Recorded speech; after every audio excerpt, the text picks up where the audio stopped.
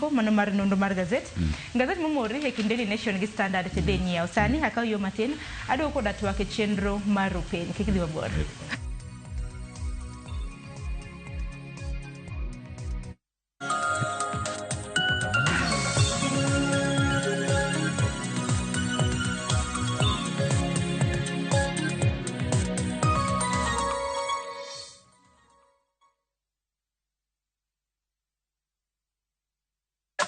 Rubani. Fly the skies ukinonesha wallet.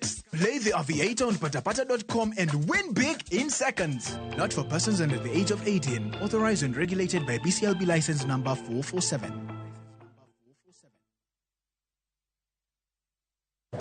Ma oken mana sigand hera. Dongiwanu wabiro timo arus. Sama chuny mokuyo ketho ngima ng'ato. Waromo kamae. Kendo afanyo ne jaod nyamino matin. Hera mane okwe timandhoga kod weche mopondo. I'm sorry. Ang'ama miyo ine wanda kamae. Mano ok nyal bedo hera. Hera chako dongo e kind ji ariyo. Mana ni mondo temgi gi pek mar gik ma gisekaloe. Ne won Prince Raj. Ang'ama miyo okidwa yie. E kind piem mar gombo duong' kod makruok gi joot. Chemane mula tibo neno gimana bro timo ni. Nyaka ng'ato tim yiero. Yiero manyalo loko tiend hera. Choti Sardani. Wuok tich. Nyaka ngeso, saa 2:15 otieno.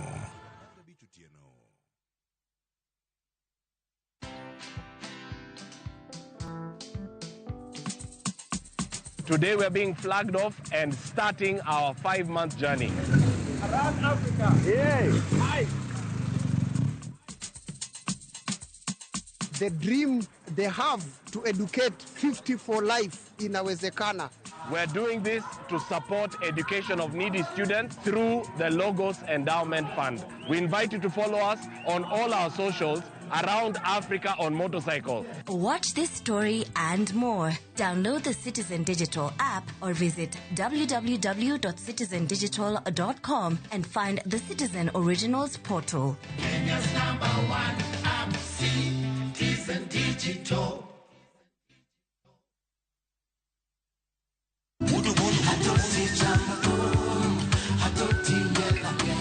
Woktich ka woktich wakelo ni duon ya wotonagi. Kabinet chario kati chario nyakurunga juang en odiochieng' mar yuto mari. Chieng' tich adek nyakurunga juang en odiochieng' mar mine nyalo kachiel koda weche hera. Awendo kachopo tich ang'wen nyakurunga juang wakelo ni kama nene yani TBT kod thumbe mamit mokalo. Furahi the edition and thum kaliech. Loso kapuoyo nyakurunga juang. Ka wakelo ni jothumbe mopogore opogore. Kanyo ndo bende wakelo ni gimiluongo ni Ben Yawa.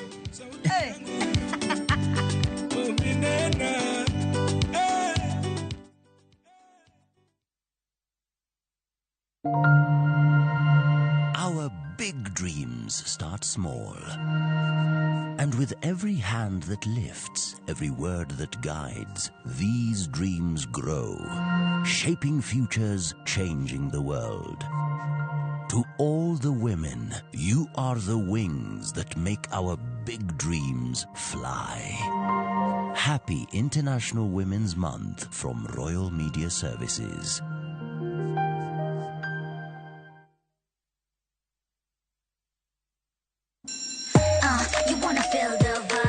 Ngeso ka ngeso, wakelo ni gik mamit makelo mor.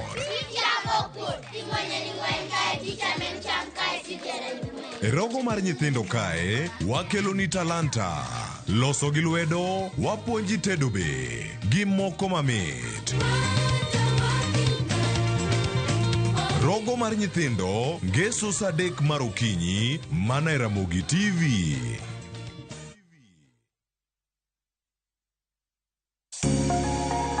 Lwedo chweyo. Koro ka sana watiyo gi lwetwa. Rom gi joma oseloko kit ngimagi kendo giseloko pok margi obedo ohala. Bechgi ni malo nikech kaka yudo materials dhi mang'eny. Duto en wach chwech, pok, tich matek kendo tiyo matek. Tim giri mitimo no kikete chunyi tikete pachi. Mamiyo lek bedo adiera. Poko pogore. Tich Ang'wen, saa 2 okinyi kod Sharon Ong'ao. Kik bai.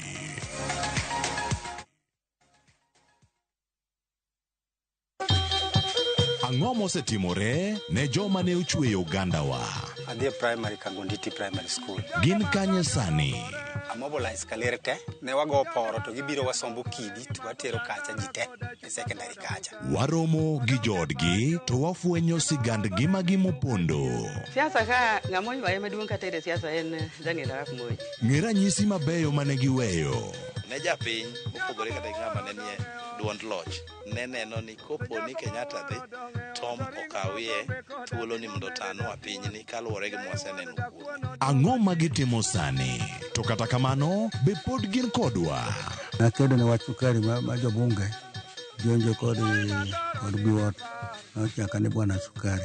Gin kanye kod Walter Nyambaga. Tich Ang'wen saa 3 otieno mana e Ramogi TV.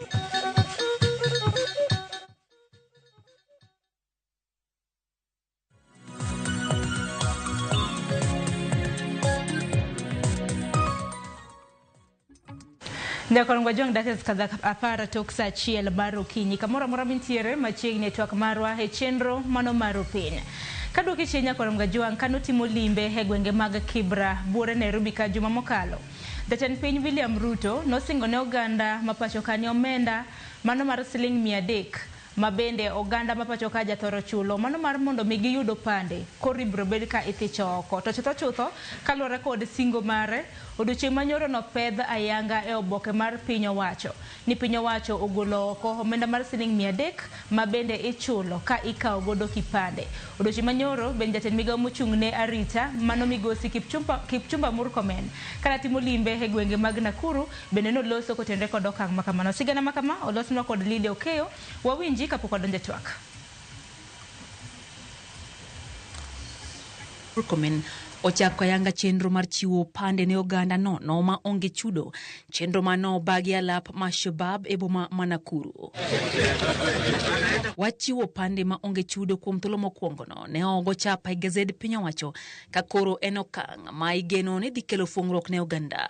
Kwa sababu hivi sasa watu wanalipishwa pesa shilingi 300, kumaanisha ya kwamba kuna watu wengi sana wamekuwa wakifungiwa nje kwa mambo ya kutafuta riziki ya maisha na kujisikia kwamba wao ni Wakenya kwa sababu ile walikuwa wanalipishwa shilingi 300 ilikuwa nimewafungia nje. Migawo mar arita koro geno chako ndiko oganda jo Kenya mar kawo pande counties duto mapacho ka kaka yor neno ni oganda duto mosiope hik kawo pande oyudo pande go kuom thuolo mokwongo. Wakenya hawatasafiri kwenda kutafuta ID. Utafanyia kwa sub-county yako, inamalizia hapo na wewe unangojea siku 10 ID inafika, unatumia kwa kazi yenye unafanya wewe mwenyewe. Hakuna ile waziwazi ya kusema unangojea mwaka 1, mwaka 2. Within 10 days. Na hawa wenye wameregister leo, kwa sababu waziri amekuwa around, watapata kipande zao kwa siku 6. Lokruok makama biro mana ndalo machuok kende bang' jatend piny Kenya William Ruto lando wito oko chudo ma ikawo ir oganda makawo pande kuom thuolo mokwongo, okang' mowacho ni biro gola kwede ma osebede chenro makamano. Lydia Okeyo, Ramogi TV, Nairobi. Nyakorongwa jwang mane thoro wach marwa okinyi makawuono wanono chiwo opande e yor nono. Okinyi makawuono kan kenda antiere ka gi wakili mabende oselala nowayo wang' jowi kuom thuolo malach. Mano wakili Okula mabende en jasumreko e apis jagoro mongirore e migawo mar immigration. Wakili arwaki ni machiegni e chenro mano mar piny Jack Okula. Ero kamano ahinya Sharon. Wacho ni asebedo kalal. Iselala no chakre higa mar 2023. Pokuluonga. Adiera. Abiro na koponi. Oluongi. But kao kamano to adwoko ero kamano kuom gwela mondo atwak gi jowa kachiel kod jo Kenya. Mar ariyo en ni sama ng'ato ni e sirkal nitiere kaka okinyal wuoya e weche particularly e wang' jowi. Nitie kaka ichiko chenro mag sirkal. Omiyo kopo ni omi thuolo ni mondo mi dhi wach achiel ariyo ok ing'e ni seche moko mana achiel mabiro kana biro kaka jasiasa kata janon weche lakini koro sani to tango lokore koro mane momiyo samoro asebedo kadeko matin mar biro kao kamano to aduoko erokamano kuom gwela kendo kata kamano machiegni kiny ma kawuono waloso kod dwaro mano mar chiwo pande nono. Jatend piny Kenya en nosingo ne oganda to dweche manyoro koro naneno kokete tim manyaka chapa nogolo oboke ni koro siling 300 ni koro gola okang' makama biro bang' ywak mago mag jopiny en mana ni jopiny penjo niya nang'o miyo ni omenda mar siling ing'eni nochake gi siling 1,000 to doke piny gi siling 300 sani koro en nono. Oganda nyalo penjo nang'o mosetimore nang'o ma nini dwaro mar mondo miyo oganda chul mar mondo miyo ka giyudo pande. Erokamano Sharon, aparo ni we aduoki ane e pend chik sana pend chik king'iyo andika mare 12 kata article 12 wacho makare ni en ratiro mar japiny mondo oyud oboke mar andika kata oboke moyangorego. The right of every citizen to get registration and identification documents. Achiel kuom oboke mag yangruok en national ID kata upande. Omiyo king'iyo historia mar upande ibiro yudo ni kipande mokwongo kabisa mane ji ne tuweyoga e ng'utgi kaendi cha ne ntiere kaka ne ichule pesa moro matin ne en upande maduong' mane kidhi kata chiro to nyaka tuwe e ng'uti kane mane iluongo ni mar kano. Kasto wadhi wachak wabedo go pande moro mabet kane duong' mane iluongo ni first generation mane en kalatas moro kama indi matin to ni kosendik ni godo gi bik kama tikete ubedo laminated kasto ibedo kode kasto higa 1995 ne wadhi e gimiluongo ni second generation ID ma san mane wantiere godo kani eri ma ochako bedo changed matin higa 2011 koro wabiro kamano nyaka koro 2023 mwadhi e third generation ID miluongo ni Maisha Card. Seche mane wantiere gi weche mag kipande mokwongo chande akeni ni chule pesa di bataparo ni siling moro 20 kama kasto biro ochako chule siling 50 nyaka higa 2011 kanyo kasto gol 50 ni eri kasto kete ni koro ok chul gimora mora gima ne chulo ne en ni kuponi in gi replacement ne chulo siling 100 but kipande mane kao mokwongo ne onge gimichulo koro mano dhi adhiya kamano ero nyaka 2023 2023 emene wagoye chapa miluongo ni legal notice number 15495 of 2023 mano keto kipande ni mondo koro kete siling 300 to kapok wakete siling 300 sirkal ne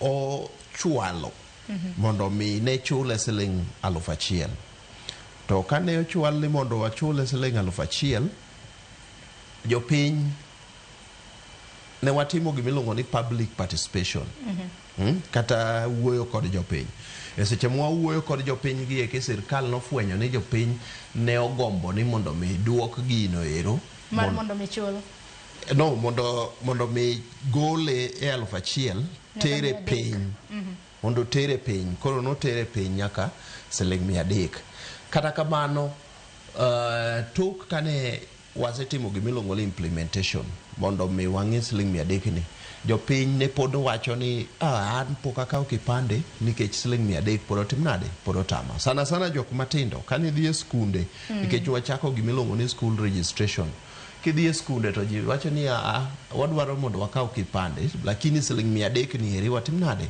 waonge godo koro wan kod sirkal kod jatend sirkal kata ker mawinjo wach jopiny. Tingino kula karam na wach no bende pok aneno kilero na godo makare ahinya nikech napenjo ni nang'o mendi koro nikech nwakawe opande nono.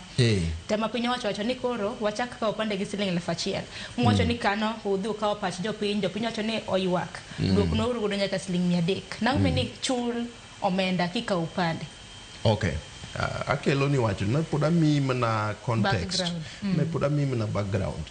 To background kanyo gimoka wacho en ni giming'e ne sirkal onge gimiluongo ni ohala motimo gi jopiny. Sirkal en tij sirkal mondo mi jopiny services. To services achiel kuom services mwamiyo jopiny en mondo mwamigi ang'owa kipande. Mana kaka na wacho ni pende chik wacho ni en ratiro mar japiny mondo yud ang'owa oyud kipande. Koro king'iyo kipande kata yo milose godo. Kipande achiel iloso gi siling 600 kod 74 674. Mano mondo mi kipande achiel mating'o ni eri mondo mi lose en 674. Omiyo sirkal wacho ni onge ohala madwa timgo gi jopiny. Out of 674 ni emowinjore sirkal subsidize kata keto nus ne kata more than nus mondo mwach ni koro wa cost share gi jopiny. Jopiny ogol siling 300 kasto sirkal ogol siling 300 gi bathe modong' no ero. Koro mane momiyo nokete siling 300. Kasto ochako gole siling mokwongo kete 1,000. Mano ne ipendekeza go. Onge odiochieng' mana sirkal noseng'ado kipande gi siling 1,000. Mane mane sirkal wacho ni to ka en siling 600 gi gine ne okwakete jopiny wacho ni wayie ko share but wakete nus ne mano. Koro mane momiyo nokete siling 300. To sani koro osegole siling 300 koro en nono. Tingeni gini oroma bende samoro migao mochung' ne weche mag arita bende ok ler ne jopiny. Gima japiny gombo winjo ni sani ma koro kawe ne nono ni. To koro kapo nono ni olala, pod ati chulo siling 1,000. Erokamano. Mano penjo maber kabisa. Mokwongo en ni king'iyo kata kaka ji kawo kipande sani ibiro yudo kane pok waketo gimiluongo ni siling 1,000 kata 300 ni. Ibiro yudo ka ng'ato en dwe ka dwe omanyo kipande manyien. Iyudo ka okawo kipande moro Kibra, moro nitiere mokawo NSSF, moro nitiere mokawo dala ka. Ng'at achiel ibiro yudo ka nigi kipande kata kipande 20 kata kipande 15.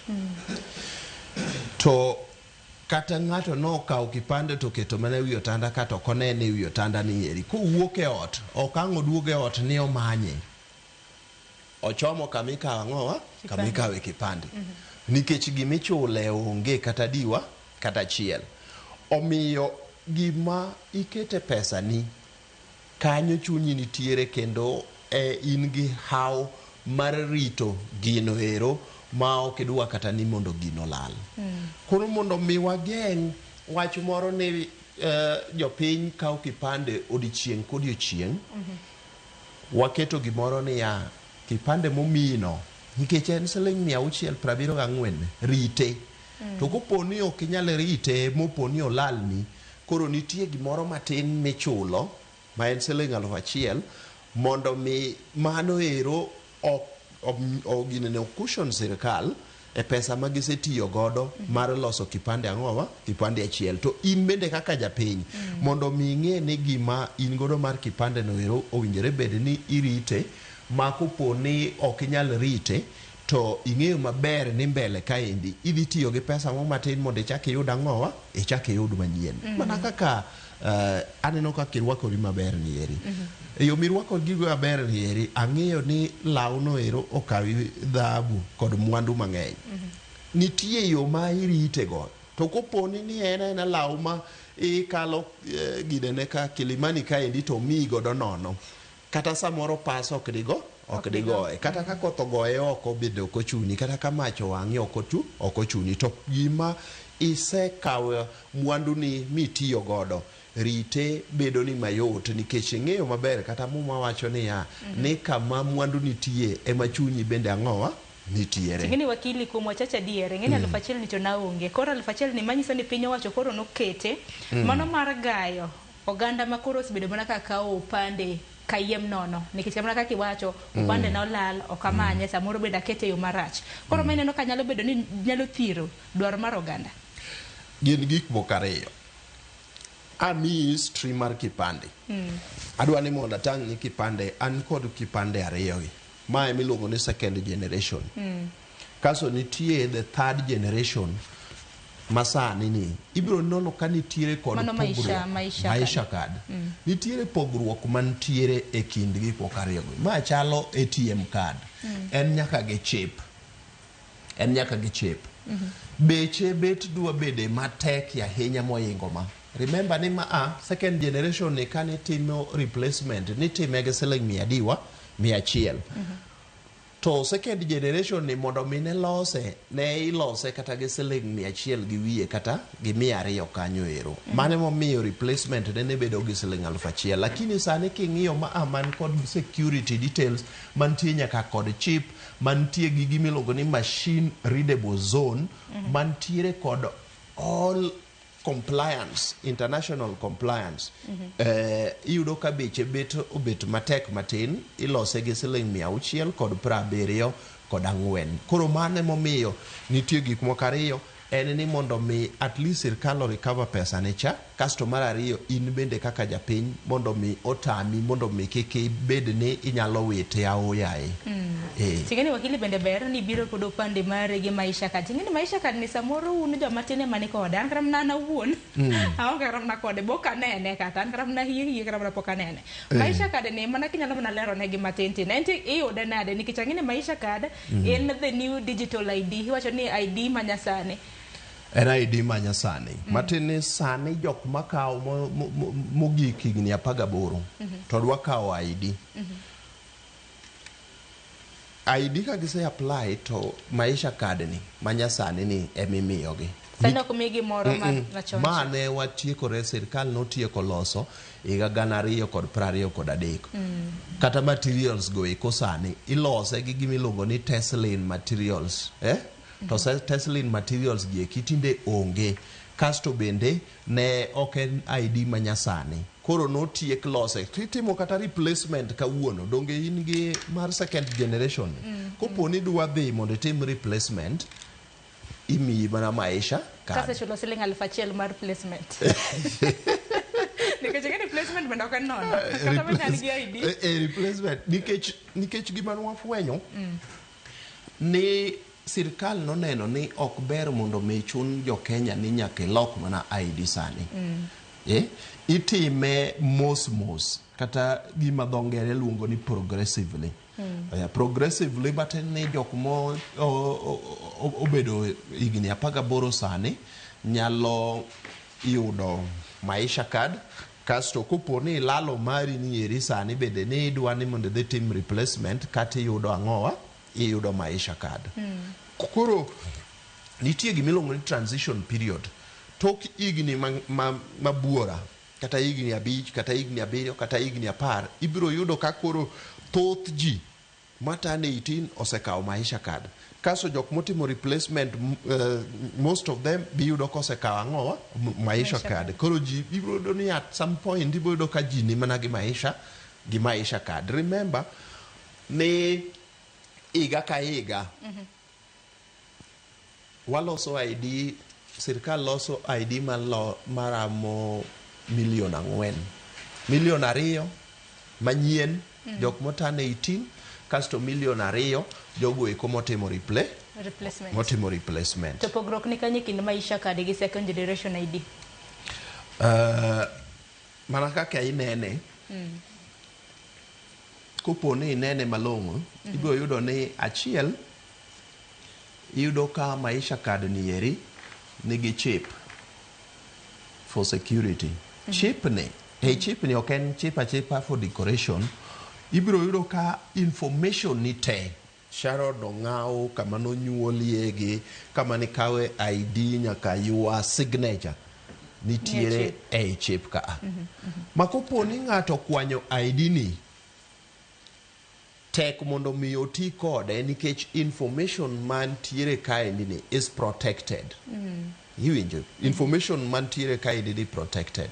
Mane mene sirkal ne temo mondo mi oyud that kind of objective e gimiluongo ni huduma number, but huduma number no ero ne okokete information. Kasto mar ariyo en gimiluongo ni machine readable zone. Ochalo kidhi ATM ni tikao ATM card ni chande tikete machine kama endi, ibiro yudo ka machine no ero nyalo somo ni ma endi en ang'o, en Sharon en gi pesa ma kama my account mare account ni no yaw di chieng' ma kama ma endi bende kikete machine mare mara ID no ero biro somo ni information go eko duto tek. Kasto kendo very important en ni nitie gimiluongo ga ni ICAO, International Civil Aviation Authority. Ene mo regulate gik miluongo ni identification document kata travel document. And a body that is based in Canada or Montreal, but regulate all the travel and identification documents. Because of international standards, giwacho ni kidwa kawo ID nyaka bed ni nitie gima kama ondike maber ni national identity card malo kacha chande, kasto gineno flag ni mar ICAO flag, kasto ma ondik ni Okula Otieno Jack, ochake gi surname. Ichake gi surname malo ka, kaso kibiro piny kaendi tiketo other names. To upande ma second generation no en nonywande okine kama otieke gi surname. Ochake gi Otieno Jack Okula, kasto Okula ne mogik, but surname en Okula. Koro ICAO to wacho ni mondo mi ID bed gi ID maber man gi international standard, ichako gi surname, kasto the other names ok bed the same line, obedo piny kaendi. Kaso nitie a lot of information. Okine kaka maendi nitiere gi thumbprint. Ma thumbprint mara, ma second generation ID. But kidhi maisha card ni eri, that third generation ID, thumbprint no onge. Thumbprint ni nitiere but okete inside the chip ka. Nikech kopo ni okete kaendi, to ng'ato nyalo clown this your thumbprint moti gi ID ni mondo mi otim godo other things ma ok owinjore. Kata mna yore mag maundu. To koro kata yore mag maundu. Nikech chenro makama koro en achiel kachiel Nyikwaru Mgajwang' bende winje. Advice kata mna paro mane madichiwne Nyikwaru Mgajwang' kotenore kod maisha kad gi second generation card. Nikech wang'eni yawa mathoth, nikech jok ma samoro opande mage gi olal. Ema biro bedo ka yudo maisha card. Kanyakla kod jok mandikore manyien ema yudo maisha card. Paro mane madichiwne gi?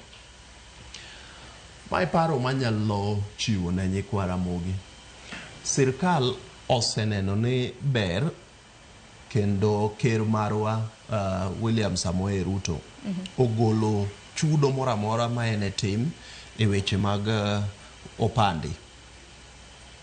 Nyithiwa mantiere school, nyithiwa ma sani donjo higni 18, kamora mora ma gintiere, kato bed mana hoho mane ma gintiere, gidhi mondo mi gindikre, mondo mi gikaw ang'owa, gikaw opande.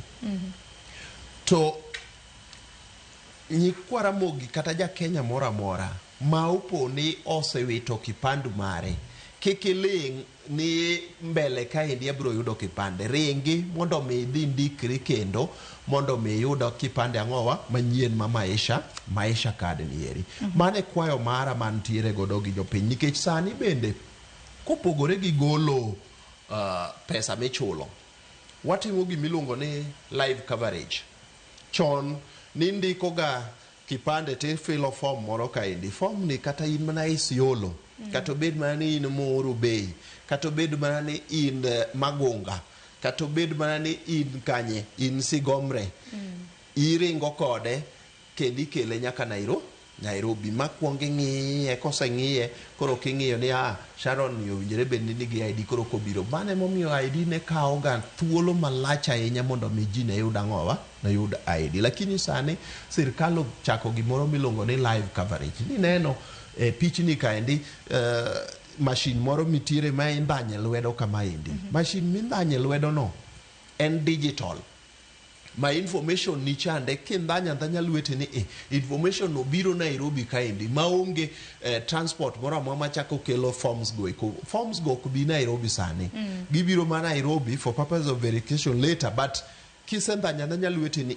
gino bedo relayed digitally mabi Nairobi kaendi kendo within 10 days kata tok ndalo 10 owinjore bed ni ID ni osebiro mosetere nyaka kama ne timnade kama ne indanye lweti no tena dita makende nikijyo duchi manyoro unonjo konyoka Kipchumba Murkomen ne intire county mono Nakuru kama bende koro nosinga ne oganda mapachoka mabende timo kipo manyien na mago pande ni opande gibro bedo ka giyude kinde thuolo mano mar ndala 10 to duchi manyoro bende wacho ne oganda mantiere county ma Nakuru mabende no ndikore nyoro no bro bedo ka yudo opande ndalo e kinda ndalo 6 na mende kikende ndalo 6 ka nitiere teku mar teme kamano to bende inyalo bana nyiso gini opande bedo kora mana ka vudho kuom thuolo maromo nade nikech wang'e yawa mose bedo ka ndikore mar mondo mi yudo pande to ka kora mana dweche mathoth kapok yudo pande bugo ni kane yes ema temo nyise ni opande owinjore bed ni ikawo tok ndalo 10 within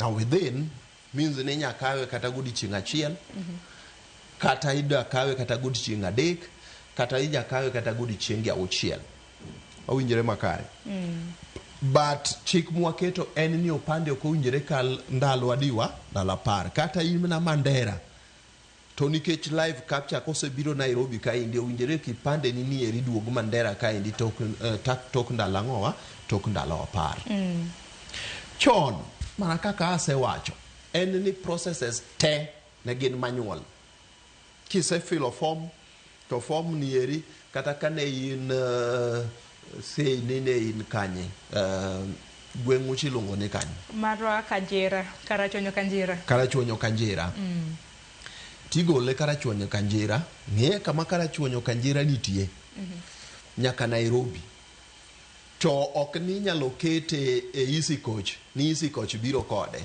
no mtoka mar sirkal man gi security ema nyaka timnade ema nyaka kele samoro Kanjira kanyo ero mtoka mar sirkal mar security bende no timnade ne gi itilafu moro matin kuyudo ka ID nyalo kawo kata mna jumbe mang'eny mondo mi owuok Kanjira mobi nyaka Nairobi kaendi koka form gi ekichak inon bindi nono gi manually owuok kuom ng'atni eri odhi kuom ng'atni owuok kuom ng'atni odhi kuom ng'atni eri those manual process ne kawo ndalo mang'eny kabisa kendo ibro yudo ni ID an kana donjo e migawoni nayudo ka ID ne kawo ga dweche 3 ka thin mondo mi gichop kasto gidog kuom ng'at mane timnade madwa kawogi oyudo ka ng'ato Suna Migori to se ndikore mondo mi oyud opande to tieko dweche 3 mondo mi opande dogne ma oyud ka chief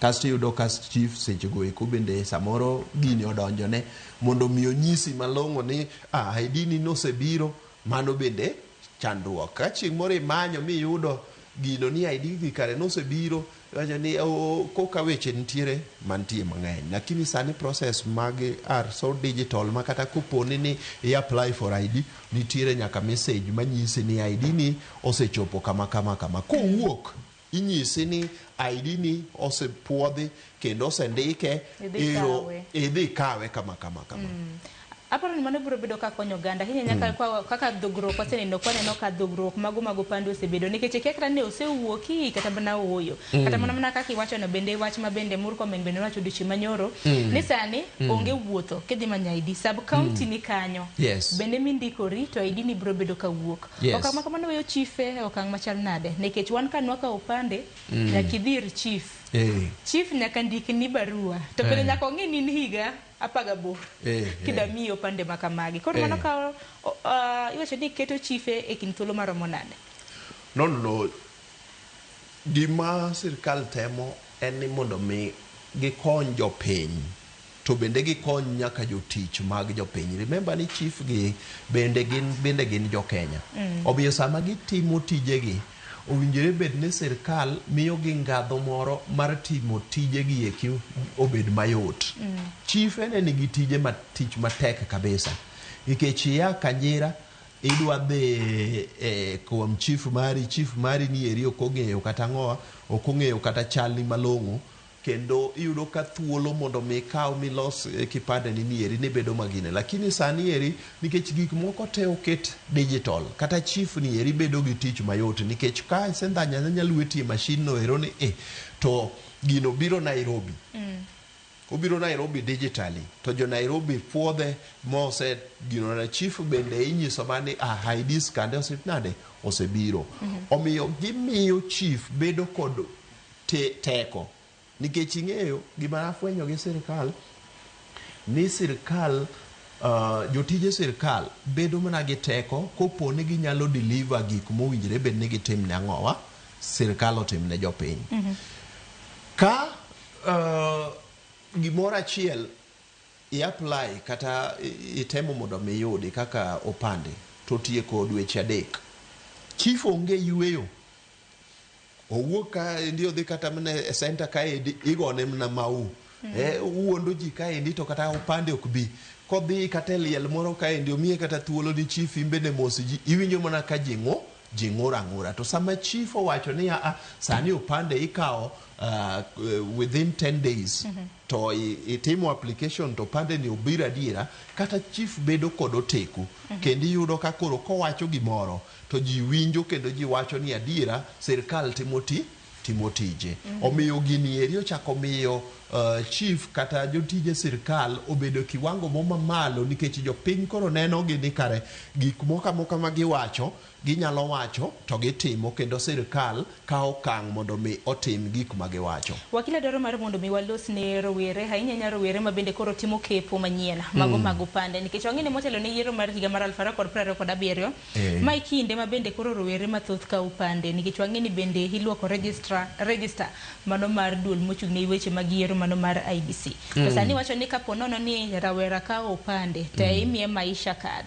Adwaro mar mondo mi som ne giparo nikech kaneno na ote mathoth madonjo oganda penjo ni opande gi koro bro bedo kwa yudo kanye pod odhir chief odhir Huduma Center watimo nang'o to parni nitie nyaka jopuonjre mantiere skunde mopogore mago mag sekondar. Erokamano. E higa mokalo dwe mar 12 higa 2024 ne wa launch gimiluongo ni school registration e county miluongo ni Kilifi Magarini kocha. Ne wahao ni jopuonjre 960,000 students no winjore bedo ni no register kagine school. Achiel gi kuom gik mwatimo sani kaka ma sirkal timo en ni registration mondo mi time ang'owa time school nikech sama ng'ato ja form 4 sacha emiyudo ka ochopo higni 18. Koro e school kanyieri head teacher ong'eyi ka in Sharon to in nyaro ng'ao ong'eyo maber ma to Sharon kendo en nyaro ng'ao osebedo e school ni eri kuom higni 4. Nikech remember ni sani gimiluongo ni vetting chande bende sirkal nogolo. Koro achiel kuom gik moko manyiso ni adira ma en Sharon en ni skundi no ero ong'eyo maber ni ma endi to en Sharon. Omiyo rieko manyalo ng'ado ne rawere madwa donjo higni 18 en ni e school kama gintiere no registration mar ID biro kanyo gi kawa ID kik giwuoge school kakoro gichako chandre ni gimanyo ID to seche magine school kaindi nikech ed teachers go eko bende ochako mi powers moko ochako mi teko moko kanyo ero manyiso ni ginyalo timo gimiluongo ne recommendation ginyalo recommend nyathini adira ma en nyathi sikunda kendo ang'e malong'o mondo kawa ng'owa okaw upande. To nyathi school mantiere gi higa di maka upande nikech ang'e ni mar mondo mi ng'ato kaw upande piny Kenya nyaka ibed higa 18. No igni nyaka ibed na higni 18 mane chik.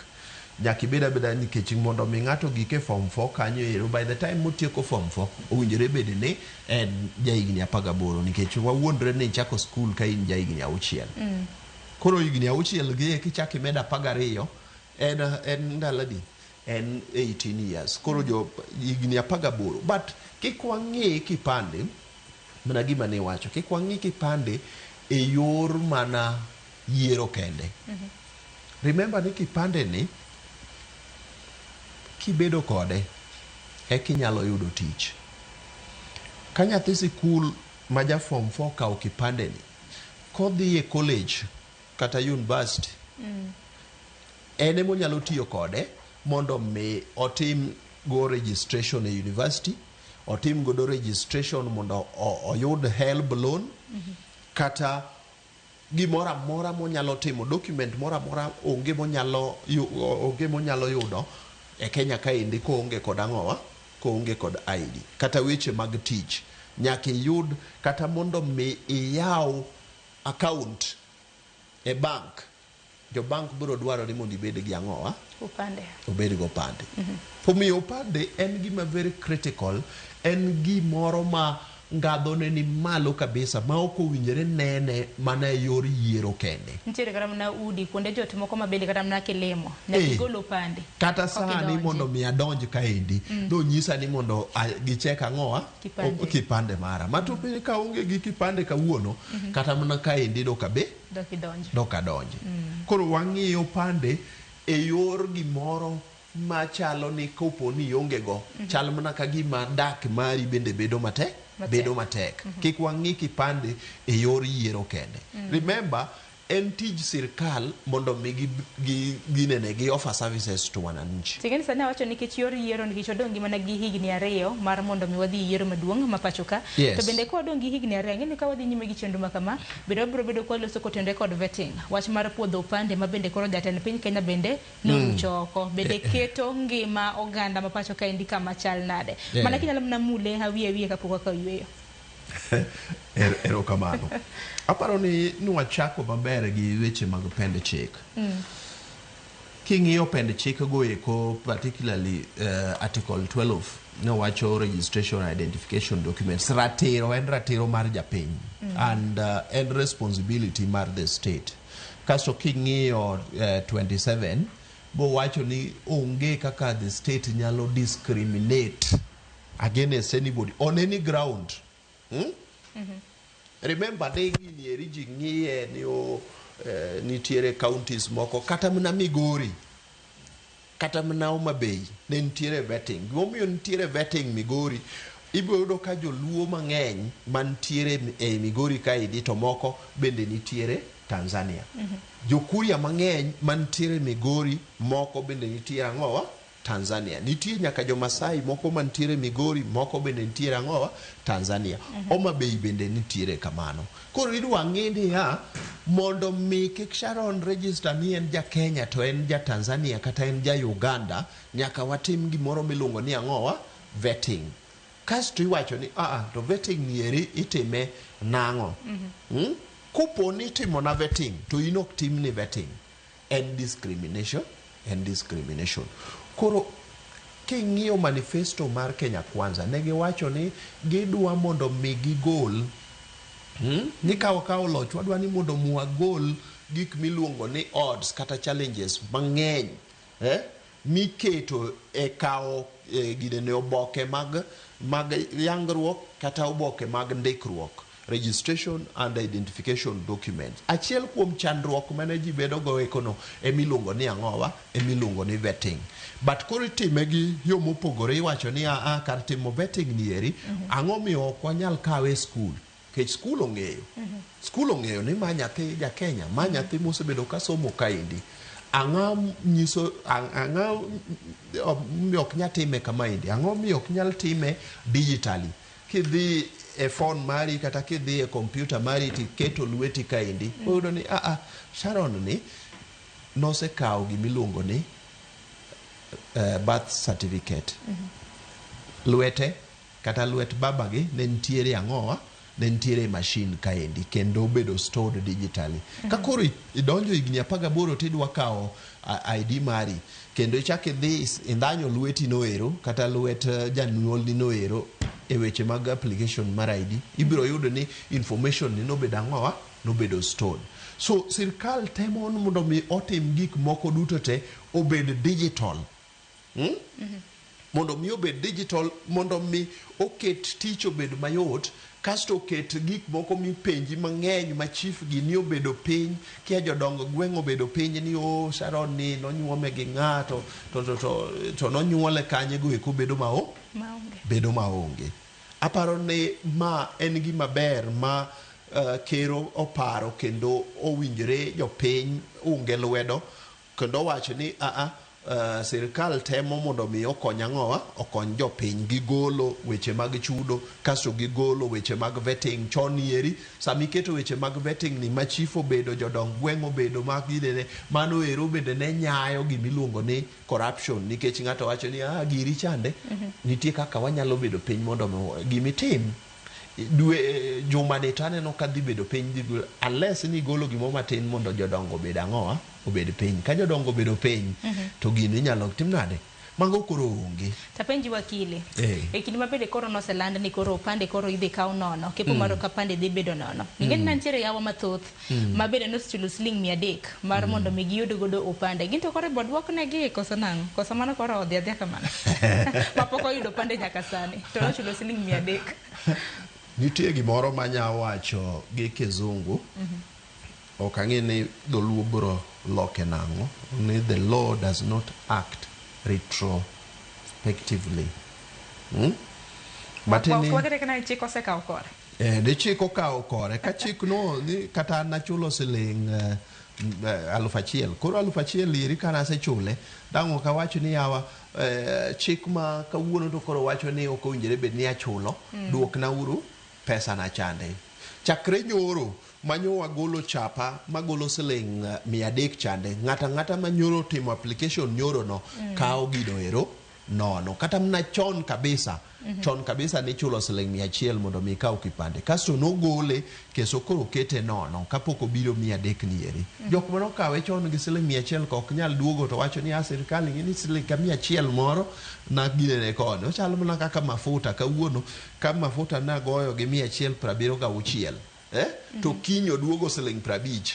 Ok nyal dhi ni 100 pesa na. Ok nyal dhi ni koro 100 siling 126. Mana kamano nyakorongo juang' apar ni mar mondo mi bed kodwa chenro makama ioronwa ote lai magote machuok karede ka 600 mbi mago ganda bende yudowa achiel kachiel. Lote makamano abro bedo kasomo kwa dhi nyime koda twak makamaindi. To okula to wach mag Huduma Centers emin wacho ni bende pod inyalo kawo ng'ato ka nyalo dwaro kipo mar ID pod nyalo mna dhi Huduma Center kacha donge. Nitiere Huduma Center king'iyo jok ma register ID ni luongo ni National Registration Bureau. So nitie gi registration offices nitiere e sub counties tema Kenya ka. Sub county mora mara obed Sona West sub county ma ae nitie gi registration office. To kidhi Migori town bende nitiere gi Huduma Center.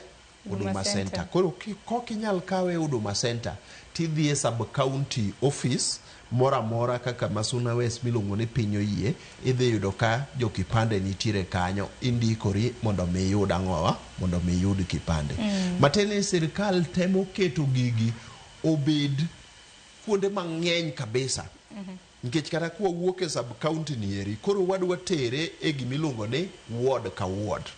Koro ward ka ward bedo kod ang'owa, kod office gi kama inyalo kawe ang'owa kipande. Kwa wuok e ward, odhi bedo village ka village. Koro kaka ana Masara, to Masara village ka indi biro yudo kama ikawe ang'owa, kama ikawe kipande. Kidhi e ward, ma en Wega ward, ibiro yudo ka nitiere office mikawe kipande. Kidhi e sub county, ma en Sona West, kama ilongo ni piny oyie, nitiere office minyalo kawe ang'owa, minyalo kaw kipande. To kidhi Migori town, bende nitiere Huduma Center ka indi bende nyalo timo application tiyo kawe ang'owa, ikawe kipande. Koro iwacho ni le inego gi yore mopogore opogore kendo gi yore mang'eny. Koro wadwa ni mondo mwaneg le ni mondo jopiny duto te ng'ata mosegik higni 18 kik bed ni nitie ja Kenya kata achiel maonge ang'owa maonge kipande. Omiyo kamoro amora modhiye oyudo ka nitiere ofis mikawe ang'owa mikawe kipande. Wakili kapok wakawo yo mar saa 2 mar okinyi adwaro mar mondo miduokna moko kuom ote kaka mana 2 kende mabende biro bedo kiduoko moko.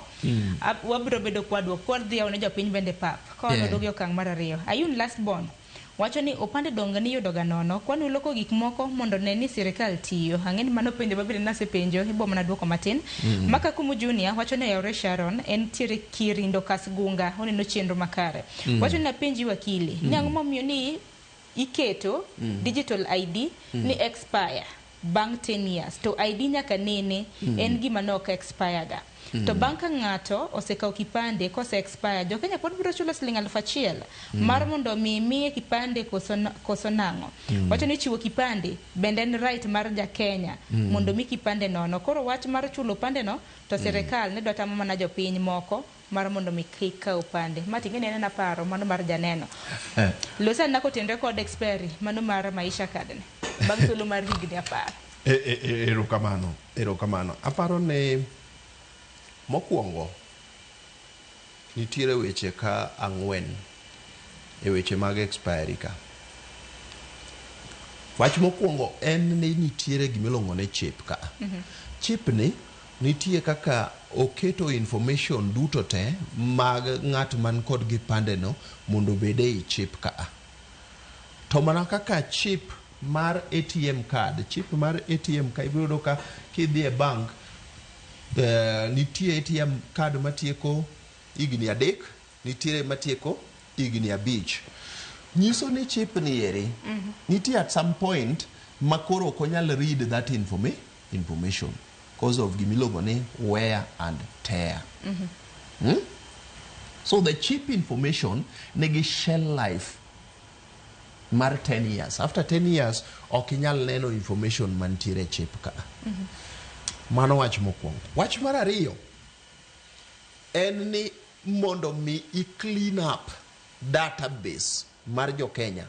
Ibiro yudo ka ng'ato nitiere kaka nago kura Masara Primary School. Ei Masara Primary School ka indi ang'eyo kada dawa moro manotho iga 1997. Pod go kura nyaka kawuono. Onge ng'ama osedhi register mogolo nyinge no ero oko. Matini kigolo nying every 10 years tibiro ng'eyo maber ni adiera dayo ni eri to nosenindo kata ng'ani eri nosetimnade nosenindo. So cleaning of database mano is another thing. But mar 3 en ni gini eri nitie gi gimiluongo ni images. Images ka indi nitie iris, nitiere nyaka thumbprint mondo mi gigi eki obed updated. Ing'eni Sharon iwacho ni asetieko kata mna higni 2 kapok abiro ka indi. Ok in Sharon nane ang'eyo higni 2 mokalo cha. Aneno ka i change of course to the better. Aneno ki change mang'eny. To but you can imagine ni 10 years. 10 years mokalo ni chal nade. Samoro 10 years mokalo koka ne in e high school. But koro ibiro oko ka indi isebedo koro ng'ama miyo. Face ni kata information mari mane in godo kocha cha opogore gi masani. Koro ibiro ka ng'ato nokawo ID ni ka en higni 18. Koro sani en higni 70 gi wiye. Ng'ano pod en mana the same person. Mane momiyo koponi ni kata ma king'iyo ID ma chon eri mana kawo ka ja form 4. Tinde ka ng'ato ng'iya to wacho ni mabe en adiera. But ngini tok higni 10 koro iwacho ni higni 10 onyalo bedo no change to kainya. But koro update information mare. So updating of information after every 10 years. But more importantly en ni gimoro amora ma sirkal timo nyaka gibed gi gimiluongo ni regulator. To regulation mar IDs nasenyisi ni timo gi gimiluongo ni International Civil Aviation Authority, ICAO. ICAO wacho ni any travel document obed passport, any identification document obed opande nyaka bed replaced every 10 years. To remember ni Kenya ondhanyo lwete e gimiluongo ni ICAO no ero. Koro bedo kaka achiel kuom chike mag Kenya, nikech pende chik wacho ni any international convention ma Kenya ondhanye lwete bedo achiel kuom chike magwa kaendi. Koro awacho weche adi 4: updating of information, mar ariyo en ICAO standard, mar adek en mondo mi security issues mag chip ni eri nyalo bedo read at any time. Mago eko emomiyo ID ni eri kata maisha card bedo replace after 10 years. Makoro duche makawuono ma wantiere higa mar 2025 duche makawuono ka a register takao maisha card e higa mar 2035 bang' thuolo mar higni 10. Yes. Ko ID nano ose expire. Nyiso da dhi chulo $1,000 mar mondo mi atim godo replacement. No. Replacement mar after 10 years opogore gi replacement mar ni ilalo. Yes. Koro replacement after 10 years, incase the first person mokao ginieri en 2023. Poko gik 2033. I think ni sirkal dhi bedo kod policy makare mondo mi nikech sirkal wacho maber ni replacement mar 10 years opogore gi replacement mar ni ID ni olal kata ID ni okwala ngogin go eko. Koro inyal kawe kata mna nono, but warito policy no ero onge chike makare mayango no chike to nitiere to wadhi ng'eyo ni to ID ni eri after 10 years obnyalo bedo replaced gi pesa di to ang'eyo gini kaka nene samoro nyalo bedo replace kata mna nono nikech samoro nyalo mede dong wacho ni bende gik ma otiyo godo bende ng'eny gik otiyo godo to ng'eny but ng'eni sirkal onge ohala moro ma sirkal nitiere madwa go gi jopiny. Sirkal tichne en mondo mi gibed ni ginyalo miyo jopiny services. Gionge, they are not here to make profit. Gin mondo mi gi offer services ne jopiny. Koro miyo kati chule mnalo fachiel, sani chule $674 to sirkal wacho ni wechiwe nono. Okulaki wacho ni they are not here to make profit. Dengeni bende pinde pod nyalo bedo mathoth. Nango meni pod wachulo mar mondo mi wa replace e kin mamoko. Aparo nitiere mana bugo ma bende sirkal saboro dwaro mar mondo mi opong. Kata kamano, we wako yo matin, ote to thoth, kaduogo kang mar ariyo, abiro bedo kaka omo kuom ote mabendo ganda oro. Haneno ka Felix Nyakwara Yieta, kawuok Migori wacho ni Sharon Musna wakili erokamano ahinya nyakoro ngwajiwangu wako yo matin ka naduogo abiro bedo kaka ote magi. Koro ote moramora ma intiere godo ne wakili wakili en jasum rieko e apis jagoro mongirore migao mar immigration. En better place to wacho ni ema intiere ge okang' makare mar duoko penjo mintiere godo kotenre kod kepo mago pande akaw yo matin.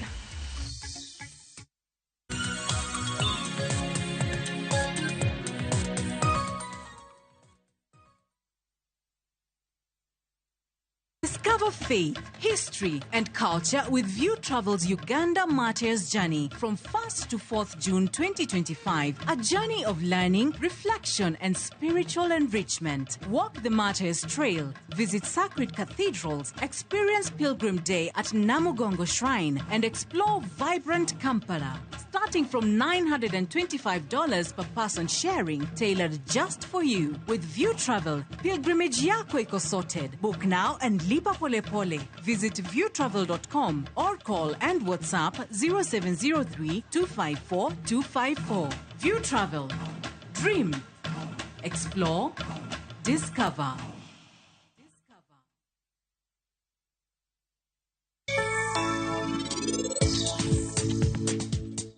Wayuapodiyo wang'. Ano kadwa ni Prince ochak ngima manyien ni ka en pok ogwedhe. Seher kare en ng'ama chal nade?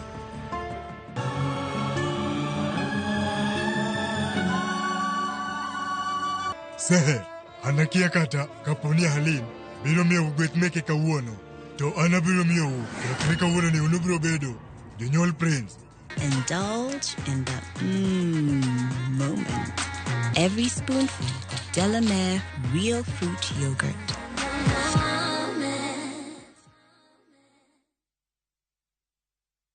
Dream ni kusotio rent, si ndio? Dream ni kubustio biz ujitegemee. Na kama dream ni kubadilisha hiyo 20 shillings into 2 million, of course umekuja the right place. Jiomoshi na Shabiki JetX and nyakua a share of 2 million in cash. Ingia shabiki.com, launch JetX ya kwako, uwekelea as low as 20 shillings, skuma jet yako to the highest multiplier, cash out before it flies away, na ushinde mamili in seconds. Kumbuka, kuna 50k daily cash prizes for the highest multiplier, na ukihit the highest multiplier of the week, tunakujenga 250k mara hiyo hiyo. Jiomoshi na Shabiki JetX. Minadai wote twende hivi. Not for persons under the age of 18. Authorized and regulated by BCLB 428.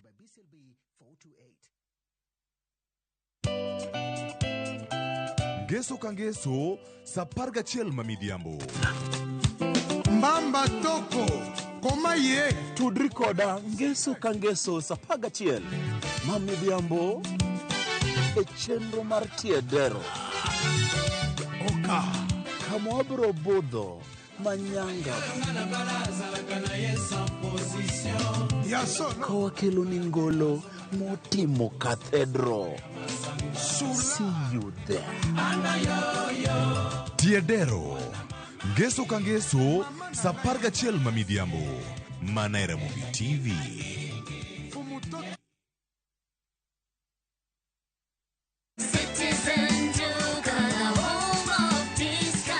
Msimu huu wa Ramadhan, save pakubwa na Citizen Duka, the home of discounts. Pata tende 500 grams kwa shilingi 289 kutoka 375. 2 kgs basmati rice kwa 589 badala ya 746. 2 kg ya unga wa ngano kwa 149 kutoka 171, na 500 ml maziwa kwa shilingi 45 badala ya 49. Kununua bidhaa hizi, dial *487*5 hash, chagua bidhaa unayoitaka, lipa na uchukue bidhaa hizi kwenye Quickmart Supermarket karibu nawe na uenjoy kusave.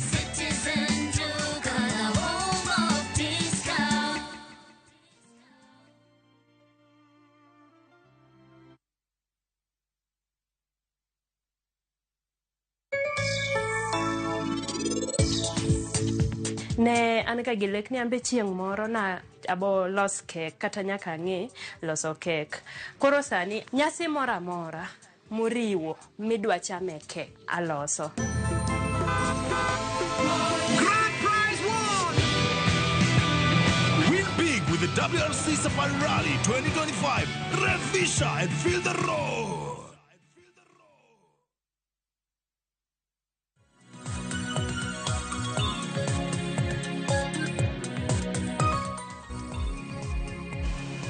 Nyakorongo jong dakika na uchiel tok sario mar okinyi machiegni okang' mar ariyo pod wadhi nyime gi twak marwa e chenro mano mar piny. Okinyi ma kawuono wabago twak kaluwore kod kepo mago mag opande e yor nono. Okinyi ma kawuono nitiere gi wakili mano Jack Okula, ma bende en jasum rieko e apis jagoro mongirore e bwo migawo mano mar immigration.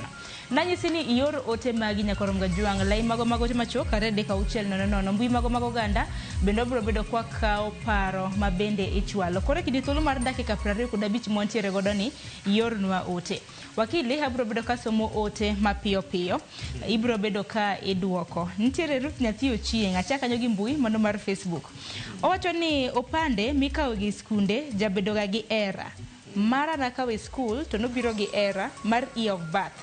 Asata moloke to tamore peny na wakili nigi nyalo konya nade holo to kintiero moja inako. Ero kamano.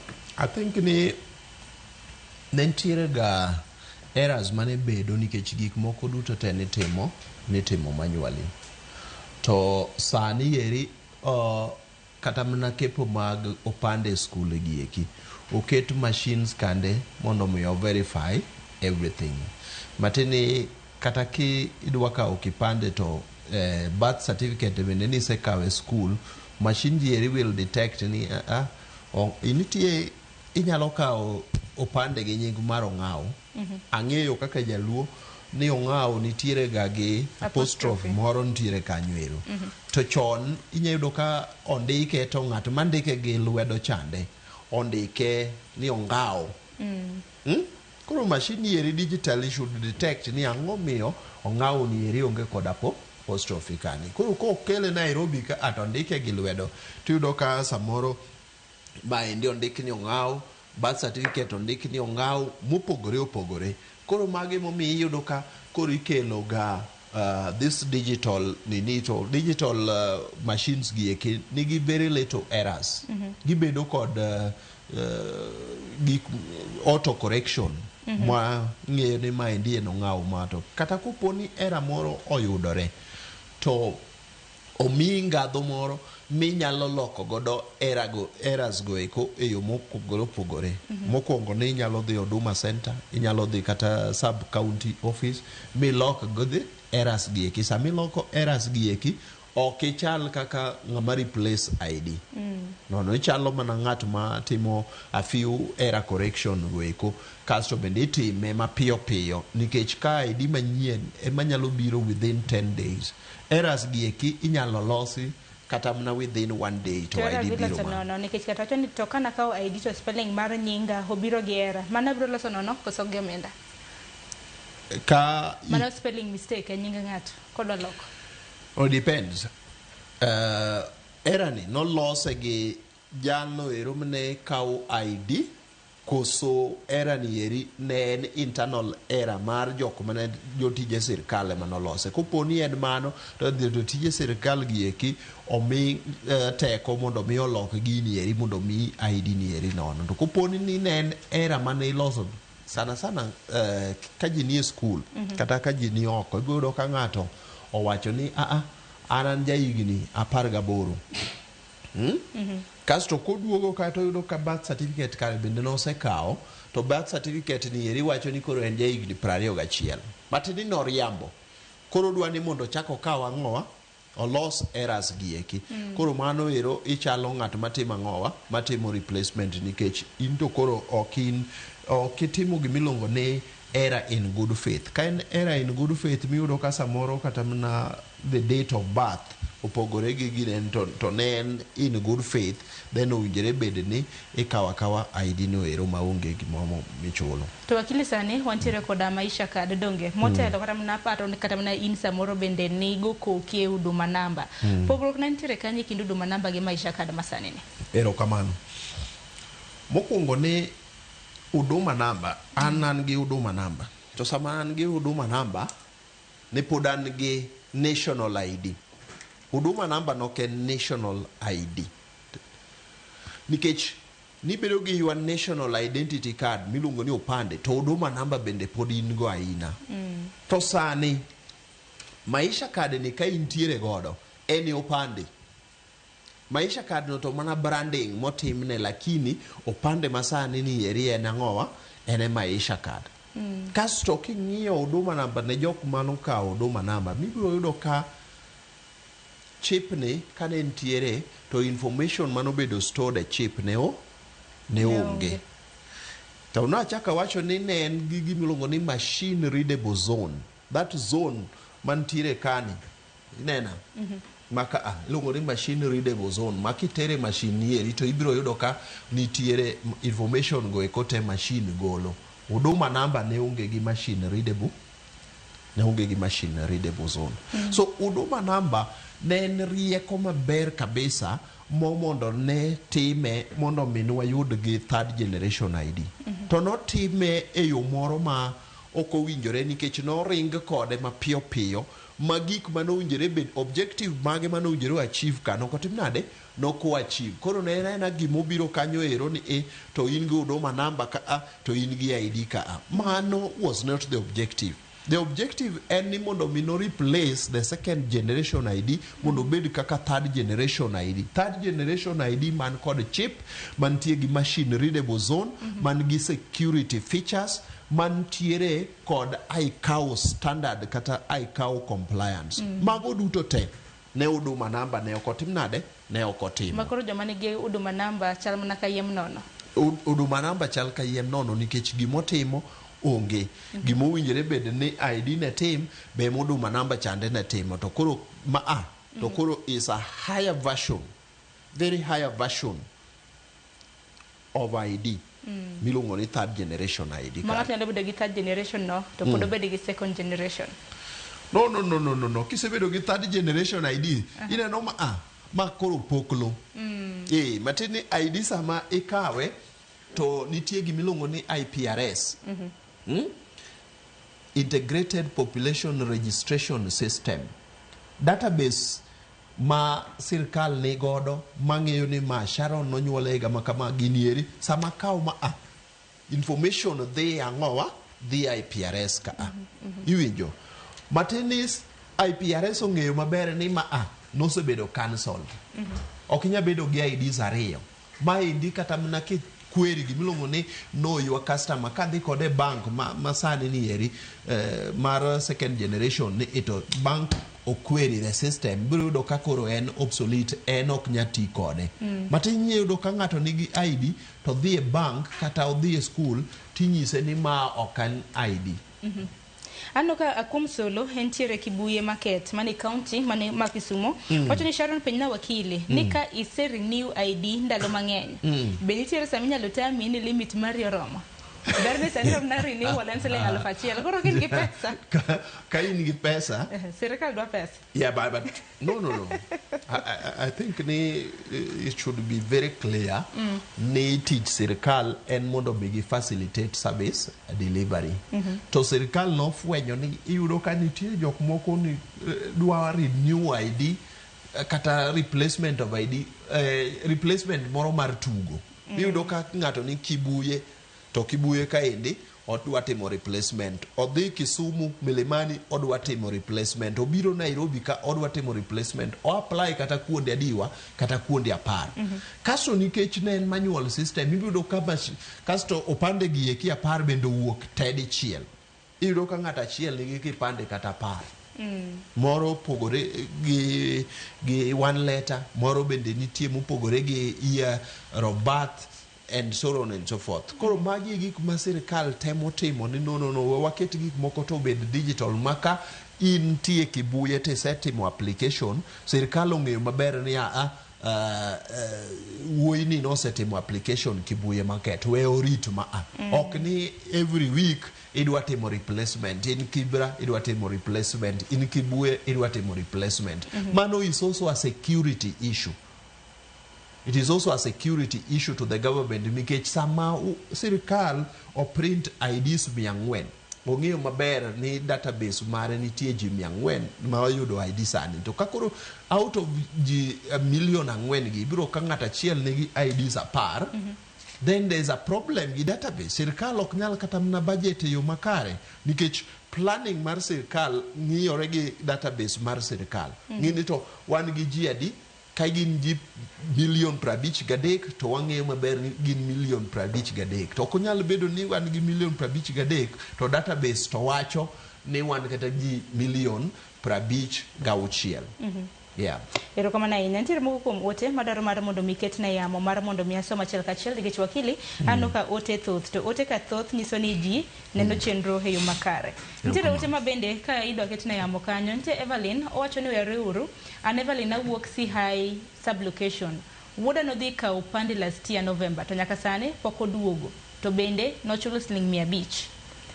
Dhano machielo tin Ramogi TV penji na wendo ni antiere gi ng'amo leo kawo kipande dikonye nade ote machielo an gi over 25 years bende anyalo yudo kipande machielo Winnie wacho ni Sharon an Winnie apenjo niya ka intiere gi birth certificate to ionge documents mago mag janyuol to idwaro kawo ID itim nang'o Eriko wuod Nyaseme wacho ni Sharon penji na wendo ni ID mara kolal bende nitiere chudo moro wacho ni Dubai Eriko wuod Nyaseme ka nitiere Ruba e county mano ma Migori aparo ni wamake gi kanyo wakili ma bende nyalo duoko kikaket ni weche mathoth to samoro erokamano mokwongo mala kinyalo ng'iyo gi kamera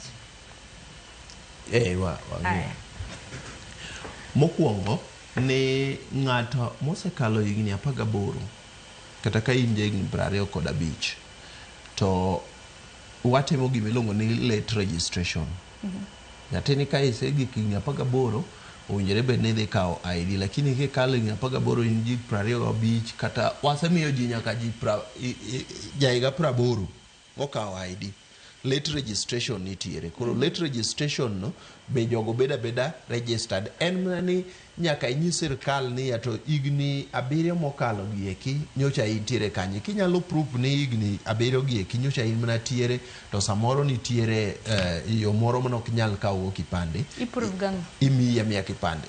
Iprove gango kata mana ere kaka inyalo wacho ni achi ni kana ni higa ani ja higa 30 tadaro ka upande okang mokwongo adhi prove nade ni nadeko kao to nadeko nige chango. Dongi nya wacho kata niya ka igi kigni 18 natimo application kane school application noero chalni ne okogik kata Nairobi kata toki igni 18 na wuok adhi kamoro mane okanyal kawe angowa kipande Kanjira but nadhi kata Tanzania kocha ma ondo mi amed dhi somo kaduogo tayudo kakero ase kalo iwinjo mana ndiko barua deka baru. There's a place for late registration. Nitiere reason for late registration. Iketo ni kanyo. En barua mo malich. En some sentence moro mindiko kanyo ero. Koro late registration nitiere kata inja igni 80 kata inja igni 100 mano ero wanyalo timo. So long as ni sirkal ong'e maber ni reason mari is valid. Mar ariyo. Ne ng'at mane otimo application iga mokalo. Mokwongo ni iga mokalo pesa mane chulo mar ID ne en 300 ok 500. Koro kane otimo application to chulo 500 kasto poko biro nyaka sani matini ni nitiere chandruok mantiere. Samoro form neno ero nokochopo angowa nokochopo Nairobi but koponi wanyalo yudo detail mage wanyalo trace form neno ero mwayudi nikech chakre iga mokalo ang'eyo ni ID ni eri kano bedo application kano tim ni nok nyal tieko kata mna dwe achiel kapok ID otim nade mano there is a problem mane nitiere kanyo nikech koro problem no emadwa ni wang'ia ne ni to problem ne nitiere mane kasto watatoa mondo ng'atno ero oyud opande mare ne mogik chane nango chane wacho nango nantiere jal mabene nacho ni ka upande mana ang'ene nwa somo gi mang'eny to nitiere moro mabene ng'ato nacho ni en gi over 25 years mane seduoke mana seduoko kopogre gi mano nitiere jal mabende nacho ni janyuol ne onge koda en gi birth certificate taparo janyuol ne onge koda mana ka details mag jonyuol onge gi details mag janyuol onge gi details mag jonyuol iyudo ni samoro ng'ato ne jonyuol ne otho immediately monyuole koro samoro details mag jonyuol go eko ne onge samitimo registration details mag jonyuol kaendi nyaka bedi to koponi gionge nitiere details miluongo ne guardian matini onge gi janyuol to samoro intiere gi ng'at moro machiegni kodi manyalo wacho ni ma en nyathi omera kata ma endi en nyakwara to details mag jonyuol ne onge koro details mag guardian gi eki bende nyalo keto seche ma application mar angowa mar kipande. Evelyn napenjo ni wuoda nodhi ka upande last year November to nyaka sani pok oyudo to nochulo siling 500 yes koro mane maseduoka wacho ni siling 500 nokowinjore chul ne siling 300 koro kamano gine ne kipande ne ma mondo oorwa message ni to ne en kanye to wang'e ni to form ni nogik kanye nyaka be ni form ni eri nokobiro Nairobi ka otherwise ni koro noseyudo kipande mare to jok mana koro onge kod otese nikech ng'eni nitie kata mana jomoko ma onge kata mana otese mag nyuol birth certificate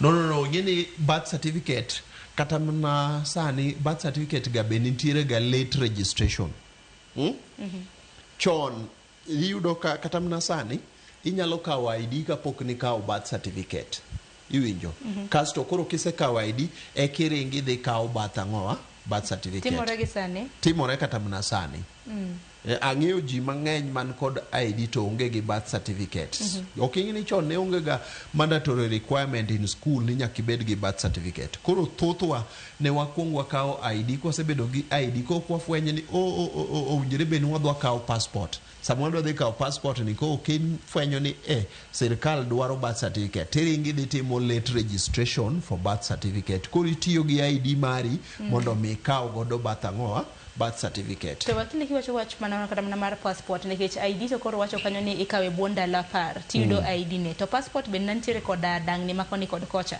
mar passport ochal nade no sani passport tok ndalo 7 ikawe Ne nitie dang' ni chon to dang' ni noero nokel nikech weche mag omenda.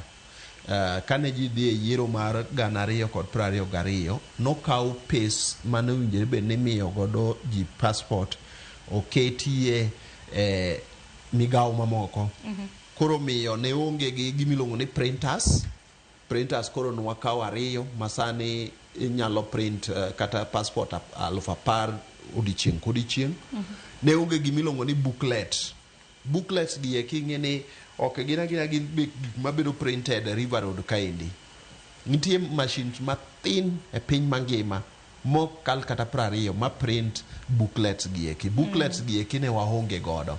Omiyo sama sirikal mar Kenya Kwanza nodonjo, ne gitimo gimiluongo ni reallocation. Ne gikawo pesa chande to giduoko ne immigration ong'iewo booklets, immigration ong'iewo machines. Koro sani ki apply passport mari kata kibiro Nyayo House ibiro yudo ka onge kata mna line nikech jopiny kaka timo application mar passport ni eri to tok ndalo 7 to giyudo passport margi. Koro mano tich makare ma ker kata sirikal maduong' otimo mondo mi jopiny oyud identification and registration documents in a good time.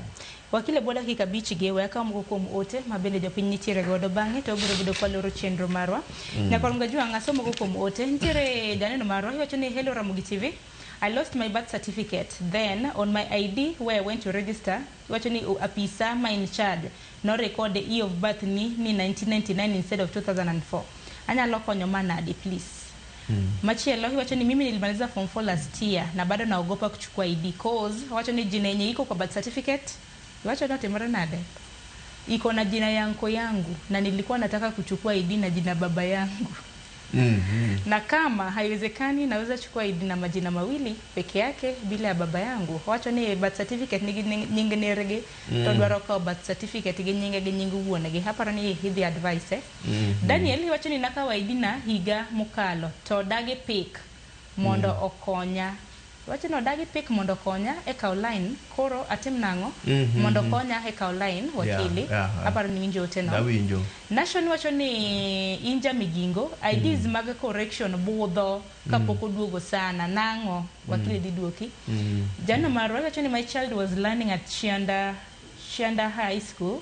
He applied for ID in a school last year. Till now, he has not received the same. How long does it take to process the same? Wacho ni kepo magsikude. Kennedy Obimbo, wacho no ngawan Kennedy Obimbo, apenjo niya, nyathina birth certificate bare, higa nondikore marach. Sani ni ja higa 18. To birth wacho 16. Onyalo timo nango mondo okaw sani kaine ja form 4. Ote machiela Loka Patrick pena jalony kama kane adhi replace ID mara to ofisa ne ondiko na chieng' nyuol marach datim nango mondo los nago. Aparo ni moko kuom gise duoko mana mapoke duoko ema paro ni duoki mar mondo mitaki ngadwa. Thoth gi gin details mabedo replace, particularly birth certificate. Birth certificate kaendi kech samoro yudo ka obedo registered ka ng'ato pod tin.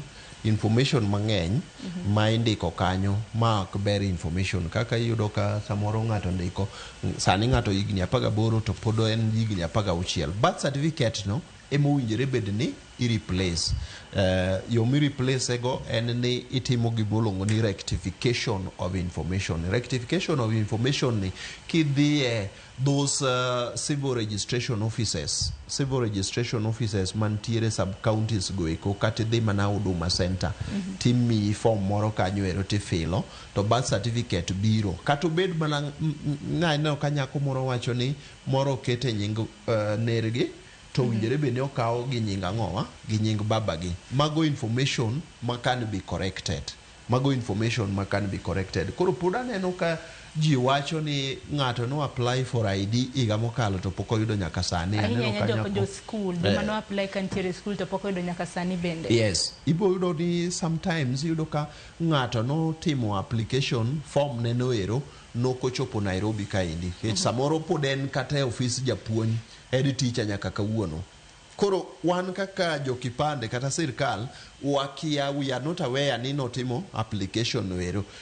Ochak gi ginene gi skul wuon mondo otrace ane to form ni eri no dhi kanye nikech onge kipande mora mora mane otim application mare last year mapok okaw nyaka kawuono. That one I can confirm. No,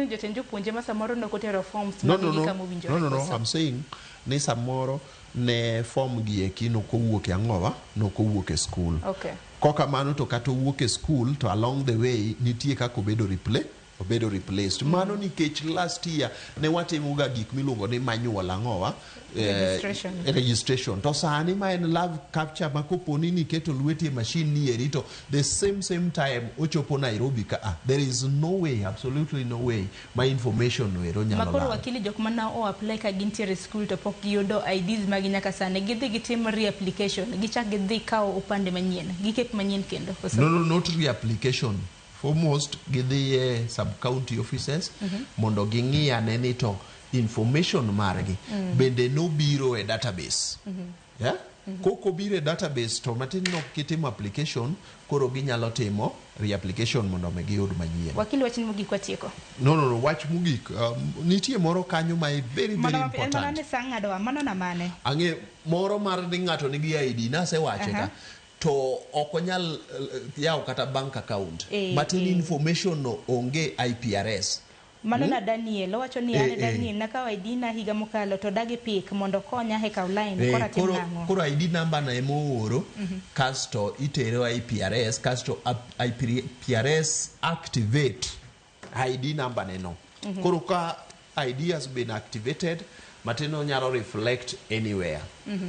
Kaka sani ID manyien kata an kana se kaw mara nyaka na or my ID number to IPRS activate kose activate koro matene obedo ID makare mantiere database mar Kenya. Wach mogik en ni sirkal osegolo weche mag chudo e kaw kipande. Nyikwara mogi kamora mora ma intiere teka ni segi kignya paga boro kata in e school kata in oko mar school. Waringuru matek mondo mi wakaw opande. Ok wang'eyo ni kiny kata sirkal mabro biro timo nang'o samoro bibiro chak ket pesa ni eri bang'e. An gadira ni to sirkal masani to bi duoko pesa ni eri. Koro sani ni ma en nono ni waringuru mondo watim nade mondo wakawe kik ng'ato kuai pesa kata obed mana siling 50 ni odwa timo godo ang'o onge gik machalo kamano. En nono. Kopo ni ng'ato kuai pesa to dhi ka sirkal mondo mi report ni to nikech gini eri en tie nono. Erokamano ahinya wakili wagoni erokamano ahinya kuom chopo mano mar puonjo oganda bende gigolo dok e itu ahinya nyaka luwore kod penjo mathoth ma bende oganda nantiere godo koda kiawa.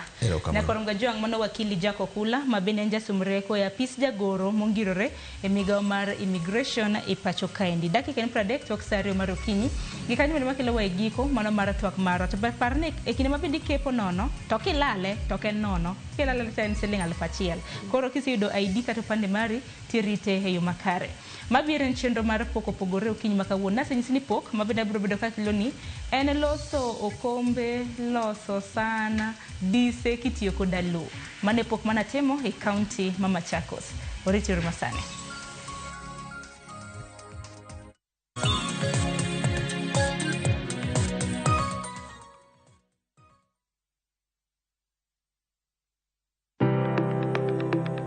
En gima konyo e ngima mapile, to ok en gima ng'ato dwaro e ngimane. Bedo gi ngima maber miyo ng'ato dak e ngima maber. Kapok achopo kama dhi osiptal mamiya yath, ang'o manyalo timo. Riwri gi Ruth Otieno e penj laktar ka wakelo ni paro mag jolony, paro mag reso ngima ji kod sigendni majiwo ji. Sickle cell en tuo mawuok kuom jonyuol. Koro ka ji pok okendre, ji onego gidhi e pim mondo ging'e ka gin gi jin mar sickle cell. Kochakore gi lony manyien mag thieth nyaka e yore mag thieth makonyo. Wan gi gik moko duto madwarore. Ka iwinjo kaka iwuotho to kawira maki wi bari seche te idhi adhi osiptal wacho ni anadwa ni mondo kawuono pima remo. Penj laktar wuok tich nyaka tich abich saa 12 odhiambo mana e Ramogi TV.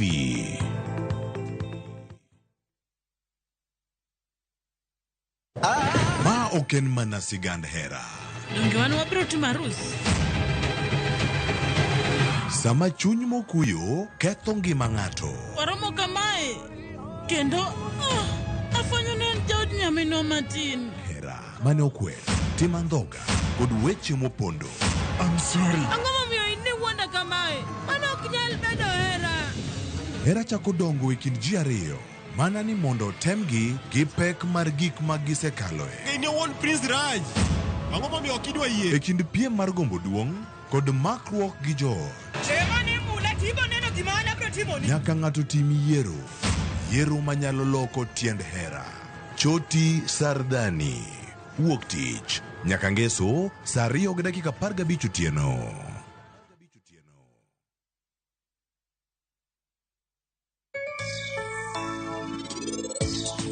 Tij tweng'o dwaro ka ng'ato jaratiro nikech clients mang'eny oluoro tweng'o nikech ji ok joratiro. Ne an ka gilek ni ambe chieng' moro na abo los kek kata nyaka ng'e loso kek. Koro sani nyasi moro amora moriwo midwa chame kek aloso. Keno ber. E ngima dhano nitie ga gik moko matimore apoya iluongo ni emergencies. Koro gik ainago ber ka iketo pesa moro thengi. Maka masira moro yudi tiloyo mayot. Indulge in the moment with every spoonful Delamere real fruit yogurt.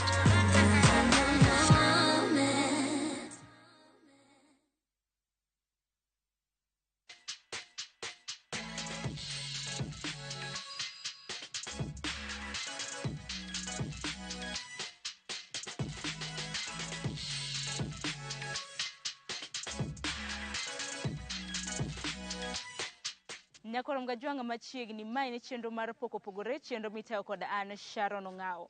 Okiny makawuono chenro makama akelo ni kantiere gwenge mag Mavoko e county mano ma Machakos. Ang'eni samoro ipenjori ni pok mane bende adwaro kelo kiny makawuono. Adwaro kelo ni pok mano mar chwecho. Kama ntiere ni ong'ere kaka Clay Masters Limited. Gisebedo ka giloso mwandu mopogore opogore koda lowo mano mar chwecho mabende gi dho ngere luongo kanyo ni clay soil. To bende gisebedo ka gipuonjo nyithindo mabende osebedo ka timo lai mar somo mong'ere kaka CBC kaka ginyalo chwecho. Ang'eni chon dala kanyo samoro ka nidongo nidongo kichwecho to ka nichwecho niyudo mana lowo adhara mach kamoro amora. Kata kamano buore Machakos kanya koro Mgajwang' gisebedo ka gigolo lope kuonde mopogore opogore, lope ma bende gitiyo godo e chwecho. Nitiere achiel kuom rawera ma bende osebedo ka tiyo ka chakre higa mar 2022. En ma bende adwaro bilo kode wach mar mondo mi onyisa kit pok ma bende gitimo machiegni.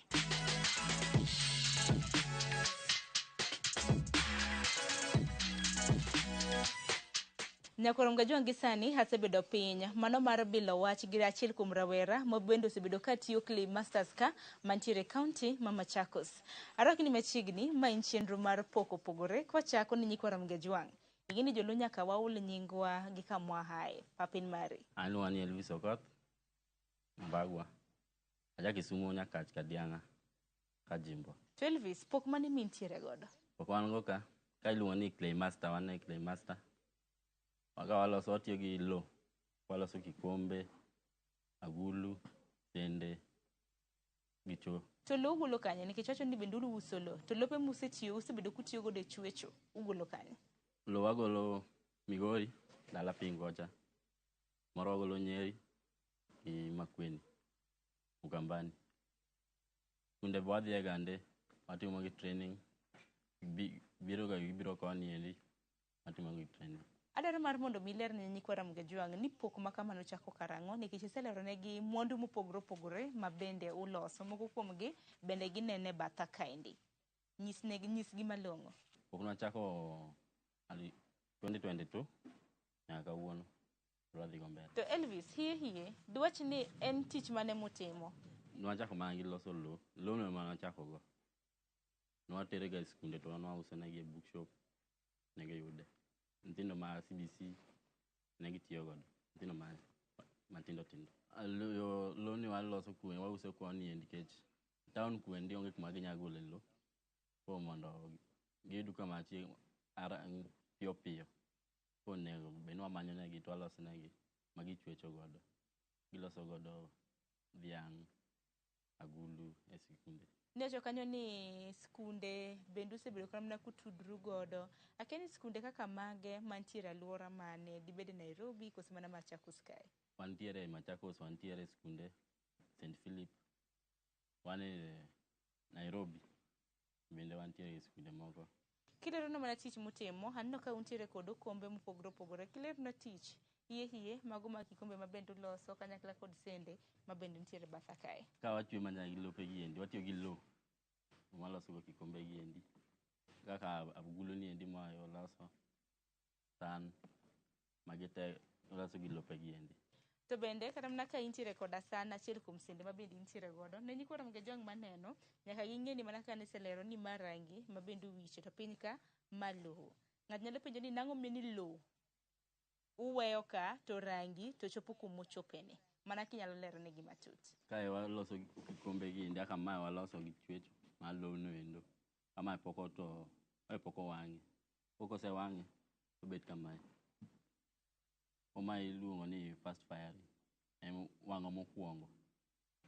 Kiwuok kanyo te gima itimo ni igo rangi glazing mar rangi.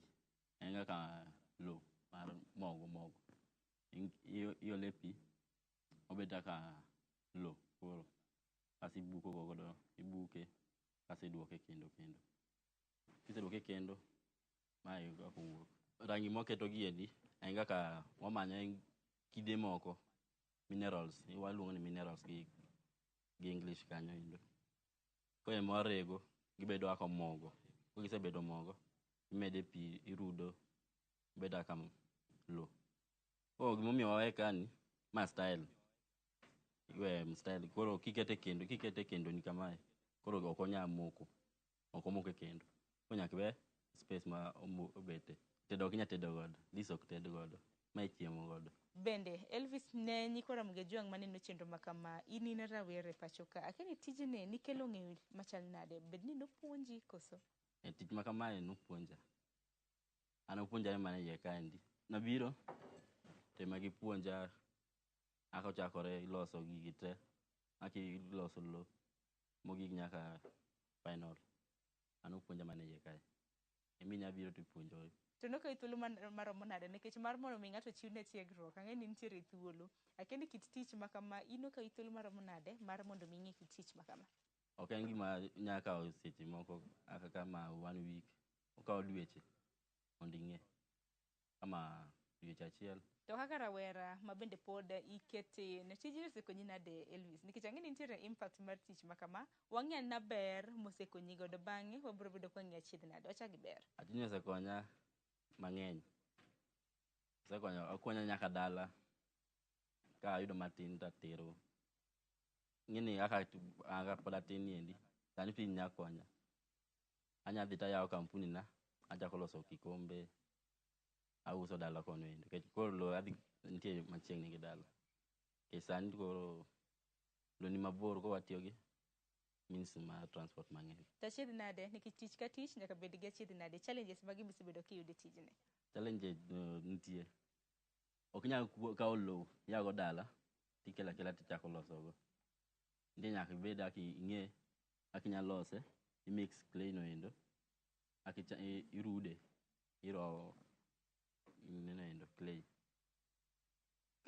Challenge mantie mokwongo. Inya loso kamae mae seloso. Ikete mach. Ok odhi wang', odhi barore te. Odhi barore ama onya wang' mobet kama. To ok nya kete rangi. Mano isekethore. Mano challenge mokwongo. Aburu to gima kawaida. Aburu nitiere. Aburu to nyaka bed nikech watiyo gi lo.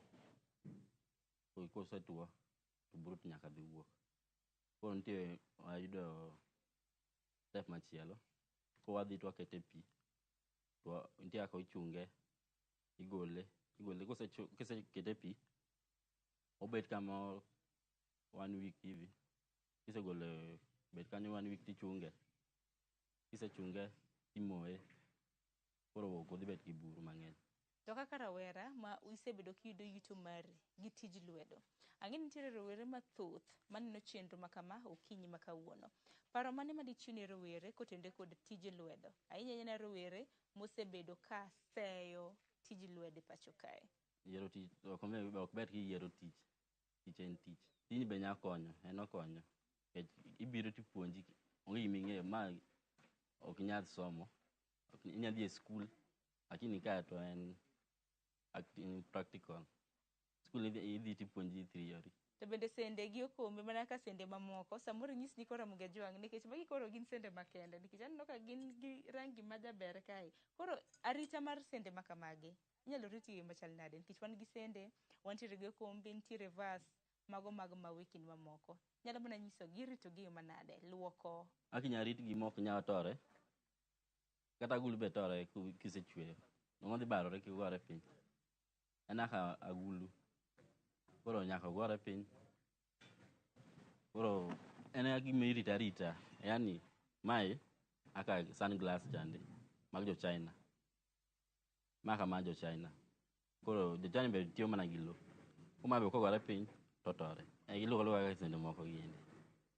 Chalre achala. To Elvis Kaindi iluongo ni Clay Masters donge mantiere Machakos. To niwacho ni customers magu gin jo magi. Customers ma jo gweng', jonyuol mag nyithindo ka gibiro e skul to giyudo kata ka gibiro kwayi ginyiewo. Seche moko be watero ga bookshop giyude. Tisebedo kiloso kotende kod skul ahinya to bende kae kanwa donjo bende nuleronwa ni nitie kaka upuonjo nyithindo matimo lai mar somo mano mong'ere kaka CBC. To kinyiso kaka usebedo kata mana kupuonjo nyithindo gi kotende kod chwecho kae. Ka nyithindo biro opuonjo gi chwe gimoro amora ma gidwaro. Chakre lo kobiro, aki mix lo noendo, aki kete machine, aki wang'e mowuoga kamae. To nyithindo gi upuonjo gi chwecho koso en puonj mane muchiwo negi? Opuonjo gi chwecho. Chweyo kombe, san. To Elvis, kaka japuonj mar nyithindo, isebedo kitiego nyithindo kaka ginyalo chwecho. Gini chon dala kacha onge ng'ana tiegowa. En mana lo mane yudo kanyo kama ing'wenye lo to ng'ato dhi to chwecho. King'iyo kata mana kaka nyithindo musebedo kupuonjo kaunti ma Nairobi gi kaunti ma Machakos kama untiere, gikawo tijni e yo machal nade? Kata mana gikawo tij chwecho e yo machal nade? Kunde wadhiga e skunde moko, wa explain negi kaka watiyo kwendi. To gibiro, seche moko be wadhi. Ka gibiro kae, wapuonji kaka ichwe kombe, san. Kama ka gibiro gokinyi to giwuok moro saa 10 oka giwuok. Ka giwuok giyudo ka giseloso gimoro amora. Ko tieko kata 1 week to waloso negi te mwawang' negi kaso watero negi. Ka gibiro to nyaka gi make sure ni giloso gimoro ma gidok go. Ka nyithindo biro, yani en kaka tugo, en kaka talent margi. Nitie moko mohero chwecho, ka gibiro to gidhi neno nyithindo wetege ka chwecho. En be nyaka odhi ochwe. Kopogore gi mano, waseneno kaka isebedo kileronwa kaka ichweyo kombe, ichweyo san gi mondo mamoko. Nitiere chwecho ma bende temo chweyo cho. Mano to kileronwa bende? Cho be waloso cho. Mano wachako loso cho last year. Wadwa wachako uso choche giendi. Koro wawe wuok golo pinje maoko. To concept mar loso cho nikech gini cho mwang'iyo godo anangan mana kolos gi ilowa kende un golo concept ni kanye? Nwagolo ga mana YouTube. Nanena ka jo piny maoko ne loso cho. To wabiro gi plan no endo mar loso cho koro kani. Senyiso kaka uloso cho en mana ni ng'ato dwaro ng'e ni materials mag loso cho to gin mage. Dibed ne gin kaka mago ma bende loso godo sende, okombe e kind mamoko. Cho waloso mana gi loni ende ma pod waloso go cho. Gibiro ga ma cho marachar. Donge. Cho marachar nende e mana kala. Kontie rangi modhi to wabuko wuok marachar. Tapenji, ng'eni piny sani wantiere yor lony manyasani. Kila kitu kata mana gik moka itimo e yor mbui. Akini bende untiere mbui kaka Clay Masters. Mbui to pok wagolo, nwasegolo ga achiel. Wayudore TikTok Clay Master na YouTube Clay Master. Elvis, adwaro mar mondo miler ne nyikwa Muge Jwang designs magu mopogore opogore. Kuom ranyisi, aneni gi designs mopogore opogore kanyo. Do inyalo mana kawo moko kuom gi tiler negi designs gi kaka ubiro godo e kinde mamoko. Design mar bakundwa ni endi ma to wagolo gola e wich. Ma osechako, ma osechwe koro pok okete mach. kuma oseket maend gotieko moserumo manyatigo nyausi nyatiyo godo. Kendo magi bende mapodi oketi gi design machielo be wan go kae mar kikombe ma odong' mana kete bat inyatiyo kata kaka glass miya kuma modho pi. Magi agulu matindo tindo goloso kaka mae giloso gi lwedo ka watiyo gi mar lwedo talent gimiparo miloso akimake lweti ng'ama koro yani akipuonjori kichake to kinyal loso inya neno ni oyot loso akidhi mbele akinya ng'eyo. To karamna mamoko aneno ka intiere karamna kikombe ma obanjore no akeneno obanjore koso nang'o inyalo mana leronwa samoro en design mare. Koro mae ne en ma nyathi ma ja klas 3 nobiro loso kaendi njomigi penj mondo giloso kombe ma kamaendi gitiyo gi coiling gik ma yani okawo lo to oketo mabocho bocho giendi oloso godo orol kwe mae mare ma finishing onego bed ni twatero nede ma ok nyatigo mae akiketo obro neno yani mae chalo kaka obro paro kuma nodhiye ma ok onyatiyo godo lakini notemo kech en chieng' mokwongo mare mokwongo maloso. Elvis kapok atieko chenro mar pogore ing'eni isebedo kileronwa tich ma bende utimo nyikoro Ramogi Jongo isebedo kaneno tipo mopogore opogore mago mag pichni kanyakla kod mwandu ma bende useloso. En mana ni mar mondo mi nyakwa Ramogi Jwang ong'e ni Clay Masters ka une muloso gi chakre chakruok. Adaro mar mondo mi idhi nyisgi chakre kaka kuma low kete process ma bende okadhe ma san bede san kaka magi ma nyaka duse. Dong' in thuolo mar tang'onwa.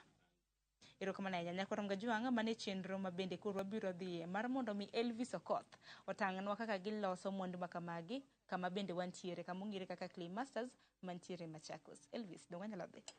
Koro kae mwasekelo lobwa niendi ma lo manyeri koro nyaka wuoge machine kosewuok kae twakete machine mondo wuog kaka lo mayom poda kosewuok e machine kwaserege twakele machine ma chungo kae mwakete mondo wuog ko particles kama ma kidi golo chuma wuok to kae mwakete wuok kama golo waste kama golo soft ko mayom kama kosewuok kae emwakete packet. To kae kuntiere nikech ang'eni sama irege koro nyaka obed gi buru koro urwako abuog rombe like the masks.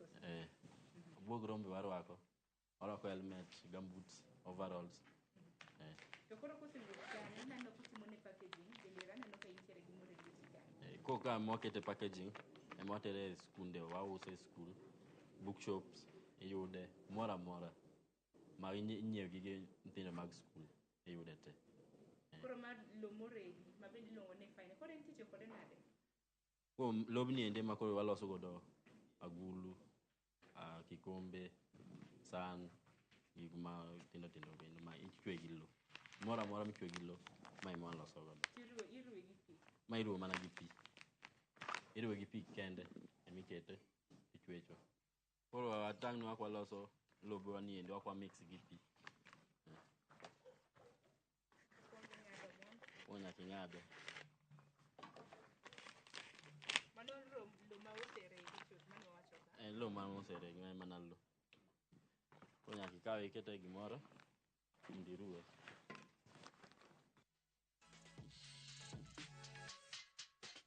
Kasto iketne mana pi matin iruwe godo.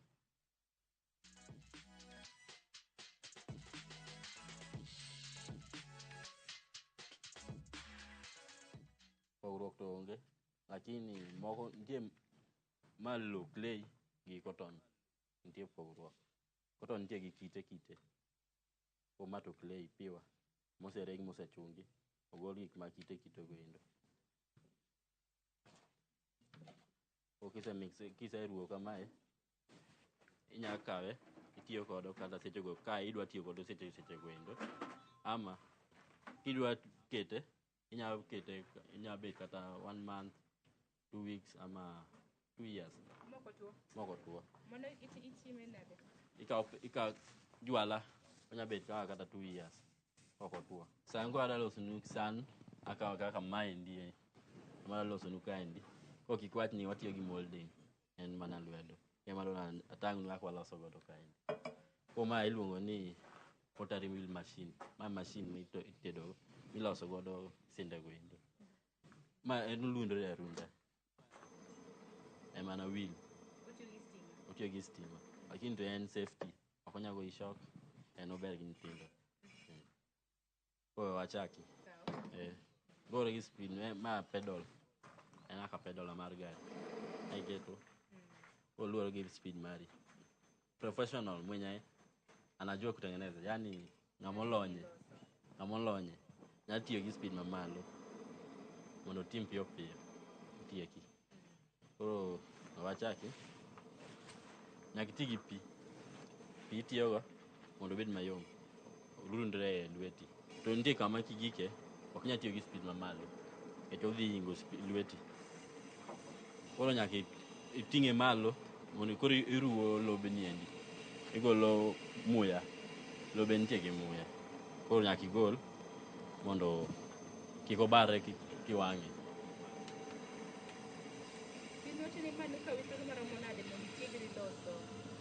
Dweche moko 2 mondo iking'e. Ok en gima inya ng'e dweche achiel. Mos ok ing'e. To sizes? Size mar Sizes mugolo be. Akigolo size mari koluwore gi gima iparo ni idwa loso. Kidwa golo maduong' imeketo lo mang'eny, matin lo matin. Koka waloso diero gini watuche. Koro kanya neno ka dhi mos. Mondo kik ohingi speed. Koro ng'eno biro malo. Onyalo bet malo. Kiketo speed mamalo to dhi barore.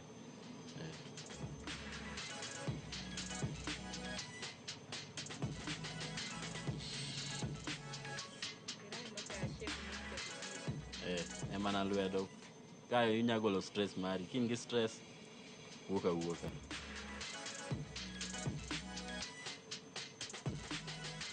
Kidwa loso luwore gi kg midwa keto kaendi.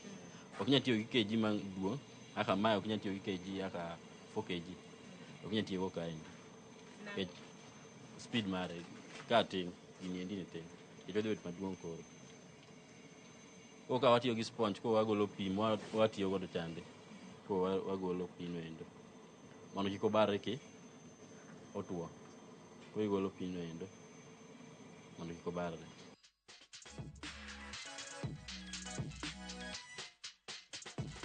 Kisetieko tichunge to ing'ade. Ma iluongo ni cutting wire. Aka wire to a string. Ema wang'ade go ka separate e wheel mari. Nyaka make sure ni lweti otuo mondo kik slide. Inya ting'e malo to odok piny. Ogore piny. Inyalo ting'e ramna mo obanjore. Kukamako watieko loso maro nendo. Ndalo kata 2 kiny ibiro tiduoke e machine. Itimo ne trimming. Igolo layer giendi mondo bed smooth. Mondo bed kama endi inya duoke e wiye kaendi. Ko itimo ne trimming. Ondiego ndalo 1. Ko kinyne sema akiseloso maendi. Ko kinyne itrime. Ndiaki ing'ado logo endo mondo dong mayot. Mondo kik obarre. Koro kisetimo ne trimming, ikete kaka ndalo 7.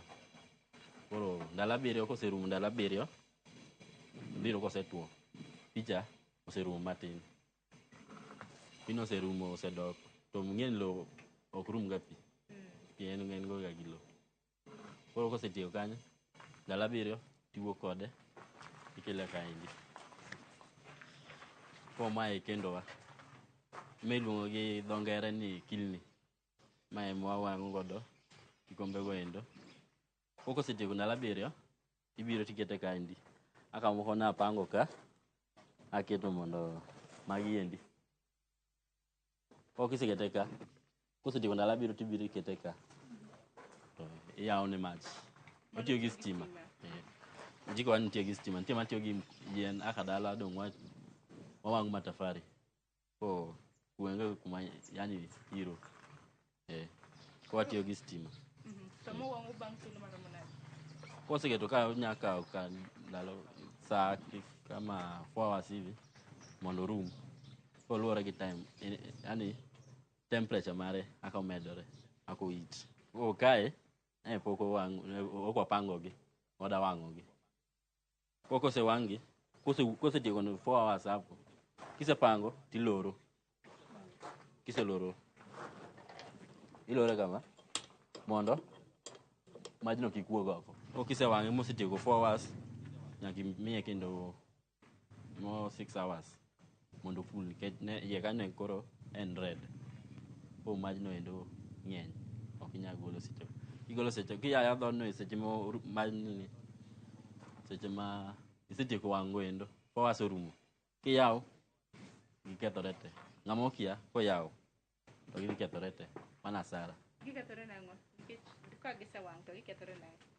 dongisa wango gi mosetieko 4 hours yani dongi loro ga kandi mueja yani ewa te nok donje yeka muya gine ni ende di donjo to di baro gite ose wuok kanyo 4 hours oserumo ema wuok kama indi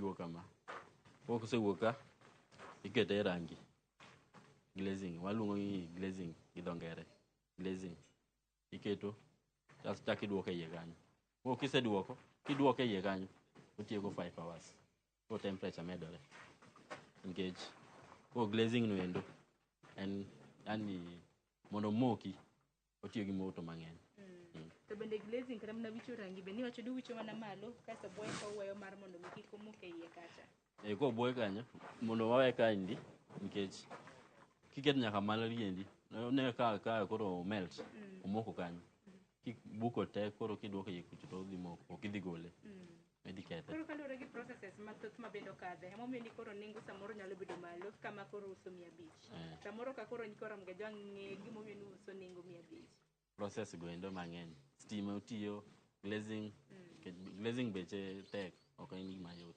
nyakoro mgejo ng'e Elvis Okoth kit tich mabende gitimo Clay Masters kai kata kamano kapok otieko chenro makama nitiere jal mabende Elvis osebedo katiye buoye mabende en wuon ka nyinge en Michael adaro mar mondo mi warwake mar mondo mi en biro nyiso matin kaluwore kod tich magitimo kanyakla kod jogoeko mabende ondike tich. Michael, habari asubuhi. Salama sana. Asante sana. Sasa kwa mafansi wetu ama watazamaji, basi waambie, nishawaambia Michael wewe ndio mwenye hapa na hawa ni vijana ambao umeandika kazi. Labda ueleze mambo mengi sasa kuhusiana na hii kazi na Clay Masters. Naam. Mimi kwa majina naitwa Adhinya Michael Motea. Mimi ndiye mwanzilishi wa hii kampuni ambayo inaitwa Clay Masters. Sisi kazi yetu ni ya udongo na kazi yenyewe udongo ambayo tunafanya ni inapatikana katika silabasi za CBC ambazo sisi tuliona hii opportunity. Tukaamua kwamba lazima tuje tufundishe watoto wetu kutoka shule ya chekechea up to the university level. Sasa katika hii kampuni tuko na wafanyikazi watatu ambao ni Manuel, Elvis na Dennis ambao sisi tunafanya kazi ufinyanzi. Ufinyanzi ni kama ceramics kwa lugha ya Kimombo. Sasa katika hii hali ya kazi tunaunda vitu tofauti tofauti. Tunaanza kutoka kuunda vitu kama vikombe, sahani, choo katika hii kampuni yetu hapa. Kwa sababu sisi tunataka kukuza talanta. Talanta ndio kitu ya maana na tunataka kuhakikisha ya kwamba talanta zetu hazitoki nje. Kama ni kuunda vikombe ama sahani, hizi tunataka kuhakikisha ya kwamba sahani ambazo zinaundwa hapa Kenya ama zinaundwa katika miji yetu ama katika pengine what you call cottage industries. Pengine pale Kisumu tunaweza anzisha kazi kama hii, utatumia the local available material kulingana na vile shule ambazo zinafundisha watoto, enda ukarokote available material ama local available material. Kwa kina sisi tulianza mwaka wa 2022 na sisi tuko na miaka 3 kufikia hapa. Sisi tumeweza kukua na different vifaa tofauti. Kwanza tuko nayo modeling clay ambayo inatumika na watoto wote katika nchi yetu. Tunataka kufundisha watoto ya kwamba clay inapatikana naturally. Hatutaki kuambia kwamba clay inapatikana ile ambayo wanaita plasticine, ile si clay, lakini udongo inafaa kuwa natural. Yetu ya kwamba tunachukua udongo wetu katika sehemu tofauti tofauti za nchi ambazo tunakuja tunachanganya pamoja, na kushachanganya pamoja ndio tunaweza kufanya vitu tofauti tofauti ambavyo tunaweza vikuza kwenye viwanda vyetu. Labda mnapatikana wapi? Mnatumia rununu? Sasa niliona kwamba mnauza udongo kwenye bookshop. Yes, sisi kitu ya kwanza ile product ama vile vifaa ambavyo tunavyo vya maana ni clay. Clay ndio tulianza naye kitu ikiwa our first product ambaye tumeuza kwa mashule zote nchini, tukisaidiwa na kampuni tofauti tofauti za kufanya distribution. Na ukitaka kujua hii kazi unaweza tupata kupitia rununu zetu ya 0720 415 619, na vile unaweza tupata pale TikTok tunajiita Clay Masters, Facebook tunajiita bado Clay Masters, Instagram tunajiita Clay Masters. Na pia ukitaka kujifunza hii kazi hapa Nairobi, kwa zile mashule za primary level kutoka grade 1 all the way to grade 9, tuko katika sehemu ya Joska, Mavoko County, Machakos County. So tumewakaribisha nyinyi wote mje mtutembelee tuweze kuwafundisha hii talanta tunayo sisi. Asante sana Michael. Asante. Mana kumanya koronga juanga mane kit chenro mar poko pogore mabende wakile no kiny makawuono iwinjo kanyo ni tiegruok bende ginyalo nyiso bende ginyalo puonji tich makama. Koro namba gi mar ong'we yamo bende gisendiko kanyo kanyakla koda mbui margi mopogore opogore bende gikanyo bende makelo e giko mar chenro mar poko pogore. Koro kiny makawuono ponono ni inyiew magi tin gode e odi to koro ing'e kama dis makamagi owuothe makata kichiemo godo gi nyadhi nikech gin mwandu mabende iloso e pacho kaendi. To gin gido mara ni gido puonje tendari adek mabende nyalo kawe chenro mar okinyi makawuono. Oritoru masani warad kende kit chenro mar poko pogore juma mabiro, chenro mabende biro ni chieng' tich ang'wen chakre saa 2:30 nyaka saa 3 mar okinyi kitayo kod Anna Sharon Ong'aw. Oritoru masani.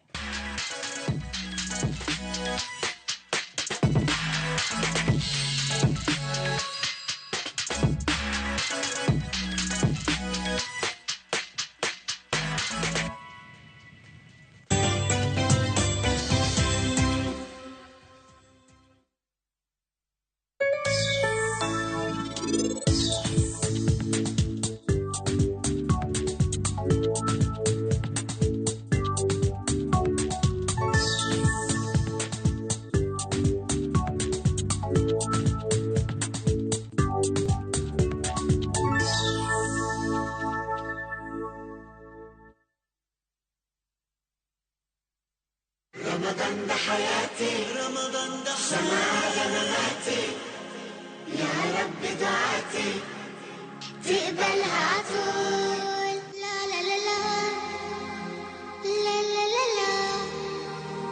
لا لا لا لا لا لا. رمضان ده رحمة من ربنا الأعلى.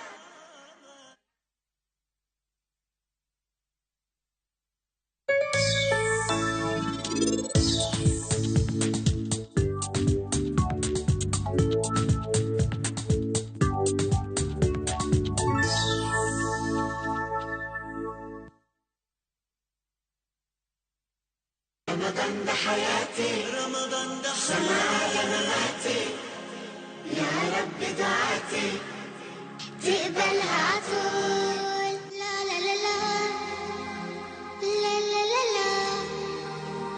لا لا لا لا لا لا. رمضان ده رحمة من ربنا الأعلى. Planning the perfect Easter and April school holiday getaway? Make unforgettable family memories in Dubai in a View Travel. Starting from $1,451 per person sharing, enjoy 5-night stay with breakfast, Dubai Parks and Yas Island theme parks, Dubai Aquarium and Underwater Zoo, Kidzania, Global Village, Desert Safari and Abu Dhabi City Tour. And yes, your entry visa is sorted. Book now and lipa pole pole. Visit viewtravel.com or call and WhatsApp 0703 254 254. View Travel. Dream, explore, discover. Juma ni e chenro mar ohala gi mwandu. Nadwaro kamoro ma at least kakete pesa to at least anyalo yudo returns on pesa na. Kore mane o introduce agi CIC money market fund. Keno ber. Ngima dhano nitie ga gik moko matimore apoya iluongo ni emergencies. Koro gik ainago ber ka iketo pesa moro thengi. Ne an ka gi lek ni ambe chieng' moro na abo los kek kata nyaka ang'e loso kek. Koro sani nyasi mora mora muriwo midwa chame kek aloso. Tich ang'wen saa 1:45 otieno mana e Ramogi TV.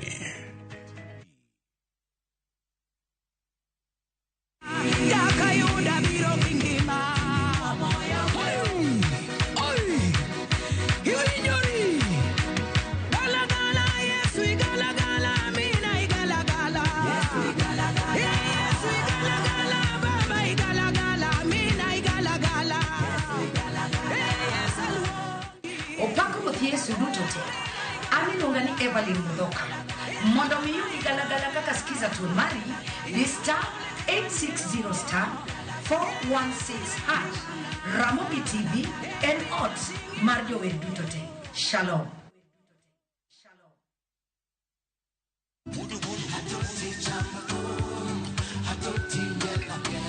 Woktich ka woktich wakelo ni duon ya wotonagi. Kabende tich ariyo ka tich ariyo nyakuonga jwang' en odiochieng' mar yuto mari. Chieng' tich adek ka tich adek nyakuonga jwang' en odiochieng' mar mine nyalo kaachiel koda weche hera. Awendo. Kachopo tich ang'wen nyakuonga jwang' wakelo ni kama nene, yani TBT kod thume mamit mokalo. Furahide edition en thum kaliech. Loso kapuoyo nyakuonga jwang'. Ka wakelo ni jothumbe mopogore opogore. Kanyo ndo bende wakelo ni gimiluongo ni Bes Yawa.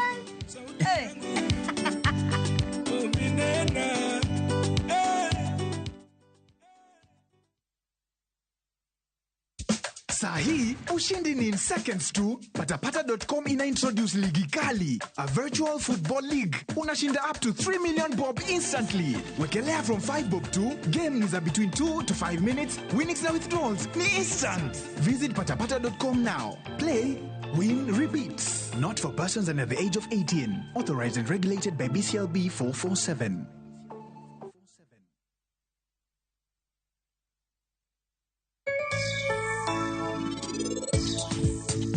Ne an ka gi lek ni ambe chieng' moro na abo los kek kata nyaka ang'e loso kek.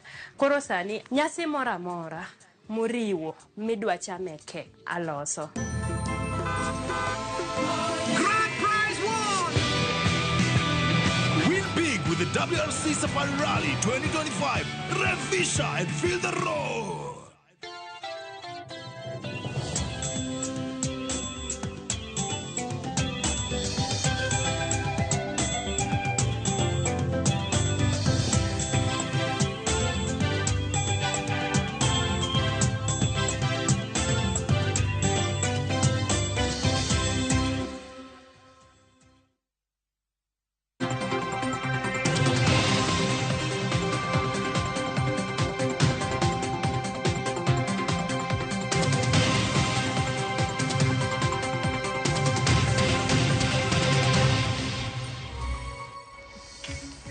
Nyakwara Mugejwang dakika en 11 tok saa 3 mar okinyi makoro nyiso ni wadonjo achiel kachiel e twak marwa e chenro mar mbaka oromo okinyi makawuono matai nyinga Joyce Odur. Nyakwara Mugejwang okinyi makawuono e twak marwa mar mbaka oromo wadwa goyo mbaka kotudore kod wechego mag pur gi nyak mar chama. Ahinya to gi sani ma wang'eyo ni ne oselani wantiere kod koth manyalo bedo ka chwe pacho kae mano machwe dwe mar 3 dwe mar 4 kaachiel kod dwe mar 5 kata kamano koth makama inyalo tigodo e pur kaachiel kod nyak mar chama e yo machalo nade. To magi duto Nyakwara Mugejwang mbaka maket kod mae wagoyo mar mondo mi wang'iane ni to bende gino kenge mage mwanyalo goyo mar mondo mi wane ni wabedo kod chiemo moromo e pacho kae obede piny Kenya te kata e gwenge magwa makaluo. Mane momiyo kinyi makawuono Nyakwara Mugejwang antiere kod welo e studio marwa e county ma Nairobi kae ka wendo wa machielo bro bedo katudore kodwa ka entiere studio marwa e county ma Kisumu. Mano Hamisi Williams ma en jakanyo mar FAO, en Assistant Food and Agriculture Organization of United Nations FAO, mano ma ochung'ne piny Kenya. Obo bedo ka otudore kodwa ka entiere studio marwa e kaunti ma Kisumu. Kata kamano nyakwara Mogi Ajwang' okinyi ma kawuono antiere kod welo ariyo e studio marwa e kaunti ma Nairobi kae. Antiere kod Buka Ochieng' ma en jalony e timo nonro mag pur kata Agriculture and Livelihood Research Expert, ka bende en National Chairman of Kenya Small Scale Cereals Growers Association, kachiel kod Anthony Owiti ma en jalonya mar pura, ka bende en kod dongere en agroecology expert ma tiyo machiegni kod wechego ma otudore kod nyaka mag cham. Yiena mar mondo mi arwak welo mantiere gode studio, to bende gibobedo ka ginyiso matuta kotudore kod tije mopogore opogore ma gitimo e pacho ka. Achak kod Buka Ochieng' machiegni e twak. Okinyi ma kawuono ichiew nade? Achiew maber. Joyce, erokamano mar rwakowa e chenro ma kawuono, kendo mbaka wabro goyo e wach mar cham ma koro idwaro mondo wapidh nikech koth koro osechakre. Wan ang'iyo mbele mar mbaka ni kabisa mondo wakony jowa mondo bende oyud chiemo, mondo wabed gi ng'ato kosebedo gi chiemo e dero mare eka onyalo bedo kod pesa monyalo timogo gike moko mege dongruok. Machiegni e twak. Okinyi ma kawuono Anthony oyawore ichiew nade kendo machiegni e twak? Oyawore ahinya Joyce, achiew maber. Amor kuom chopo e studio maru ka mondo watwak gi oganda wa e weche pur, mondo wang'i ni be wanya yudo chiemo moromo kaka oganda. Ahinya oganda Lube wanya yudo chiemo moromo, to gin yore mage mabeyo mwanya tiyogo mondo wayud chiemo gi machiegni to okinyi ma kawuono. Nyakwara Mogi Ajwang' mana kaka iseneno magi welo ma antiere gode studio marwa e kaunti ma Nairobi ka. Ng'isi ni wendo machielo Hamisi Williams obo bedo ka otudore kodwa sa kowuok sani e kinde mobo bedo kosechopo e studio marwa e kaunti ma Kisumu. Bed thuolo mar chwalonwa ote, paro, penjo moramora kokalo e namba mar ote machuok 236000. Facebook marwa ibiro yudowa achiel kachiel Ramogi TV X @Ramogi TV. Ka an bende inyalo tudri koda e Facebook page mara ibiro yuda Joyce Oduor, mbui mara mar X ibiro yuda @JoyceOduor_. Kochako twak marwa yangu kinyi makawuono dago mar mondo mi achak kodi Anthony. Mar mondo mi ka wachako bende ber mar mondo mi Nyakwara Mogi Ajwang' ong'eni jogo ma watwak godo kinyi makawuono kotudore kod wechego mag pur gi nyak mar cham gintiere kod lony sectors kaka mage kata ang'o magitimo. In kaka agroecology expert kata crop scientist mano matiyo kod Intersectorial Forum of Agrobiodiversity and Agroecology, ang'o ma thothne utimo ma utudore kod sekta mar pur e pacho kae Anthony? Erokamano Joyce kuom penjono. Mokwongo wach Intersectoral Forum on Agrobiodiversity and Agroecology. Mae en a multi-stakeholder platform, gima platform moket makelo ji duto kamoro achiel mondo wawach weche kaka wanyalo puro in a sustainable way. Koro Intersectoral Forum on Agrobiodiversity and Agroecology en platform makelo government, makelo sirikal kamoro achiel, obed Ministry mar Agriculture, obed Environment, obed Health, then okelo nyaka NGOs, okelo CBOs, okelo research and academia, okelo farmer organizations, okelo nyaka jopur, kendo okelo nyaka donor organizations or development partners kamoro achiel mondo wang'i ni ere kaka wanyalo wuoyo kamoro achiel mondo wang'i yore mwatiyogo, to watiyo gi yo miluongo ni watiyo gi agroecology kaka yo mwang'iyo kaka wanyalo yudo go chiemo maber. Agroecology ni ng'ato nyalo bedo ni penjore ni agroecology ni tang'o, kipimnwa ne kata ilernwago gi dho ma ng'ato nyalo winjogo kata dho ma dawa moro Siaya kocha nyalo winjogo de yo makare. Okay, agroecology en yo manyasani osafwenyore ni ndalo machon cha kata ang'eni ji pod time nyaka sani. Ji puro gi yore ma mok mi lo bedo gi ndhadhu maber, then miyo ok mi kaka wan dhano wabedo gi afya maber, mi ok mi kata kaka environment alworawa ok bed ok bed maber. Koro agroecology en pur maber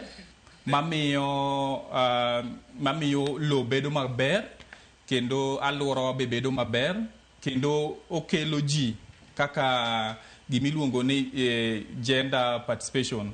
okelo gender okelo all the genders kamoro achiel, okelo minewa, okelo youth, okelo nyaka indigenous community kamoro achiel, nikech gimbe duondgi onego bed ni winjore ka.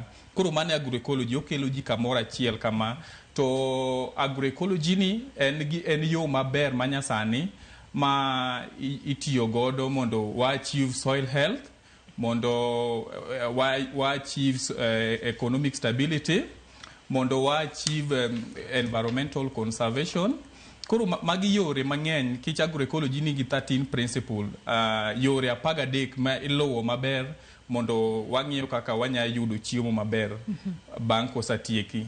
Yes. Iwacho kanyo makare ahinya, kendo pod wabobedo ka watwak matut kotudore koda gigo makata onagi magwa mayudore counties mopogore opogore nyalo timo mar mondo mi lo margi omed bedo makare manyalo macham nyalo nyak e yo makare mar mondo mi wabed kod chiemo moromo. Kar waketwa ka buka ochingo kinyi makawuono, in kaka jalony e timo nonro kendo agriculture and livelihood research expert, thothne mana kinyalo lero no matin tich mitimo mokitimo nonro e kit pur kaka mage gi sani.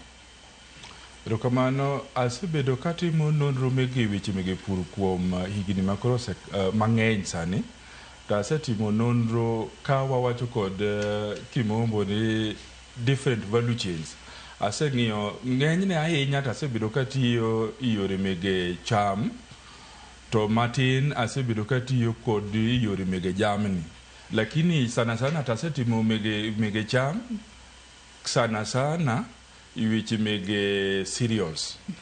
Ka wang'eyo yore mag oduma, yore mag bel, and yore mege legumes kaka oganda, ulayo, ng'or. Gin chiemo moko ma king'iyo e Kenya kani gine chiemo ma jo Kenya chame zaidi, to mage kuonde ma bende asebedo katiye kwang'iyo yore ma dwa tim mondo wabed kod chiemo no moromo, nikech wasebedo ka wabedo kod chiemo matin to dhok midwaro mondo cham chiemo to medra meda.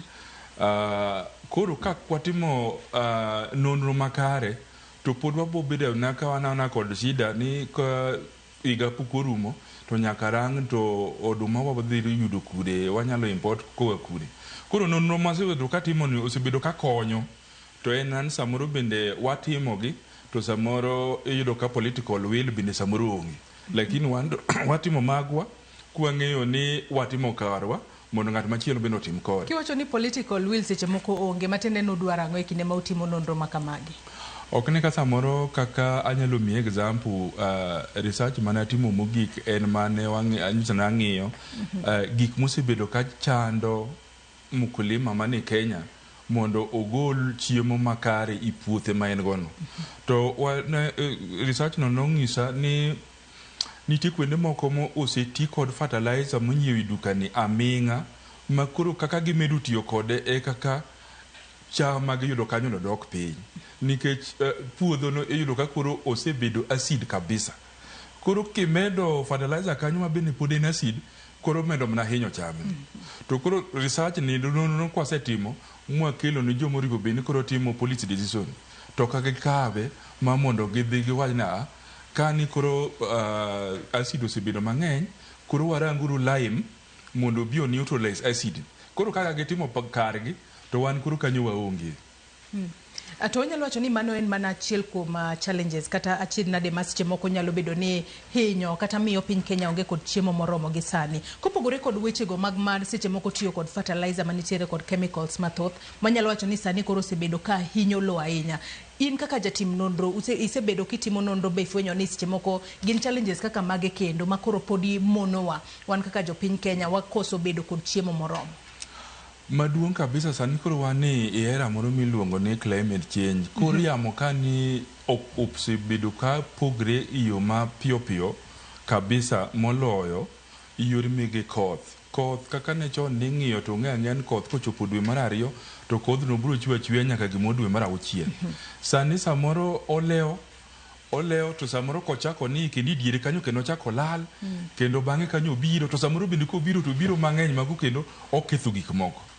Koro challenge maduong' e Kenya kan en kaka mkulima nyalo yudo pi otimogo farming, nikech kaka korwa Siaya en kamoro maka mkulima nyalo yudo pi nigolo ne Lake Victoria en kamoro ma chieng' rienye ma wanyalo bedo konwa keyo didek i higa. To since ni warito koth ma Nyasaye mamiyowa to bende omiyowa sama ene mohero, iyudo ka samoro mkulima oserango pesa ne mo matin opuro onyiewo hybrid seed ma bende sani koro beche haona siling 1,000 oseketi puodho osedoyo ato ka koro ni oduma ni ama cham ni bende ikore koth olal. To neno kuma wantie no wan kod river Yala karingo dhi kacha river makadho Ugenya niluongo nang'o Nzoia kadho kanyo, Lake Victoria, Lake Lolwe, Kanyaboli, wan kod pi ma permanent iga duto te. Lakini tima irrigation mo matin ma mkulima matin ni nyalo yudo pi mondo pur kata kaka imiye fertilizer onyalo loso manyiwa ne kende idala ne kanyo moyud go chiemo. Gima hinyowa kabisa en pogruok mar kor lwasi nikech koro ok wayud koth moromo mondo wapur go chiembwa mondo wabed ni wan kod chiemo moromo idechewa mondo pesa matin ma koro wayudo wangigo yiro mege development. Anthony kaduoke twaka okinyi makawuono wang'e ni twak makama bende wa kelo e kinde ma wang'e ni nose yang ni nitiere koth mano mabobedo ka chwe March, April kachiel kod May. Macho kanyo ni mano onset mano maga koth mabro bedo ka chwe pacho kae. In kaka jalonye weche go manyalo wacho ni thothne ing'iyo kaka lo onego bede yo makare. Jopur owinjo bed ni iko lope gi yo machalo nade gi sani. To bende in kaka jalonye weche go mag pur bende wanyalo wacho ni koth masani ni inyalo pith gode yo makare ba japur ne ber moro kowuok e puothe kacha. Ero kamano Joyce kuom penjo no.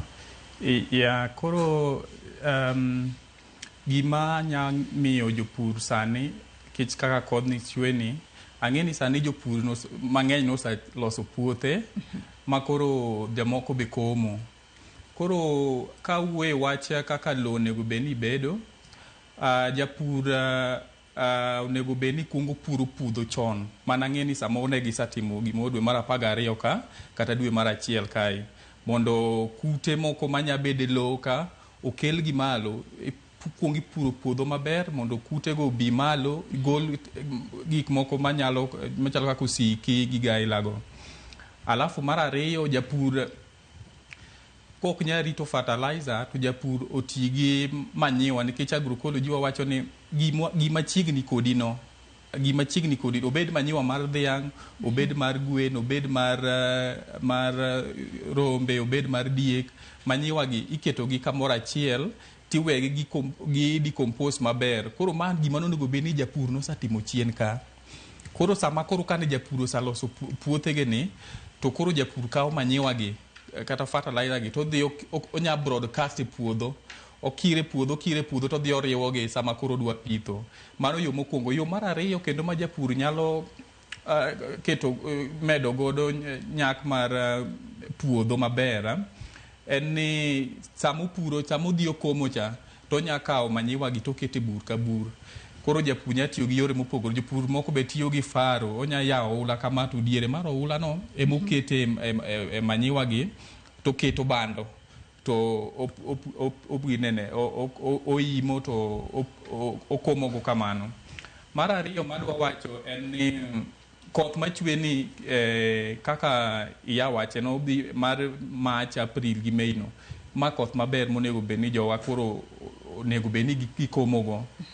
Koro gima nya kwayo jowa ni kaka wakothe gi kom kendo gimor machielo manya wacho e komo kae nitiere koma nitiere spacing mochiwo ne cham kata ka en bando goganda nitie spacing maber monego bed ni gitiyogo kigikoma ni gikomo. Alafu mar 3 kendo manya wacho nitiere tuoche moko manya biro sechego nikech ka japur odhigo kodhi okitiyo gi spacing maber mar bando kata mar oganda nitie tuoche moko mabiro kaka an awuok Kisumo area mar Nyanza kudni mar Miguna ni ng'eny miluongo ni fall armyworm. Koro nitie yore mang'eny ma nya geng'i go chon sama gikomo ni. Koro waluongo ni soil health management kendo waluongo ni good agronomic practices. Koro mae gik mochuno ma japur onego bed ni ng'eyo kich mage madhi kelo ndhadhu mar lo mondo lo bed gi nutrients maber mondo sama gipitho to gimao ma gipidho chamo dhi maber.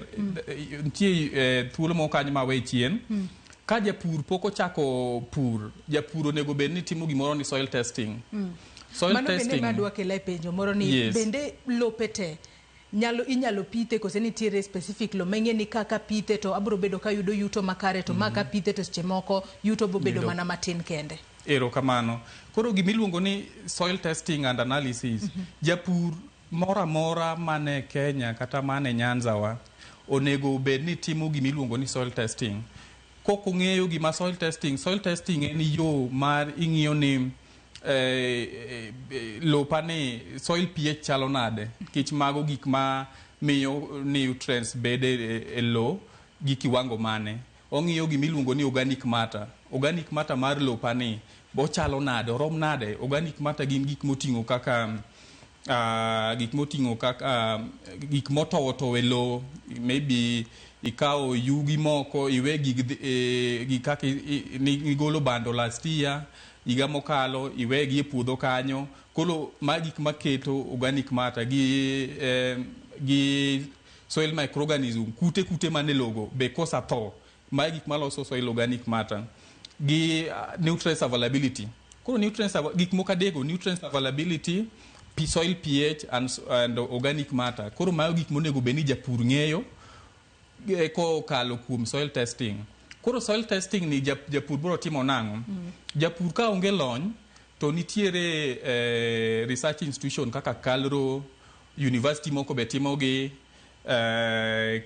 kendo nitiere jo private moko be timogi kaka CropNat, university ma Nairobi time, research institution kaka KALRO timo soil testing. Koro akwayo ni japur mondo kuongo tim soil testing mondo ng'e nikech fertilizer itime nono kose nitiere gimoro matin ma japur bro chulo nikech adiere da japur bro bedo ka penji ni atim soil testing kosa pesa na matin mantiere go ni adhi anyiew go kodhi kacha mar mondo mi abi apidhi. Soil testing itimo gi pesa. To en pesa moro ma ok ong'eny ahinya. Koro lure ni idwa pimo gimane. Kich kida pimo gik moko adek go, pesa dhi medore. To kida pimo gimoro achiel, kaka koro wawuone ni idwa pimo nutrients content mane lo.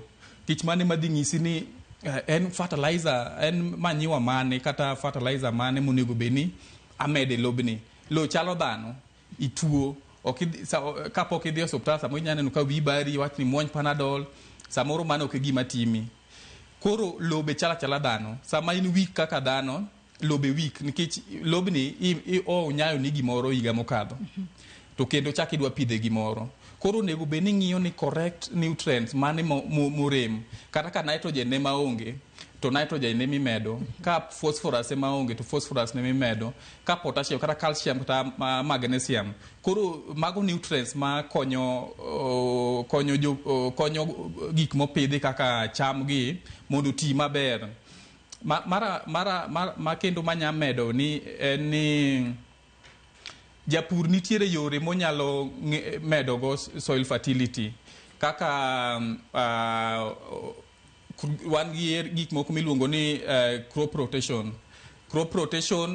Japur sama ono puro bando opuro gimoro mopogore gi kaka bando kata bel, to yudo kapok no oloso puodho maber. Koro onego bed ni opidho gimoro sani. Koro gima japur onego bed ni timo, onego bed ni ong'iyo kaka lo nyalo bedo maber gi gima odhi pidhe ni to dhi nyak koso dhi bedo nang'o. Koro mago gik monego bed ni japur ng'iyo mokwongo. To kaka agroecology kaka nasawacho, wa encourage jopur oti gi gimoro amora mane alwora ne, nikech wadwa ni pesa obede i ofuku japur.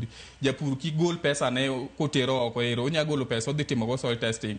To kik ogol pesa mang'eny no dhi ng'iewo go fertilizer, nikech osang'e ni puotha ni mae maonge. Koro odhi ong'iyo gima specific no. mondo med ne nutrients koro med e puodho kanyo mondo konye. Buka ka duke to kiwinjo kanyo kaka Antonio se leronwa yo makare kaka japur nyalo kata iko puothe kacha mar ng'iyo ni puodho makamae to seche moko nutrients ni tiere kiwango machalo kamae, organic matter mare nitiere kiwango machalo kamae, to kata pH mare nitiere yo machalo nade. Sani koro wang'eyo ni koth osebedo ka chwe kata koth bro bedo ka chwe nyaka dwe mar abich. Mano ka wanyalo mana wacho ni manen kaluore kod kaka oyange gi sani. To wang'e ni lokruok mar chal mar kor lwasi bende nyalo biro, inyalo wach ni koth biro to kara kendo obaro. Kata kamano, in kaka jalony manyalo wacho ni ing'iso ka yo makade ni itiyo machiegni kod kothe kata cereals. Gin ang'o gini ma sani koro jopur nyalo keto maino margi mar mondo mi gipidh sani mondo kata ko ochopo e giko mar dweche 3 ma koth bro bedo ka chweni to adira gino mane gipidho ginyalo neno kosechako kata dongo maber. Kamano. Koth kaka ja weatherman meteorological department golonwa to ngiso ni koth mar iluongo ni March, April, May. Giwacho ni gwengwa kocha obro bedo ma chiegni gi average kod kinde moko nitie mobro kadho average ko idho malo, lakini owacho ni spread mare within time and space opogre kendo nitie kuonde moko ma obro chwet kendo chako lal kendo chako duogo. Omiyo gik masani makro ji nyaka pidh gin gik moko ariyo. Achiel en gima iwacho ni nyalo bedo ni drought resistant makata kapon kodh no ng'ade to pod onyalo yude. Gik mag drought resistant gin kaka mage? Gin kaka bel, kaka millet. No bel no ne ni chiemo mane ber kabisa ndalo machon, takia gima nochako duogi diere ka madhano koro kendo koro kodwa bel ne nikech aken jomoko ne neno ni kichamo bel to koro chal ni ichanduri kabisa. In kaka jatim nonro pok ifuaro no ani ang'o momiyo tinde ji ok pidh bel? Nikech wach mar bel ni ingeni mkulima japur kadwa pidho gire to mokwongo nyaka obed ni en e market mar gire no mokwongo oyieno dhi chame. Mar ariyo, jirani moro mane badhe kanyo no bende ng'eyo ni kopo no yudo mang'eny to en gi market moro onyalo jirani cha nyalo dwaro. To ka koro en owuon ok ohero chamni to jirani cha bende kohero belni, koro samoro to king'iyo kata na policies mikwa mege Kenya iyo ni kowach ni National Cereals and Produce Board NCPB kuchopo ni gidhi nyiewo nikech ni Kenya okibi winyo kamoro ni sirikal order nigi omo bel kata na Zambia en ga odumani en odumani. Koro nyaka wabeno chopo kuma koro nyaka waloko pachwa nikech kak wanyalo yudo irrigation ma pi mawuok kata nam mondo konywa, nyaka koro wabende wang'en to koro kaka gik moko osechenjre ni ang'o mwanyalo pidho. Ok ang'eyo gimomiyo ji ok pidho omuogo to kalro motelo ni omuogo ni Kakamega osetimo research mokelo omuogo kabila mang'eny, mokiluongo ni Shibe, mokiluongo ni Tajirika, mokiluongo ni Karibuni. To omuogo masani nitieno en omuogo masani tuo moro manyocha ne hinyo omuogo miluongo ni mosaic. Gin omuogo masani ma tuoche go ok makgi. To pod jowa oko o embrace wachni. Ok ang'eyo kaka dayudo thuolo mondo ati kod governors magwa maluo kocha kata kaponi Ramogi nituda kodgi nikech gin wan kod potential mar bedo kod chiemo makare kendo madak omuogo nyalo dak e puodho masani pidho sani ni nyalo dak e puodho kuom higni 2 moko kethre kosebedo machua. To kakoro in kod chiemo kailani omuogo in go, bel in go, gi dho ngere waluongo ni millet, akeni iluonge nang'o kowete gi dholuo millet. Gini chiemo maber. Millet en kal. Sorghum ber. Gini chiemo mabeyo kabisa to kata kiwinjo ni county government golo kothe ok ibi winjo ni golo koth bel. Giduoko mana ji shida mar oduma mwan go saduto no.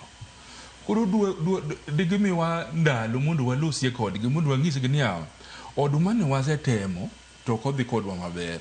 Koth bende osebedo ka failwa. To puothe wa mwangogi bende waseyudo ni nitrogen ma oduma ne dwaro kabisa gisebedo ni nitrogen ni onge puothegi. To jamni mane bende nwapidho mang'eny kuonde mikwaye jamni gi tionge nikech dhano osebedo ka goda mier i puothegi ma puothe mane nitie madongo gi oseng'adre magana kumi kwaye dhiang' onge. Koro kionge dhiang', kionge kod jamni, kata kaka dilos manyiwa ni maber mondo iteri puothi cha onge. Koro puodho ni medo mana dok piny i rotuba. To jok madwaro chiemo to nitie. Koro nyaka wachenji walok pachwa wach ni oduma ni ndio wahere to ok onyagnwa kaka wadwaro cha. Waduogri bel, waduogri kal, waduogri omuogo, waduogri rabuon. To kata kapo ni wahero oduma ni, pod wanyalo nyiewe kata ka jonadi malo kucha kwa uso muokwani. Pod inyalo chame. To muogo ni bende kiseng'ade maber mise moye, pod ikete i oduma ni kata i bo muogo bele ni midhi rege micham chiemo maber kabisa. Nikech oduma ni to niga lot of glucose ma kichame chamani lunch ichame, sap ichame, lunch ichame, sap ichame. In the long run, nyaka obi omiyi tuoche moko miluongo kaka mag sukari. Nikech pancreas mari golo insulin mondo neutralize sukari mar oduma ni saduto. Tinene luwa kucha ng'ato kosei puodho kineno kata na kobet kod kuon tinyalo paro ni kuon ni nitie ji ariyo moko mabiro kata adek. To karama mana kuon kende. Matiende ni ochamo a lot of calories moting'o a lot of glucose iye kani. Mabro miyo watabu i ndalo mabiro. To gigi gin gik moko ma kaka un ramogi kumiwa thuolo kaelani bende samoro wabiro to wapuonjo go jowa. Ni gini kata wahere to en kod richo mare en mage. To moro mine nok idwar ma brown. Kechani kata kituo kidhi hospital ibro yudo ka daktari nyisi ni cham gima brown. Cham gima brown. To ne kaka bel kuro brown. To oganda joluo ok dware gini. Watibre uru nango. Wadugo guru kaka dwa chiemo choni. Jamoko wacho ni brown no tek muojo. Kata kamano e kinde ma ipitho kama kapod nitiere kuom ibuka in kaka jaloja matimo weche mag pura, jalo matimo nonro e weche mag pura, e kinde ma ipuro gi bende iwacho ga ni seche moko ka in puodho achiel to inyalo riwo kata cham moko iseng'isowa ni ok ber mar mondo mi seche moko ni wateme mondo wapidhane kata gigo manyalo nyak makare e kinde ma wantiere kod oro kata kapo nono ni lokruok mar chal mar kor lwasi obiro to koro ok yudi ni nitiere kumarach ipidho cham moko ma seche moko nyalo kata bed koth nitie obed kata chieng' nitie. To bende thuolo nyalo yudore mar mondo mi watim gino mi akedi luongo kod dhongere ni intercropping. Bende nyalore gi sani thuolo mwantiere kod koth makoro chunya ka dwe mar abich. Mano nyalore kabisa nikech kaka puothi iseyudo. To intercropping nyalo bedo makare ne cham kaka mage. Kamano sani koro kaka koro wasechopo i okang' ma koro puothe osebedo matindo to daktari dwaro ni chiemo kichamo to chamo mabalance. Yudie vitamin K mano samoro yude bo moro kod usuga, to yudie carbohydrates, to yudie protein kata kaka soya bean ng'eny kod protein kabisa. To ere kaka wanyalo pidho gi puothewa matindo gi mondo wayud something machiegni kod balance diet. Koro oduma kata bel sana gwengewa kuchande ji ohero oduma. Oduma ni nyalo riwe kod oganda nikech oganda miyo oduma gi nitrogen, to nitrogen ema oduma ni dware kabisa. Koro oganda ni kata legumes kiriwo kode goduma ni tikonyo puodho no be.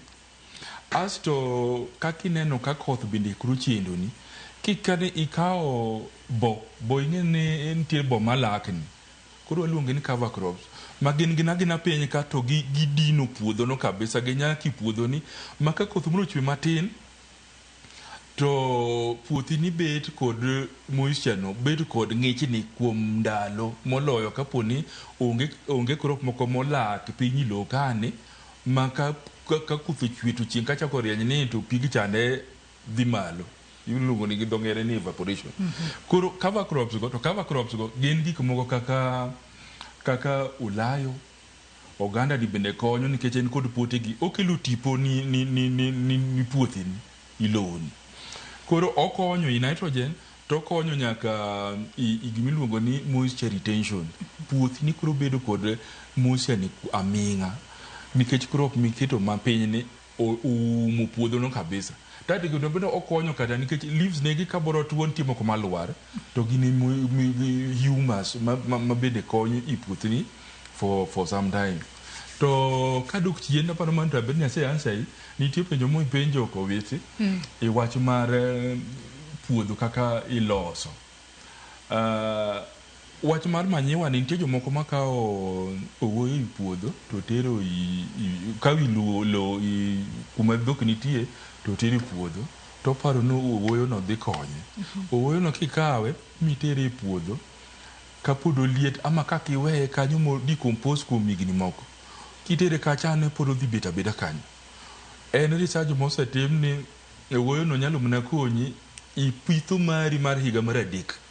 Lakini kapo ni weye i compound ni kani mo decompose makata kibeki ng'iye tinene ka koro in low moro man dwaro chalo rating. Mano to kata kidhi kawe mi ikunyo bur tiketo kodhi mando dhi konyi. To kapod inyalo mule to ineno kapod otek to kong'inyre mo oloko kala. Mano pod dhi bet abeti puodho no to puothi no kapod ni en kamoro maridre ka koth kochwe to ridre kode tero ne ng'ato moro man piny kucha cha to kapod ni onge ng'ato piny kanyo to luare i nam kuchande haya sidhi dhi tiyo kode. Koro bende nitie yore ma oripo bed ni wakonyo go jowa nikech ing'e sani to extension service moko mane biro ga puonjo ji tinde onge. Agriculture no goli government mamalo ni moter piny. To koro king'iyo counties wa kucha to jogo onge. Koro jo Mkeleman pod chandra kucha. To nitie information mang'eny kata university kata research stations gi. To ng'ama golgi onge. Omiyo waduogero kamano kabisa ni un Juramogi nikech koro gik moko kailagi. Kata kuwa loso kasani to nitie jo mang'eny mang'eyo ni ng'iyowa ma bende nyalo land gik moko 3 to konyo ganda wa especially sani makuru ji koro donji puodho ni. Man is very timely to can very helpful.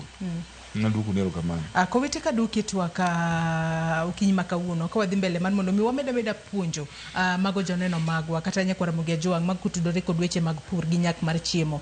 Gin yore mage ma wanyalo wacho ni gin minyalo rit godo lo e yo makare.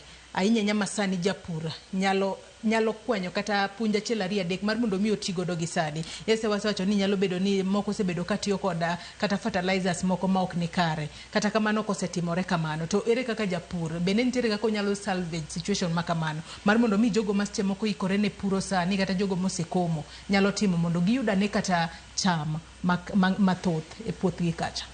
Ero kamano Joyce kapok aduoko penjo no tie penjo mani penjo bwana Buka yor kothe minya pidhi.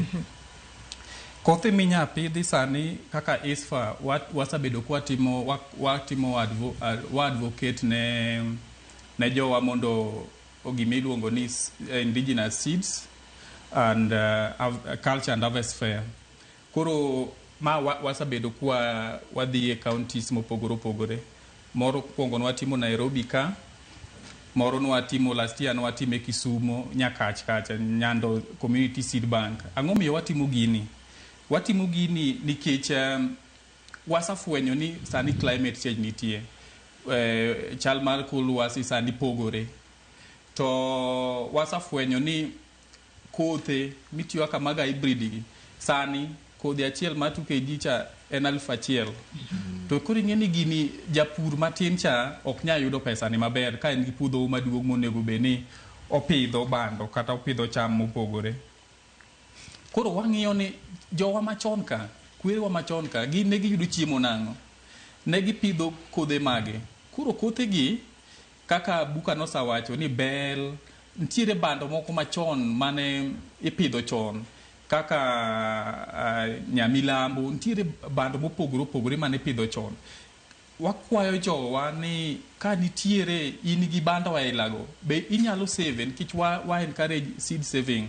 Seed saving en ni bando mwagole puodho ni kaka en kara waunde ni en Nyamilambo no kaka wagole puodho bo wanyalo kano matin wawe mwabro komo kasa komo chako oromo mamiyo japur koro kudhi doke ofuku ne kendo mondo kaw pesa kodhi ng'iewo go hybrid seeds.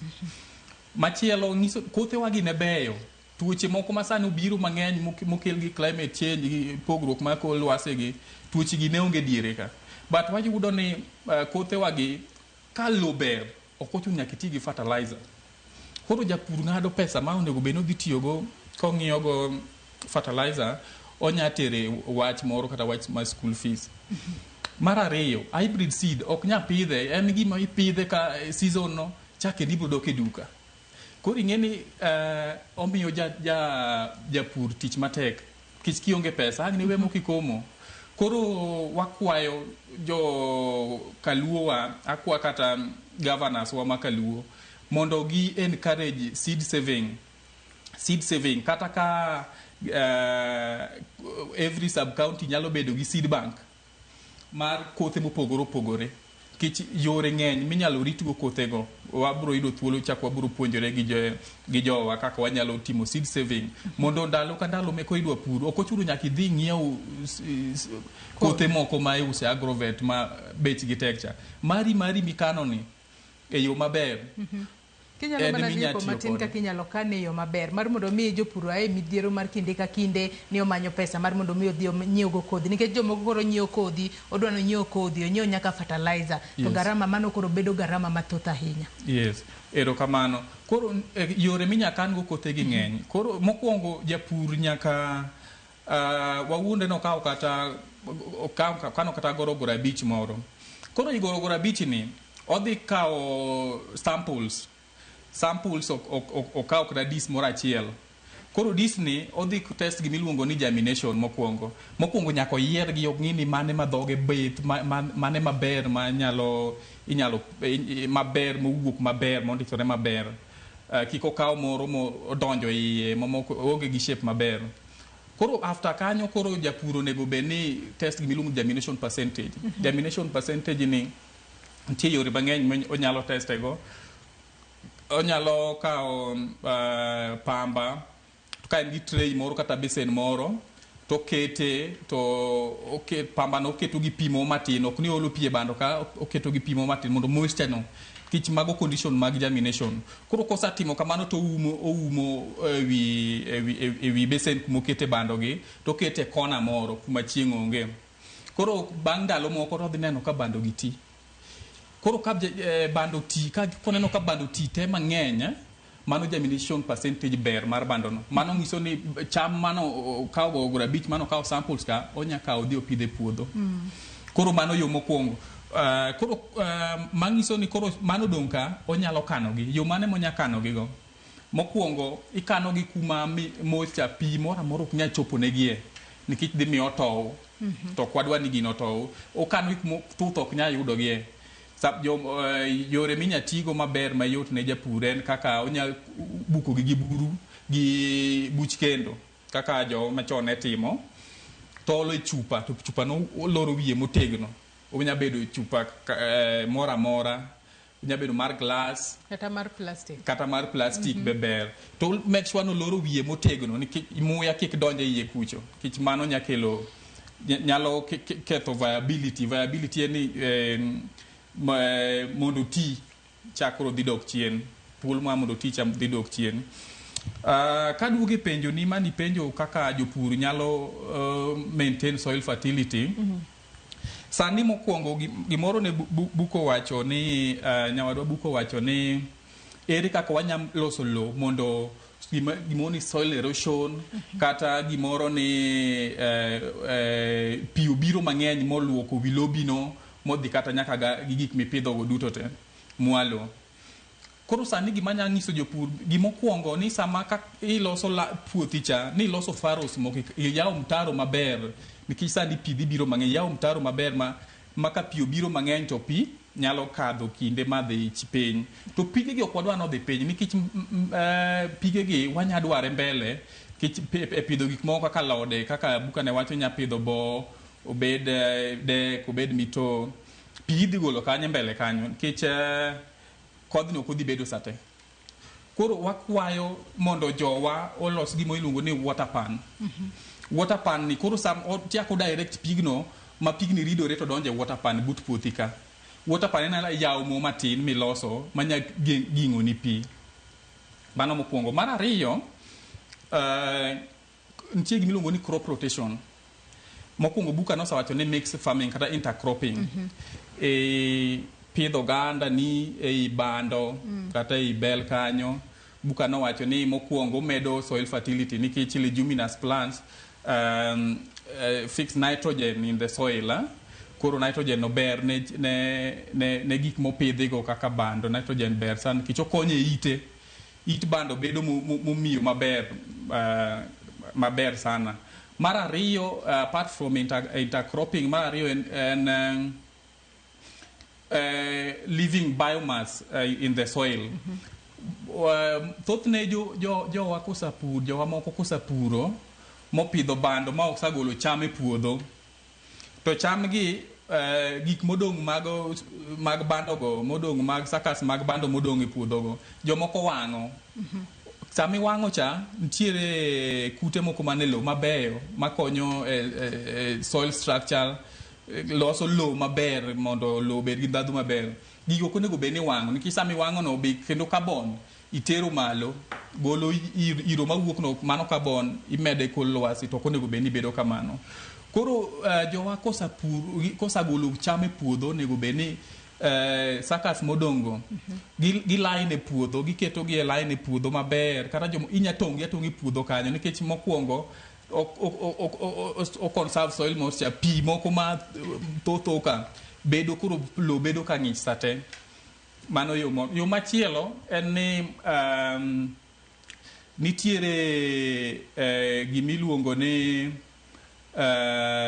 manyiwa masani minya los gi nyasani, ma mokiluongo ni bokashi. Bokashi fertilizer en nikech atemo geng'o jopur mondo kik dhi ng'iew fertilizer sate agrovet ni kete puodho. Koro bokashi ni jowata matine mapano ng'eye en a fermented fertilizer, to nitiere gik mopogore opogore mimede iye ka miluongo ni bokashi. To mar ariyo en organic manure. Moro en kaka farmyard manure, moro en kaka compost manure. Compost manure ni kawache matin en gik ma ni aluora ni ikaw gik bando mana sawacho ka, ikaw it yien moko molwar piny misayweyo ka, to kik obed mar bao moro ma eucalyptus orach, bed kama gravelia, it yien kama gravelia, mago ber, mago omed kanyo, omed layer kanyo. Koro moro ben tie kani ash en buch kendo, to buch kendo ang ni mede mane compost ni kai, kisang'e ni puothi ni satimone soil testing, mani sang'eyo ni acidity ne ni malo, kaka bwana Buka ne wacho. Saketo iketo DAP mang'eny puodho sate makoro soil mari en acidic, en gi low pH. Koro ka puothi ber, ka en gi stable pH, ok ochuno nyaka iket buch kendo ni. But kineno ka acidity ni malo, ka luwo kocha puothe mang'eny ni acidity ni malo, koro imede, koro dhi bedo ka lime. Sodas, koro dhi bedo kaka lime kanyo. Koro kisamede tinya medo nyaka gik oko mag gwen kata mag dhok mosatuo maber, mosadecompose maber, timedo ka. To nitiere types mag compost, nitie manya tieko 3 months, nitie manya tieko 6 months, to akwayo japur ni ma gik miloso chon. Kosa loso chon, koro mae gik monya kawo to mede puodho, kaka nwasawacho mokwongo cha. Koro compost ni obro lose maber kamano, to bro mede puodho. Mar ariyo, nitiere technology masani owuok maber mokiluongo ni vermicomposting. Vermicomposting ni wayudo gik moko ariyo. Wayudo vermicompost, to wayudo vermiliquid. Vermiliquid ni vermicomposting inya kawo kata kaka ndo moro ma ing'ado kore, tiketo irese gi malo kamoro ma wirak kama matin, alafu imanyo chiemo moko modong ma ji kosachamogi, tiketo kanyo gi gik motogo imede i chiemo kanyo. To gimomiyo iluonge ni vermi, itiyo gi earthworm, onias. Nitie onias moro maber mitiyogo mabiro break down chiemo gi. Onias no koro igolo kanyo. Onias ni en onias, ang nang'is jowa ni ok en onias moro ma itiyoga, ma mwatego go cha.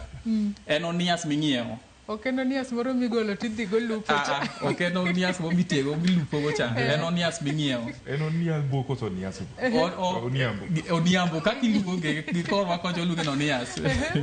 Yes, koro mae imede enemo odhi kisa mede I chiemo gi food craft moko modong ma kisa chamo modong mabaki ka tiketo kanyo tikaw gini imede iye kanyo koro gini ibro medo ga pi iolo pi matin mondo obed mawet koro kosabedo mawet matin obiro ga break down this chiemo koro ibiro kawo matek go mosa ng'injo go itero lobno piny en fertilizer itere piny to modong malo ku timedo mana medo chiemo koro the more mitimo gini the more miyudo manyiwa mari to out of that idhi yudo kich pi mimedo cha nitiere vermiliquid ni ber nikech en foliar fertilizer nikech japur ka chamo sachope e night ka chamo sachope e chongi onego beni itimo gimiluongo ni top dressing koro top dressing ni ang okangisi ni mondo idhi kaw CAN kisa moro bionge pesa to ntiere gik minya tiyo godo minyalo timo kaka japur mondo imedo go ndadhu mar puodho kata mar gimipidho no koro vermini ntie kaka kich concentration ne nyambedo mamalo dibedo mamalo iriwe gi pi matin 1 to 3 vermi liquid 1 liter tiketo gi pi liter 2 iriwe go tidhi spray e it bando gokinyi kata godhiambo kik spray godiochieng nikech onya wang'o sama chieng' rieny koro mano yo mar ariyo yo machielo en ni omakore didek iluonge ni push pull technology ni ang'eni samoro penjo ni mbele kanyo ma wadhi ng'iyo kaka wanya control pest moko at the same time samwa control pest ni twamedo godo manyiwa kende puodho koro push pull ni en yo maber mane jo isipe nobiro go ma ang'eni jombita maneno wa osawinjo wach mar push pull ni ang'eni jopur mabe nosatim go research ang'eni sani yuto maber kendo ginyawacho ni gin food secure push pull ni en yo moro ma itiyo gi en science moro matin mane mokwongo ibedo gi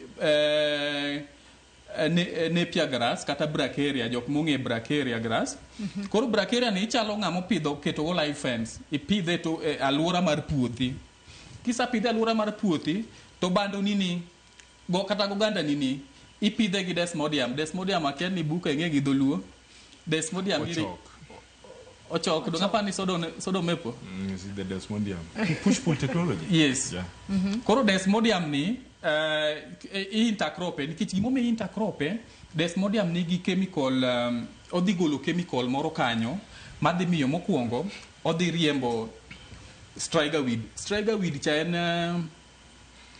en ginene kayongo ng'eny turwa kocha ahinya koro otieko striga weed ok dongi mar ariyo otieko gimiluongo ni stem borer moro matucho kor bando cha mano tieko mar adek otieko gimiluongo ni fall armyworm miguna miwacho cha otieko koro being ni sa intercrop ka desmodium ni be dhi medo ndhadhu mar low nikech en a leguminous plant koro dhi fix nitrogen e low koro mar ariyo be inya timo gimiluongo ni green manuring nyiso ni inya pidho kaka alode moko mostly gin ga legumes inya pidho legume to tie stage ma kosachope to iplow back ipure oki kata ka en kata oganda mane idwa timo kamano okiwe okothiew nitie kosachopo green ka en stage mar green makoro ite neno no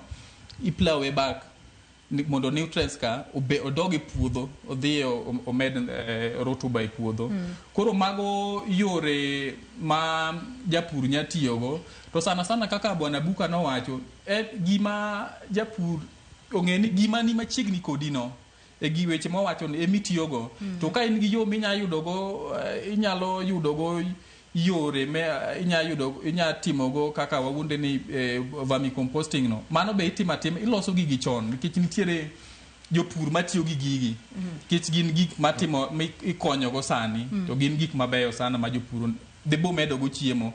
Mar ariyo mana adwa wacho bene. Adwa ni mak mana paro no gi kanyo nikech ni sani wadhi yweyo ma adundo gi sani kod go tibo make paro mar ariyo kanyo to bende wabo bedo kwa go mbaka nikech sani wang'eyo ni wantiere kod lony manyasani. Ere kaka jopur bende nyalo tiyo kod lony manyasani ahinya to weche go mag pur gi nyak mar chiemo. Mar mondo mi kata nyak mar cham mondo wabed kod chiemo moro me pacho kae. Nikech ang'e ni nitiere weche mag pur manyasani buka imbe maka paro no gi kanyo. Wadhi mane yweyo madundo gi sani make kik wi wila. Ingisa ni wadhi yweyo madundo gi sani ka waduogo obedo ka wadhi mbele kik dhi mabor.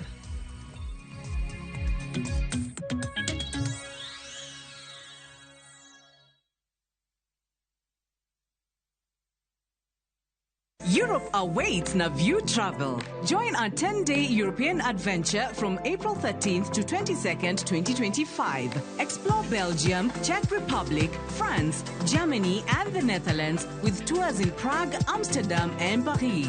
Enjoy boat cruises on the Vltava, Seine, Lake Isle, and Rhine, plus visits to Prague Castle and the Eiffel Tower. All this and more starting from $2,550 per person sharing. Book now and lipa pole pole. Visit viewtravel.com or call and WhatsApp 0703 254 254. View Travel. Dream, explore, discover. A happy mouth is a happy mind. This World Oral Health Day, Sensodyne is giving you 50% off on select products. Grab your pack from any Carrefour, Naivas, Chandarana or Quickmart stores only from 20th March to 23rd March.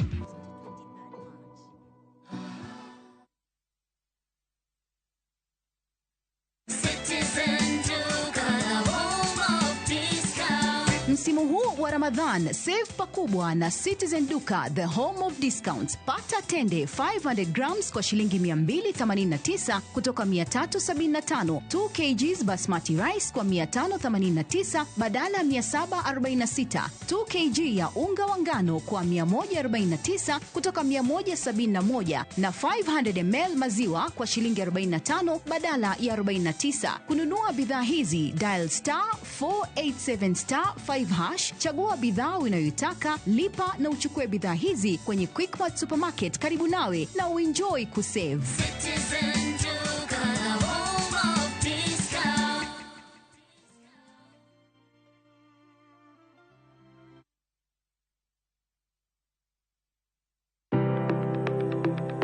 En gima konyo e ngima mapile, to ok en gima ng'ato dwaro e ngimane.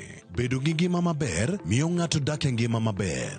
Kapok achopo kama dhi osiptal mamiya yath, ang'o manyalo timo. Riwri gi Ruth Otieno e penj laktar, ka wakelo ni paro mag jolony, paro mag reso ngima ji, kod sigendni majiwo ji. Sickle cell en tuo mawuok kuom jonyuol. Koro ka ji pok okendre, ji onego gidhi e pim mondo ging'e ka gin gi jin mar sickle cell. Kochakore gi lony manyien mag thieth, nyaka e yore mag thieth makonyo. Wan gi gik moko duto madwarore. Ka iwinjo kaka iwuotho to kawira maki wi bari seche te idhi adhi osiptal wacho ni anadwa mondo kawuono pima remo. Penj laktar. Wuok tich nyaka tich abich, saa 12 odhiambo. Mana e Ramogi TV.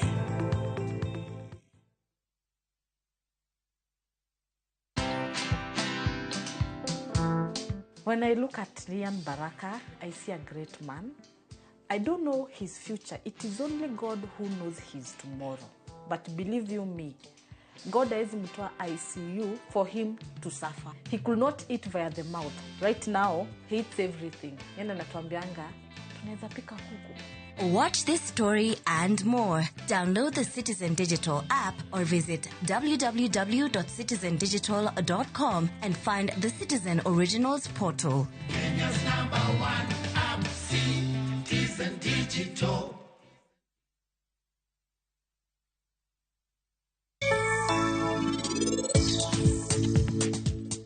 Wayuapodiyo wang'. Ano kadwa ni Prince ochak ngima manyien ni ka en pok ogwedhe. Seher Karin ng'ama chal nade?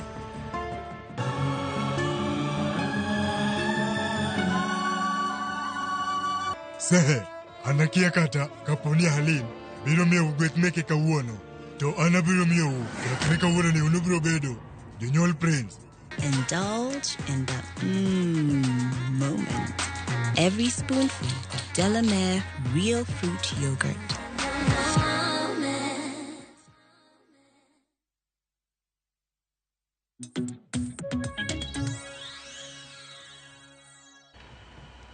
Machiegni kendo nyakora Mugejong wadhi mbele kod twak marwa e chenro mar mbako romo kinyi makawuono kaponi kitudri kodwa gi sani antiere kae kod welo ariyo mano Buka Ochieng jalony e timo nonro mag pur kachiel kod Anthony Owiti Kowiti jalony mar pur. Watwako tudore kod pur gi nyaka mar cham. Abed thuolo mar chwalo ote penjo paro mora mora abo bedo kasomogi e kinde mwadhi mbele kod twak marwa. Wendwa machielo Hamisi Williams jakanyo mar FAO bendo sechope studio marwa e kaunti ma Kisumu. Yaure Hamisi Williams sicheo na deka intere kaunti ma Kisumu. In kaka jakanyo mar FAO pokideka inye twak maro kalo ni pod wadhi mbele kod twaka kendo Kowiti kachiel kod Buka osepuonjwa yore makare ma wanyalo pidho iko godo lowo e yo makare kachiel kod cham ma wanyalo pidho kindegi makoro koth chwe matin mano kochakore dwe mar 3 dwe mar 4 kachiel kod dwe mar 5.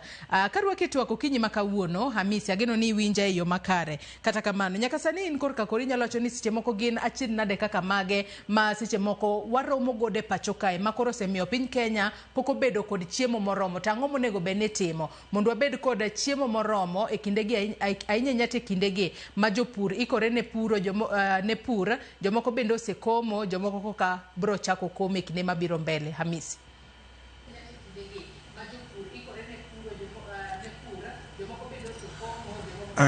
erokamano ahinya. Nyinga en kaka isewache no, Hamisi Williams, atiyo gi shirika mar Food and Agriculture Organization mar United Nations. Kadhi straight e wach mipenjo no en wach mangima ahinya kaka sani ne jolony mag pur madwaro ni mondo okony ogandwa mondo obed gi chiemo.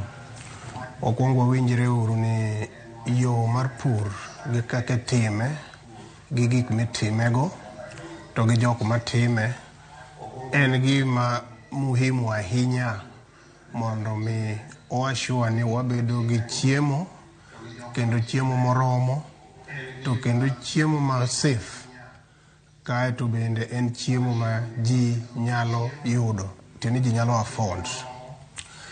Kaluwore gi kaka sani kineno kaka gweng'wa ka ma wanyalo luongo ni wane season miluongo ni long rain season. Majali mani luongo ni chiri. Chiri en gima ne ji ong'eyo nyaka akre chon ni en thuolo ma piny tero chunye ma kind chiembe mang'eny inyal kom kendo nyalo timo maber nikech kodhe ne temo bedo ka ng'eny. To king'iyo kaka sani gi gik matimore ibiro yudo ka gik mang'eny ose change. Kodhno biro ga matin, samoro kobiro obiro modeko, samoro biro to biro chon ka ji chier ni ji dwa komo to ji dhi komo ka part of kodhno noserumo. Koro magi gik ma samoro chando ji ahinya. To adwa wacho gik moko matin mowinjo bed ni watimo kendo mowinjo bed ni watimo like immediately wan kaka oganda.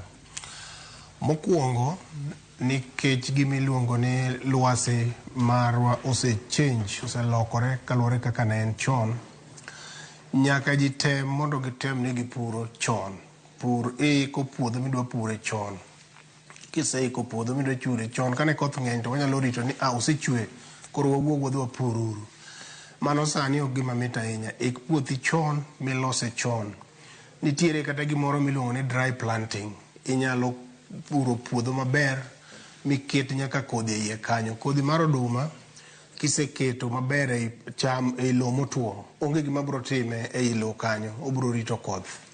Kendo mano biro miyo kapo ni koth ochwe, nitie ga koth mokwongo mabiro chweno. Nitie ga gimoro modhi obedo go iluongo ni nitrogen flash. Mano to kora kaka kinyalo wacho gi dholuo.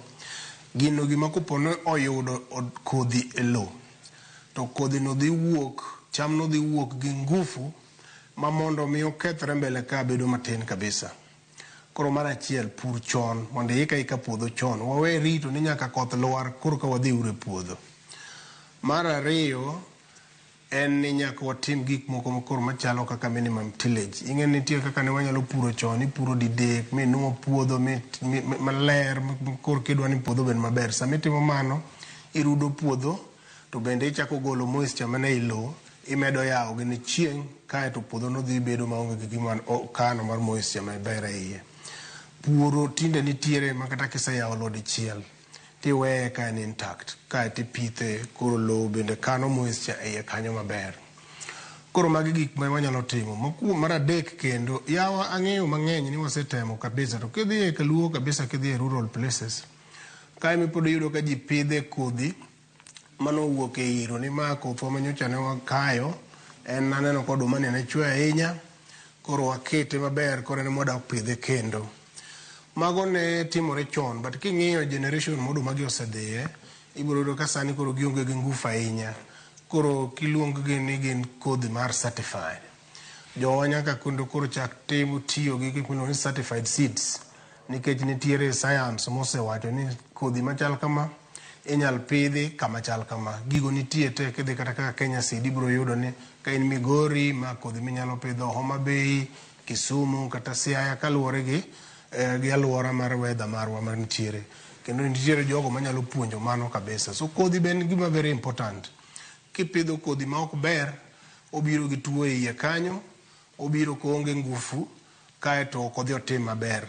Bende onyalo bedo kodhi mane ok owinjore gi alwora mipidheno, koro iyudo ka samoro ka koth ne tin ne, to en kodhi ma ok dhi tim maber piyo. Koro ma bende gima nyaka jogo watim.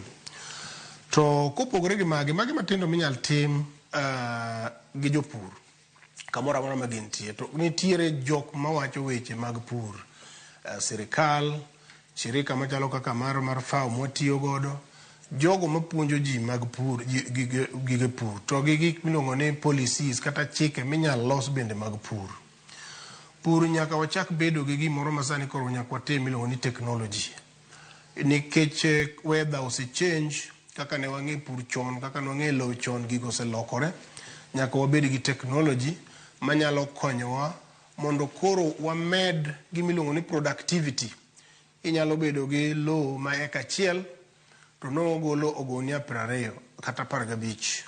To kitiyo gi technology moromo, iketo kodhi midwarore, itiye maber, ilose maber, itiyo gi gik midwano tigo kanyo kata ka gin kaka ne mbolea, inyalo yudo kidhi golo oduma kata mana 30 moloyo 15. Koro yudo ka productivity en wach mar ni lowo to romre ka ne en 1 eka, to ng'ato golo ogunia 10, ng'ato to golo 20 kata ng'ato golo 30 e iye kanyo. Koro mano wach mar productivity. En odhi biro kaluwore gi technology mitiyogo, to gi kendo kaka loso puothi, to kendo gi time miketo ne puothi no ero.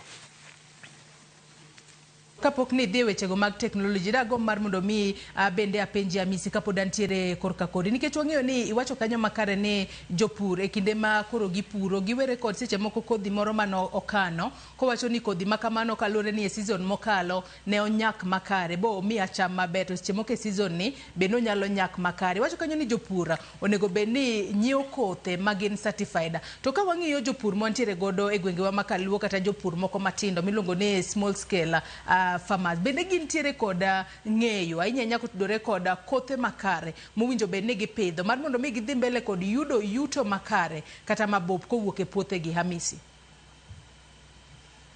Yeah, that's a very good question. Nitiere kae makoro gimoro bire miluongo ni extension, puonjo japur. And actually extension kane pok ne new constitution obiro, ne nitie e lwet sirkal mamalo. To extension kane new constitution obiro, mano one of the things that were devolved to the county governments, king'iyo the schedule 4 of the constitution. Kano obiro devolved ne en wach maber nikech notero puonjo jopur e gwenge kama nichiegni gi joma timo extension go be nitie. So kanyo en gima ipenjono, en gima wadwa mondo wajiw ne county governments magwa ni onge gima ber ahinya ma wabiro bedogo e wech mar pur ka wach mar extension ok olosore maber. And ma japur yudo information, oyude e sama idware, kendo yude kamidware to bendo yudo information moromo gi gima nodwaro kata gima odwa timono. Nitiere jo extension maber mang'eny mong'e gigi to nitiere bende research areas modhuro magolo information. Koro gima lak ahinya manalo wacho ne mbaka mar Ramogi en koro kawo information mondo wuogi e laboratory kamilose mondo giki e farm kama owinjo dhi otiye. Ka ok watimo ma county governments magwa ok omako motegno wach mar extension magiloso magi make sure ni japur yudo information kata obed mana information mar weather mana wuocha. Extension nyalo konyo ma japur ng'e ni owinja kom koro kata owinja tim kama. Ma gima timore kamoro amora kata mana developed world pod timore. Pogruok en mana ni extension koro wanyalo timo mopogore nikech technology osebiro. Wanyalo timo extension kwaketo ni watiyo gi technology e time. Inyalo pass information kata through mobile. Jopur gi te tinde nigi mobile phones. Gin gi gik mang'eny. To nitie yore modhuro ma sirikende magwa mag county nyalo tiyogo market ni extension kata information dhi ne jopur e sa midwaro ni mondo extension odhi ne jopur. Mano gima ginyalo timo. Another thing manyalo miyo jopur yud information gin kendo miluongo ni institutional extension. Kembe nitiere madil gi issues mag puothe, mag kothe, mag machinery magitiyo godo. Jogi bende nigi jogegi ma bende chiwo wach kata information ne jopur. Gin koro giluongo kaka customers maggi. Gin koro gineno gi kaka ni magi their customers. Koro gidil kodgi kaka customers ka gisepuonjogi to jogi owinjo bende nyalo koro nyang'iewo gigi koa kuomgi. Iwacho kanyo makare ahinya Hamisi kende studio maru e county ma Nairobi ka antiere kod Buka Ochieng' jalony e timo nonro mag pur kaachiel kod Anthony Owiti mane wadhi mbele kotwak mara to bende weyo kapok wadhi e yweyo moro madundo to bende kapok ne watudore kod Hamisi bende Buka nitiere wach moro ma bende ne dwa medo kaachiel kod weche mag tiyo kod lony manyasani. Ere kaka lony manyasani nyalo konyo e wechego mag pur kaachiel kod nyak mar cham gi sani Buka? Erokamano kapok wadhi break waloso i weche mege puothe kod kaka puothe osebedo ni ok ginyag cham kaka dwarore. To an kanyicha natimo research mogik matimo sani mapok adok atimo moro. Naloso kod jopur moko i gwenge mag Ikolomani Kakamega kucha. Kane abet kodgi kwatimo budget mar kaka pesa minyalo tiyogo eka achiel igolo oduma kod oganda to gi pesa mibiro yudo kise uso gik ma igolo kata no bet kod gi mwagoyo kwan duto te ng'eny jo farmers manan go kanyo no wayo mbona kara wan watimo tij wang' manade mai bet ka ni almost dweche 8 to gimwa yudo ka onge aya moko beno wacho ni family achiel moro wacho ni gin negi kao fertilizer county ma government mag Kakamega to en kod puothe ariyo moro machiegni gi dala to moro nitie mabor gi dala. Koro mabor gi dala ni notere fertilizer manogolo i county to mane chiegni gi dala ni to koro nokao mbolea mano oloso i dala ka to ologa kuro. Koro gima nowacho noneno ni puodho mano ole mbolea moago i dala ni nonyak moloyo moro mo odhi ole fertilizer moa i county government. To kane wapuonjogi margi puonjre mopuonjre gi wacho ni kara puothe gi oseol gi weche mege fertilizer minyiewo e dukani. Yo makoro ginyalo konyo go puothe go en organic fertilizer magiloso alosa kanyo no konyo puodho no moloyo. To kendo waseneno kuonde ma iyudo ka mkulima no obeto to ok wahero ga mondo giwang' yugigo i puodho nikech kaka iwinjo ka agroecology owacho ni kiwang'o yugi puodho kanyo nitie organisms moko mani soil kanyo ma bende iketho. Lakini kapo ni wang'o yugi gi puodho mipuro puodho kata kapo ni wang'o kanise puro to yudo ka puodho no e area mi wang'i yugi no yudo kod mutwi madongo kabisa. Mandene ni nyaka bed ni puothi ni no osebedo kod acid mang'eny koro buru mar mani wang'o ni okonyo puodho ni. Lakini kwa dhi mbele sababu ni koro ringo sani kaka neno ka Amiso wacho ni weche mege extension osebedo ka chando mkulima japur ma Kenya kabisa. Ne muzungu kapok nodhi, muzungu ne kelo gima iluongo ni train and visit. Ipuonji to kendo obiro ng'iyo to bende timo kaka nopuonji cha. Ma jo wano yuno se ng'iyo iyo ma ng'ato biro iri to puonji iluongo ni supply driven extension ma eni mobiro iri. Kubiro neno ka kute moko chando ng'isi ni makoro timma mondo gigo odog chien ama owuog. To sani mano koro onge. Kuri penyo to sani koro wanyalo tiyo gi yore mage. Mag lony manyasani. Manyasani. Nikech kaka Amisi bende wacho from Kisumu, owacho ni tie institutional extension. To extensions gi iyudo ka gi ng'ato biro to en kod agenda mare. En obiro samoro en kod kambi ne moro en gi gike moko modwa uso. Koro gik mopuonji mana kochomo gik mo odwa ka ni mondo ousgi. To ng'ama nyalo golo extension maber ma onge kod interest kinde ka en mana sirikal. To ka koro jok mapuonjo ji bende gin mopogore to kata mkulima ni bende bedo confused. Ng'ano biro wacho ne ama, ng'ano biro wacho ne ama. To capacity mare mag understand gik moko mang'eny gi obedo confused makuru kata gimotim kani koro wacho ni koro watima gini kaka ng'eyo. Aneno ko mkulima moko wacho ni en ong'udho lawi lwete ka to go ni to direction ne magino dhi wacho nan koni makura dwarie kech koro all koro ka government ok nyal kawo this extension to pod wanyalo tiyo kod chief baraza so nikech kanyo iyudo ka chief kuloso ka chief ungo kanyachiel to county government bende neno ni adier gini dwarore. To nikech ang'eyo maber kabisa ni the average age mag mkulima in Kenya en ga age moniang. So yudo ka research ka goye to yudo ni average age mar Kenyan farmer is 58-60. To ng'ani iyudo ka en kod sim adier kaka iwacho no. To sim no gimonyalo ga ng'iye en ni oorne M-Pesa moro yudo ka M-Pesa to ging'e ng'iyo nikech ong'iyo kabisa to wacho dakioro migolego. To kioro ni message mar puodho ni to yudo ka odaka kanyo okosome.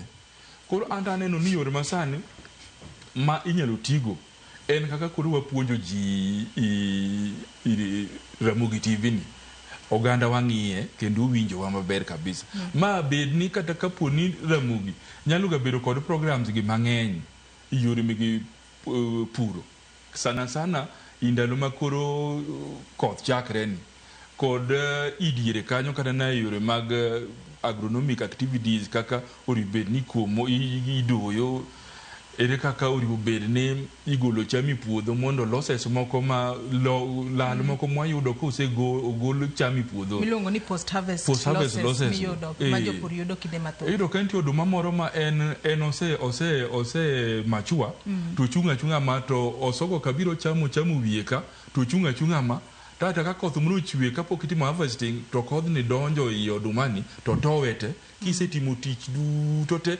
otumna keyo.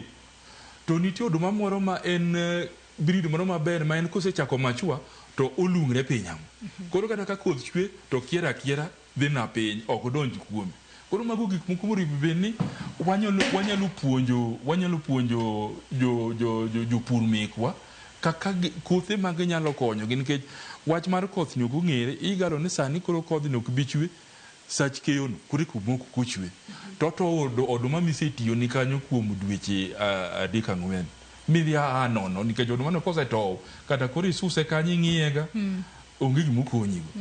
To extension no en important to wang'iyare maber an gima yori sim ni nikech wakoche bende ng'eny sim gik miyori sim kanu pong kabisa basa matin tit kidhi ng'iye to ni oorni pesa to pesa no bende king'iyo to onge ma bende kata attitude mar sim gi messages osebedo mopogre.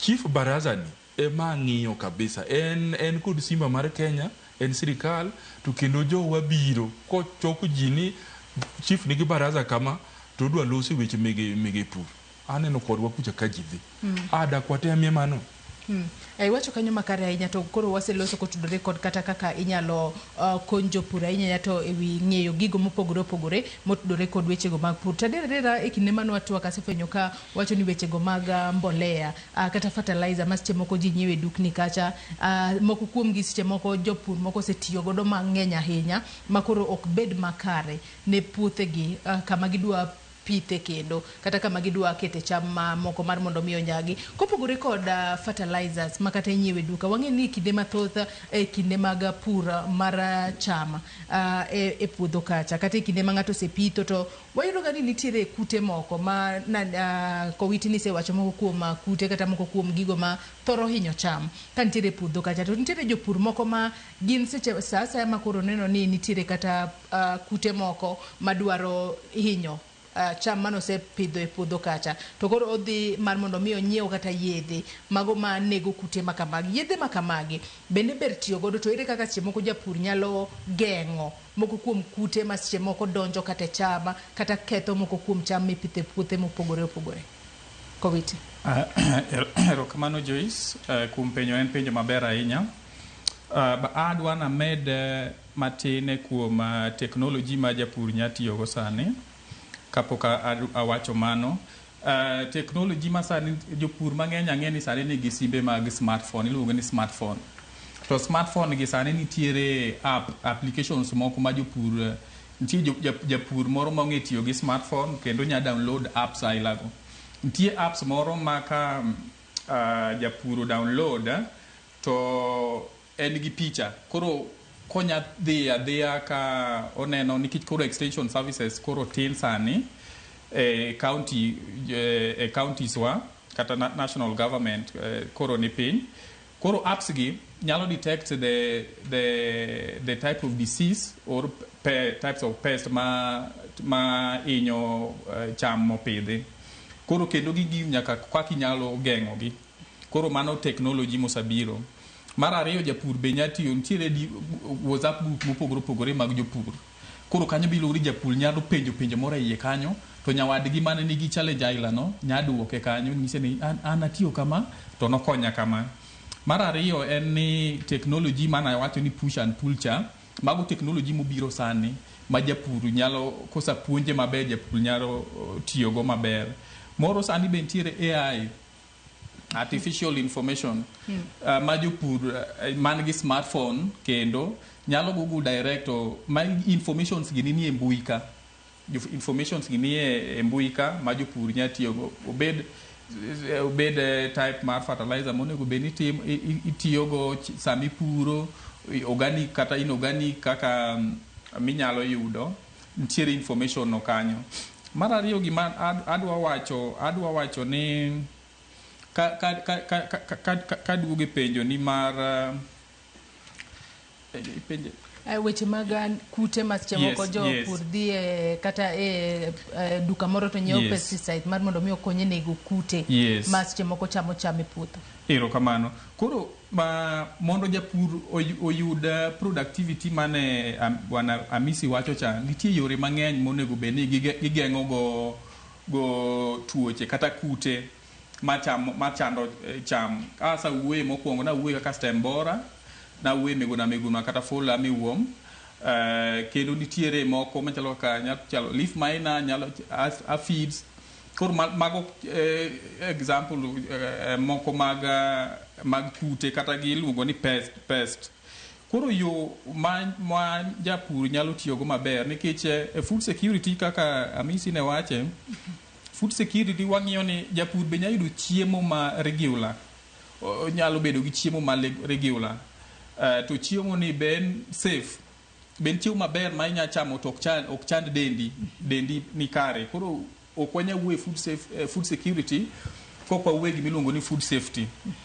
Food safety ng'iyo ni chiemo ni kaka igole puodho ni kitede bo onya konyo dendi maonge side effect mora monya kelo ni nitiere chiemo moko ma osawinjore ni kelo cancer e del magi tuoche ma richo ma koyudo jowa to kawo pesa mang'eny. Koro yo mokwongo manya wacho ni nyalo tigo nitiere gimiluongo ni mag agroecology nyiso wa ni one principle wacho ni input reduction. Koro ok adwa ni japur odhi ong'iew pesticide e puodho. Pesticide japur ang ng'iew mana ka otiyo koda ka last result, last solution ma onge gimoro amora monya timo to odhi dhi los, onge gimo dhi yudo. Koro japur onego bed ni loso gima iluongo ni biopesticide. Biopesticide japur nyaka ng'e ni alworane mar dalane kata mar puothe kanyo nyaka opidh gik moko miluongo ni neem en ginene marubaine erokamano. To japur nyaka bed gi ang'eni jopur ong'eyo nitiere shrub moro miluongo ni tithonia diversifolia. En gi ite thiew mar atong' kama to ite dongo to kech jomoko luonge na keya. Kata kitungu moro amora kata mag alumgi. Mago yore ma japur nyalo tiyogo to loso gima iluongo ni biopesticide concoction. Oriwo kata kokawo mwarubaine ni to omedo gi tithonia ni akeya ni oswago gi to keto gi e ndo moro to mede pi kata komedo kata 20 liters ndo ma 20 liters luwre ka puothe rom. Koro kosaketo kamano to dhi umo wiye to weye okuok for 2 wige 2 maximum wige 2. Kosabedo kamano to dhi ochunge. Kosachunge to idong' gi pigi cha. Pigno kosadongo to pigni en yath biopesticide ni. But koro kako odhi tiyo kode, odhi tiyo gi ratio 1:5. Koro lita achiel mar pigni odhi riwo gi lita 5 mar pi. Nikech kogoya goya direct kamano odhi wang'o it bando, odhi wang'o it cham opidho ni. Koro kosatimo kamano to obiro go e ite. Otiyo gi knapsack sprayer, onya tiyo ka hand sprayer kata knapsack sprayer to goyo gokinyi kabisa kata gi godhiambo. Koro gima okwongo monego japur ni ng'eyo kata kapok ochako tiyo gi gigi en gima iluongo ni scouting and monitoring. Japur samu isakomo bando ni osaticha onego bed ni chako wuotho e puodho ni kineno bentiere kudni moro mosechako chamo na chamna ni ong'iyo ni to en mane to eri kaka nyalo geng'e. Adwa ni mag paro no gi kanyingisa ni wadhi e yweyo machielo nyakona mugejo ng'ado no wadhi e yweyo machielo ka waduogo bende pod wabobedo ka wagoyo mbaka ma bende Hamisi biro bedo ka nyiso ni gin kaka riwruok mano ma Food and Agriculture Organization ma ochung' ne neno ni jopiny e gwenge mopogore opogore kata e pacho ka obedo kod chiemo moromo. En ang'o ma gitimo ahinya to e kinde gi mantiere kod lokruok mar chal mar kor lwasi. Ere kaka mano nyalo bedo ni hinyo piny Kenya bedo kod chiemo moromo tango minyalo tim kata mitigation measures gin mage mar mondo mi wabed kod chiemo moromo e pacho ka achiel kod post harvest losses bende ikedo godo e yo machalo nade. Dona ka yo madundo kwa duogo to doge tielo mogik ote magi bende abobedo ka somo gikidhi mabor.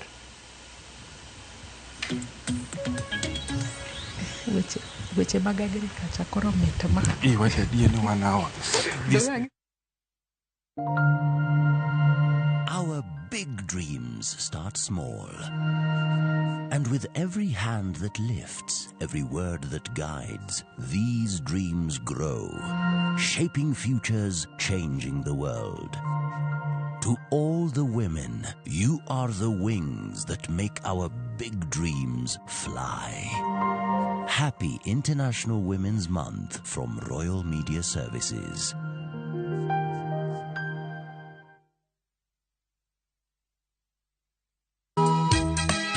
E piny ma ji dwaro ahinya bedo gi geno, nitiere kamoro ma yie manyien yudore. Biye chokruokwa ma juma ka juma mar Sabato mondo ilam Nyasaye kendo ipuonjri muma yo matut motenore kuom adiera mochwere. Paruru chieng' Sabato kendo ukete obed maler. Nyasaye oseluongowa e kinde makende mar lamo. Kokalo kuom weche mamulo chunji kendo konyi sudo machiegni gi Kristo. Oganda manigi yie bedo joot kuom Kristo kendo luong mar tiyo ne jok moko. Injili ngima Sabato sari okinyi mana e Ramogi TV. Citizen Duga. Msimu huu wa Ramadhan, save pakubwa na Citizen Duka, the home of discounts. Pata tende 500 grams kwa shilingi 289 kutoka 375, 2 kgs basmati rice kwa 589 badala ya 746, 2 kg ya unga wa ngano kwa 149 kutoka 171 na 500 ml maziwa kwa shilingi 45 badala ya 49. Kununua bidhaa hizi, dial *487*5#, chagua bidhaa unayoitaka, lipa na uchukue bidhaa hizi kwenye Quickmart Supermarket karibu nawe na uenjoy kusave. Citizen Duka, the home of discount.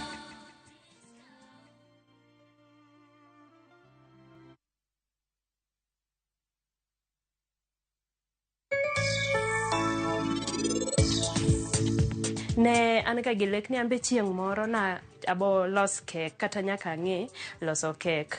Koro sani nyasi mora mora muriwo midwa chame ke aloso. Grand prize won! Win big with the WRC Safari Rally 2025. Revisha and feel the roar! Na kuungamia Mungu Mwenyezi, nanyi ndugu zangu, kwani nimekosa mno kwa mawazo, kwa maneno, kwa vitendo na kwa kutotimiza wajibu.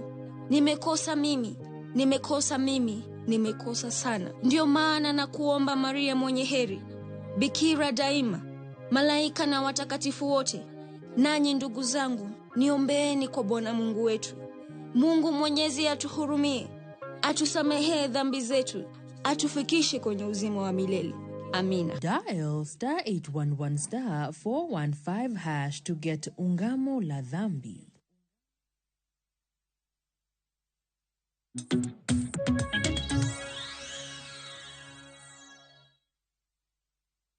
Machiegni kendo nyakwara Mugia Jwang' e tielo mogik e twak marwa mar mbako romo kinyi makawuono kama twak otudore kod pur gi nyak mar chiemo. Hamisi Williams ka entiere kaunti ma Kisumu, ageno ni pod iriwori kodwa kata iwinjo twak kata iluwo twak achiel kachiel kod Buka kachiel kod Kowiti mantiere gode studio kinyi makawuono. Mana penjo ma penji kapok e wadhi e yueyo kacha wechego mag lokruok mar chal mar kor lwasi. Wang'eni in kaka jago mawuok e riwruok mano mar Food and Agriculture Organization, en riwruok mathoth ne ja keto maino mar geneno ne pinje obedo kod chiemo moromo kachiel kod chiemo maber maginyalo chamo kinde duto. Kata kamano wang'eyo ni nitiere wechego mago mag lokruok mar chal mar kor lwasi. Lokruok mar chal mar kor lwasi wanyalo wacho ni seche moko hinyo piny Kenya bedo kod chiemo moromo e yo machalo nade, to ere kaka un kaka FAO ukonyo ahinya e kedo kod lokruok machalo kod lokruok mar chal mar kor lwasi ma seche moko hinyo nyak mar cham? Hamisi. Ero kamana ahinya, kuom mano aparo ni ma bende opportunity maber mwanyalo wache weche mag FAO. An kaka jatend FAO telo ne programs mag FAO Kenya mangima. To kwatiyo kaka FAO watiyo through gik miluongo ni projects and programs. Watiyo all over the country, 47 counties ma Kenya ka. Programs wagin etieng diriyo. Chutho nitiere mag dongruok mwaluongo ni developmental programs. To wan bende programs masama emergencies obedo, gik madonjo make ghafla medwa ni mondo kony, kendo bende watiyo kaka FAO, watemo konyo jopur, watemo konyo jomatindo mondo mi gi build also themselves, kendo mondo gibed ni gik ma otimore mag emergency gi ok ohinyo gi ahinya. Koro mago weche mag iluongo ni protecting livelihoods mag jogewa. Yore mwatiye ahinya mang'eny wa sana basically mokwongo en korka golo chiemo miluongo ni productivity issues manyalo wuok from wang'iye kachakore gi kaka ochakore lo nyaka gi kaka koro en e mesa ma ji chame. Gik mang'eny ma asewinjo kata kaka jolony ma in gi studio kanyo wacho bero kabisa. Koro the point ni wadwa ni wang'e gimoro ni value chain approach, chake from low nyaka sama koro ichame. Weche mag chiemo mag food security chakore e sami puro, sami loso puodho, odhi kodi nyaka sama kori komo, odhi kodi nyaka sama kori doyo, odhi kodi nyaka sama kori keyo. To gi kisekeyo kaka iloso cham misekayono mikane makae to bang' kisekane kori tere chiro ma bang' chiro ji ong'iewe ma jogi dhi chame. Awinjo ka nyawadwa wacho kanyo maber ahinya. Koro gin mag dhi kaka safety, ikane nade, store mari chal nade, to ni pure nade manyiso ni tidhi kame machal nade. Koro magi te kuonde ma FAO tiye, kendo FAO chako tiyo kendo kore gik mineno kaka koro sani kor lwasi matimore kamani o affect ability marwa mondo wa produce chiemo moromo. Koro en tich mar FAO mondo make sure ni kata kako change lwasi change no ji kata jopur bende nigi gimoromo ma gin godo mondo gimbe gi match gibed ni ginyalo timo the right thing mamiyo koro gima change ni ok affect gi ahinya. Koro mano bende kama FAO tiye kendo. Mogik en ni nikech gik matimore mag kor lwasi gi ma en gima very important to me, akawe gama very personally. Iyudo ko o expose jogewa, oketo gi yo moro ma iyudo ka ji dhir ng'eny medre, kaeto yom bende donjo e ngima ma ng'ato ok nyal survive sama disasters or strike. Moko ang' ni lok gi dholuo ko wadhi mbele. Koro gino dwaro ni mondo watemo puonjo jopur, miyo gi support mondo mi giger gimoro e dendi, gibuild gimoro miluongo ni resilience. Gibed jogo manyalo bedo motegno kendo nyalo dak kata bang' ka disaster obiro, kata kaka inoche neno ka wan gi yoro mane pok none ka bang' higni 40 mokalo. Ne jopur kata kichako gi North Eastern kibiro mwalo koni, Kenya kende no lose livestock madhi 2.5 million 2.5 million mane otho. Dhano bende notho in the process. Joma bende obedo displaced mawuok from kama ne gintie nikech drought mane onge gima ne ginyalo yudo. Koro en resilience chuno ni watemo keto ni livelihood mag jogewa otegno, ugik e level moro ma kata ka gibedo ni gi face gik ma exposure gi, to at least ginyalo survive exposures go ego. Magi tije ma FAO temo timo.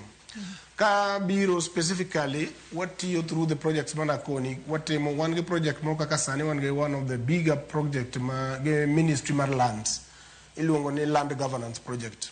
A Land Governance Project ni wane 47 counties ma Kenya ka, watemo tiyo gi sirkal mondo wa make sure ni wasakiwa gimoro ni tenure security.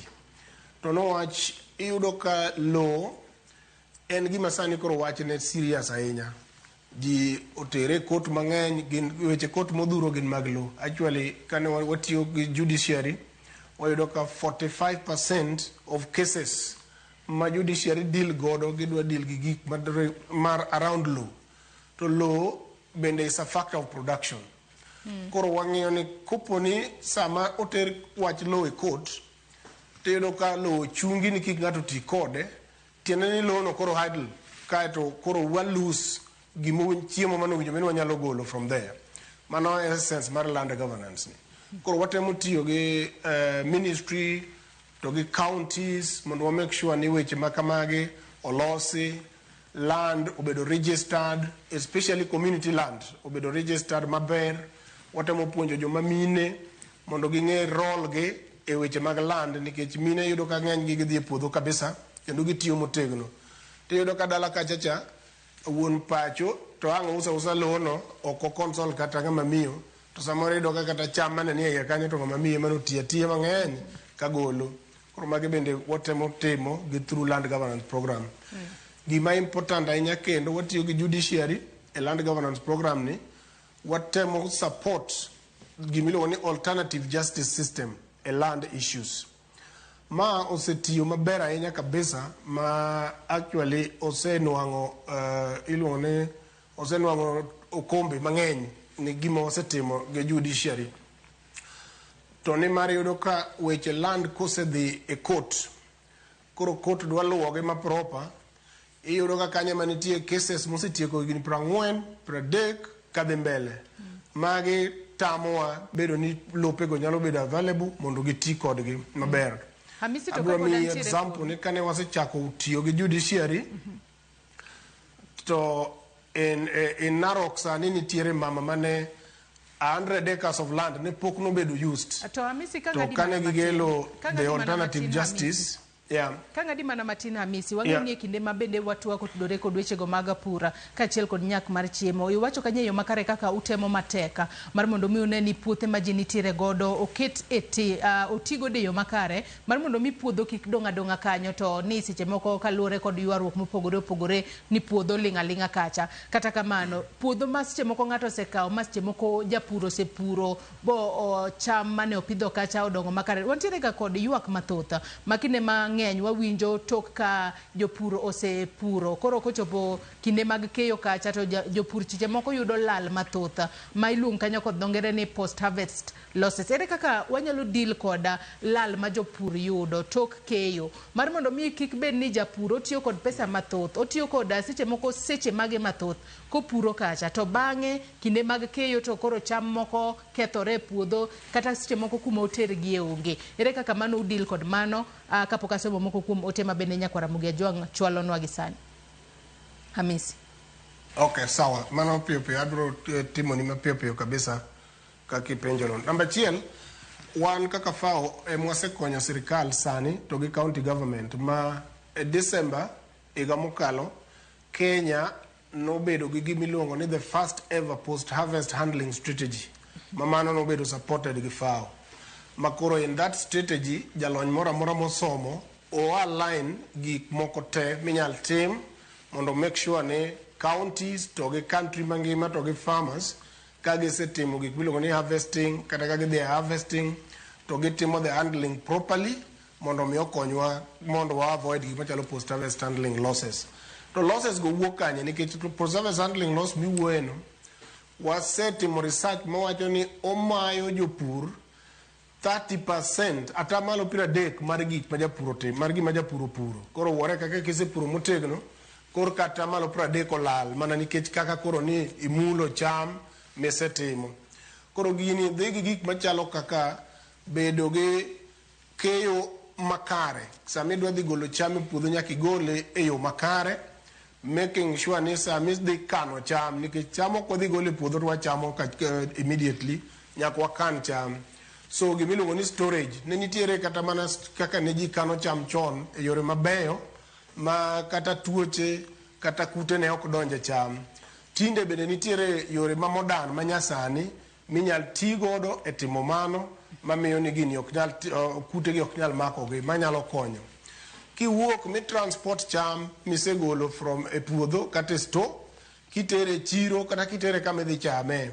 Ka kiting'o cham ni gima very important. Samoro neno ka jamoko tinga cham no ma samoro moko luar ka ji dhi aya ka in kate e chiro kende kabind chichwa ma ji bede miuse ino ka kuonde go bende ji loose kendo kabisa mago bende part of post harvest handling mineno ka ji golo. Ka kineno ka ji okano cham no kelo kata tuoche mag cham no itself gik machalo kaka aflatoxin mano miyo koro kata kodhi kata chiemo no ok bed safe. Tekniko kosebedo safe wadhi wite oko. Mano tiano dwokwa chien e gimiluongo ni ang'owa e chiemo mane wasegolo chande. Koro en gima very critical manyaka bed handled motegno kabisa. Nitiere gimoro ma sirikal osetimo kendo ne wa support gi timo mano ma kiyena tadwa wacho. Achiel kuom yore mane konyo post handling losses nitiere gimoro sani ma sirikal osegolo ne nyaka chik ne osekale bunge miluongo ni warehouse receipt system. Ma warehouse receipt system ni jowa owinjo beno chako ng'eyo tiyo kode. Inyalo kayo cham mari to samise kayo cham iwacho ni golo kata gunia 100 ineno kidhi cham 10 in gi 90 midwa uso. To seche makamagi iyudo ka ji bendo keyo mang'eny koro bei pod rach. Oyieni manyo jogo matimo warehouse receipt system gin connected gi banks, kidhi keto cham nicha, gidhi kawe kacha, to gidhi miyi receipt.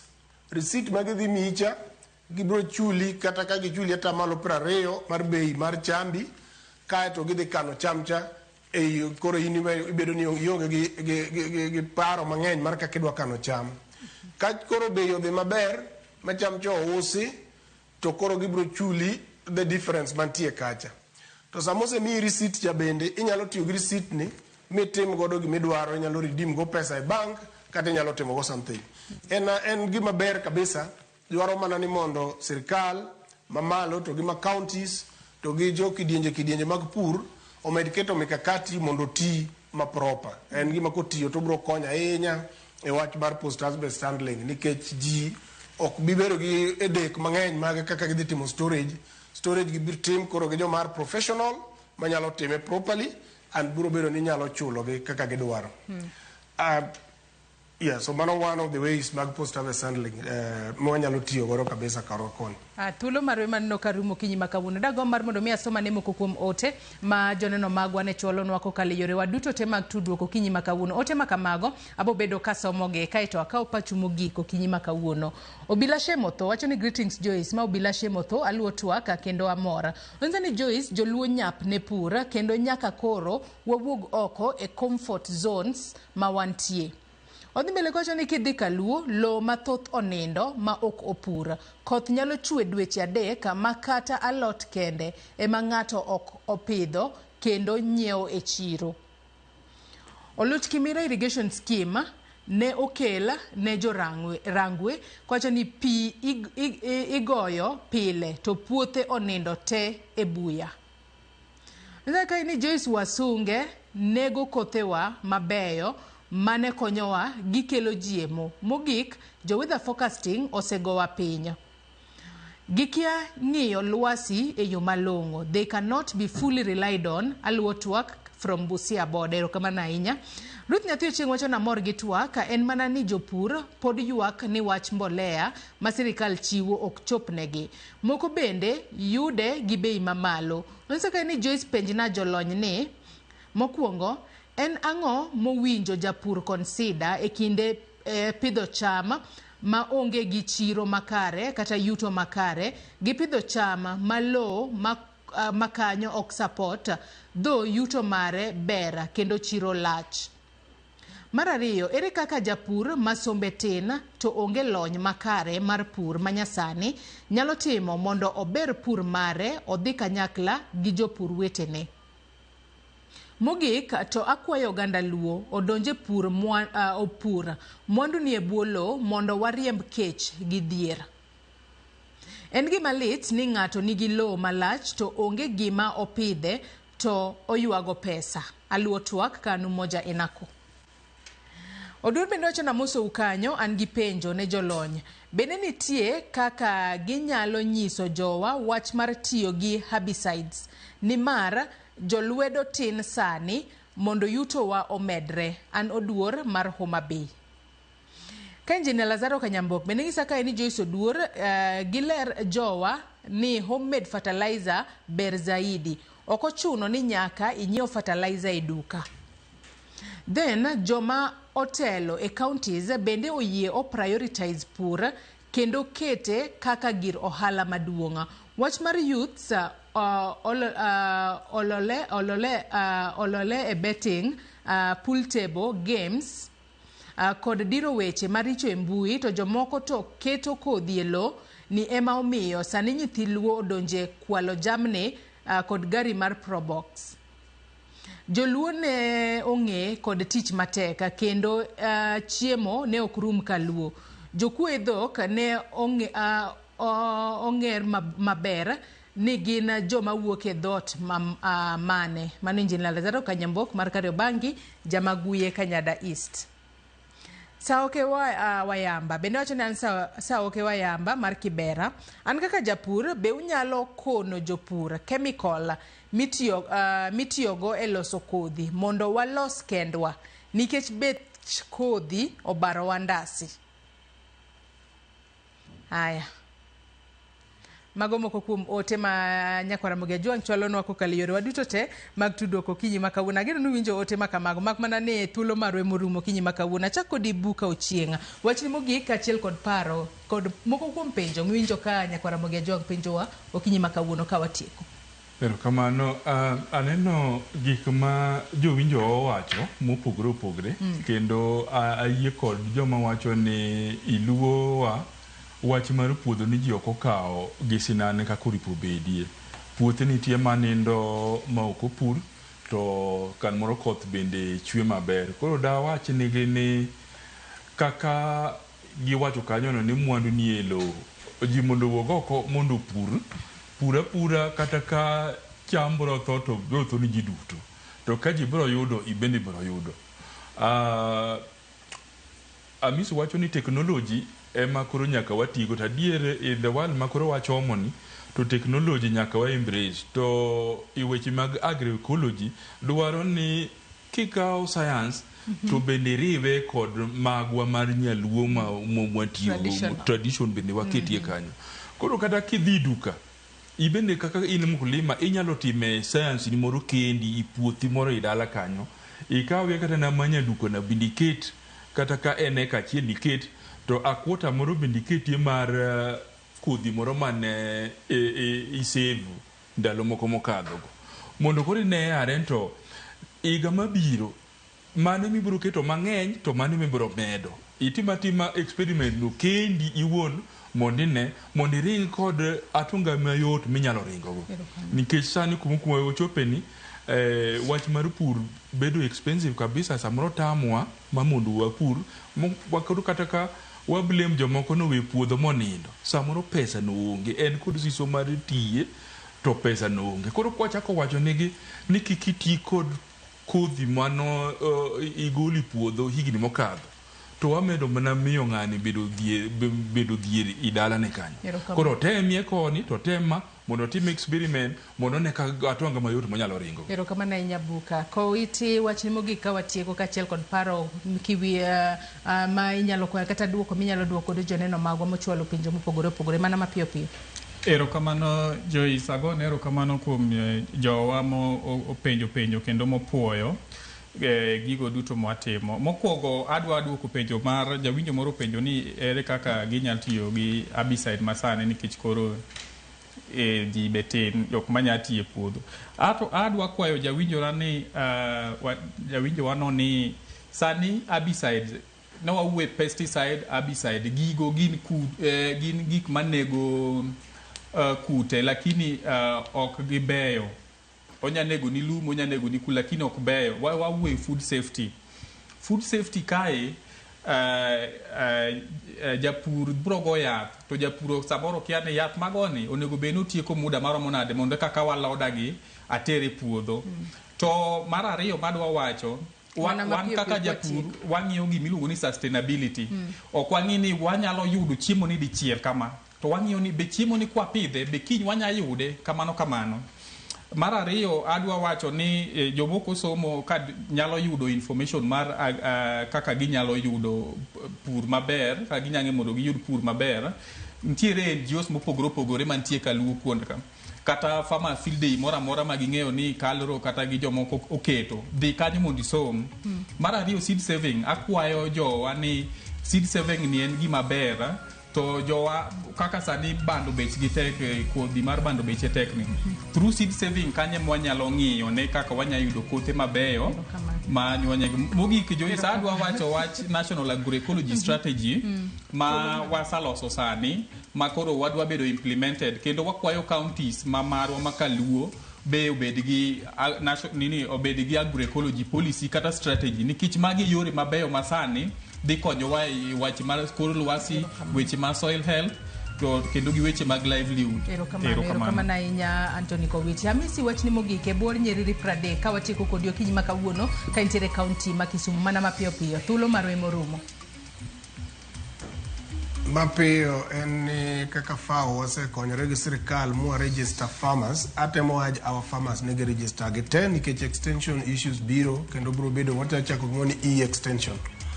Mar ariyo kiwinjo penjo mopenj kanyo go te adwa sam gi app nigi extension kendo gima datemo lero ni extension biro e yore mopogore opogore onge one way minya timego koro wa embrace different ways minya timego gima iluongo ni ngima mar lo ineno kaka kawuono kata ngima mar dhano ji osewe chamo chiemo moko mang'eny mineno man gi mo kiang'oge nikech ngima soil bende osebedo matuo koro nyakwa ti a lot gi gimiluongo ni organic soil organic fertilizer mano gima jogo thuro nyaka bedi jodhuro nyaka med ni ng'eyo ni gimiluongo ni subdivision mwapoga low every day ni kamano matindo tindo mang'eny ang'enya watieko low minyal ti godo e yor pur kendo manyalo konyo joko matindo nyaka donje pur ng'ato nowacho kacha chani sani jo Kenya oti wadwaro youth mondo donji gi technology mondo gipur mogik wayudo pesa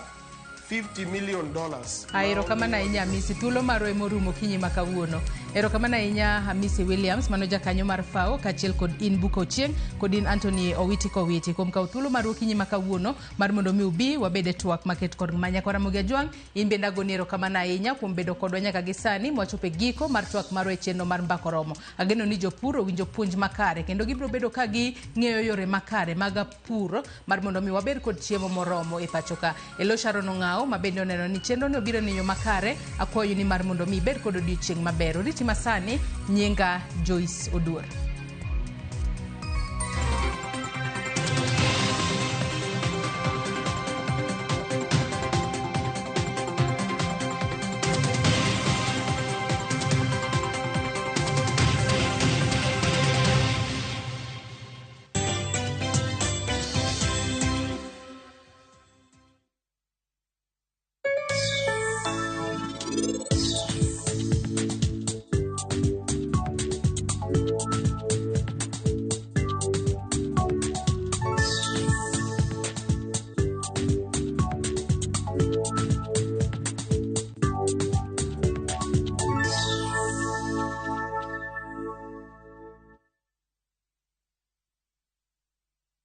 رمضان ده حياتي رمضان ده سماع مماتي يا رب دعاتي تقبلها عطول لا لا لا لا لا لا لا لا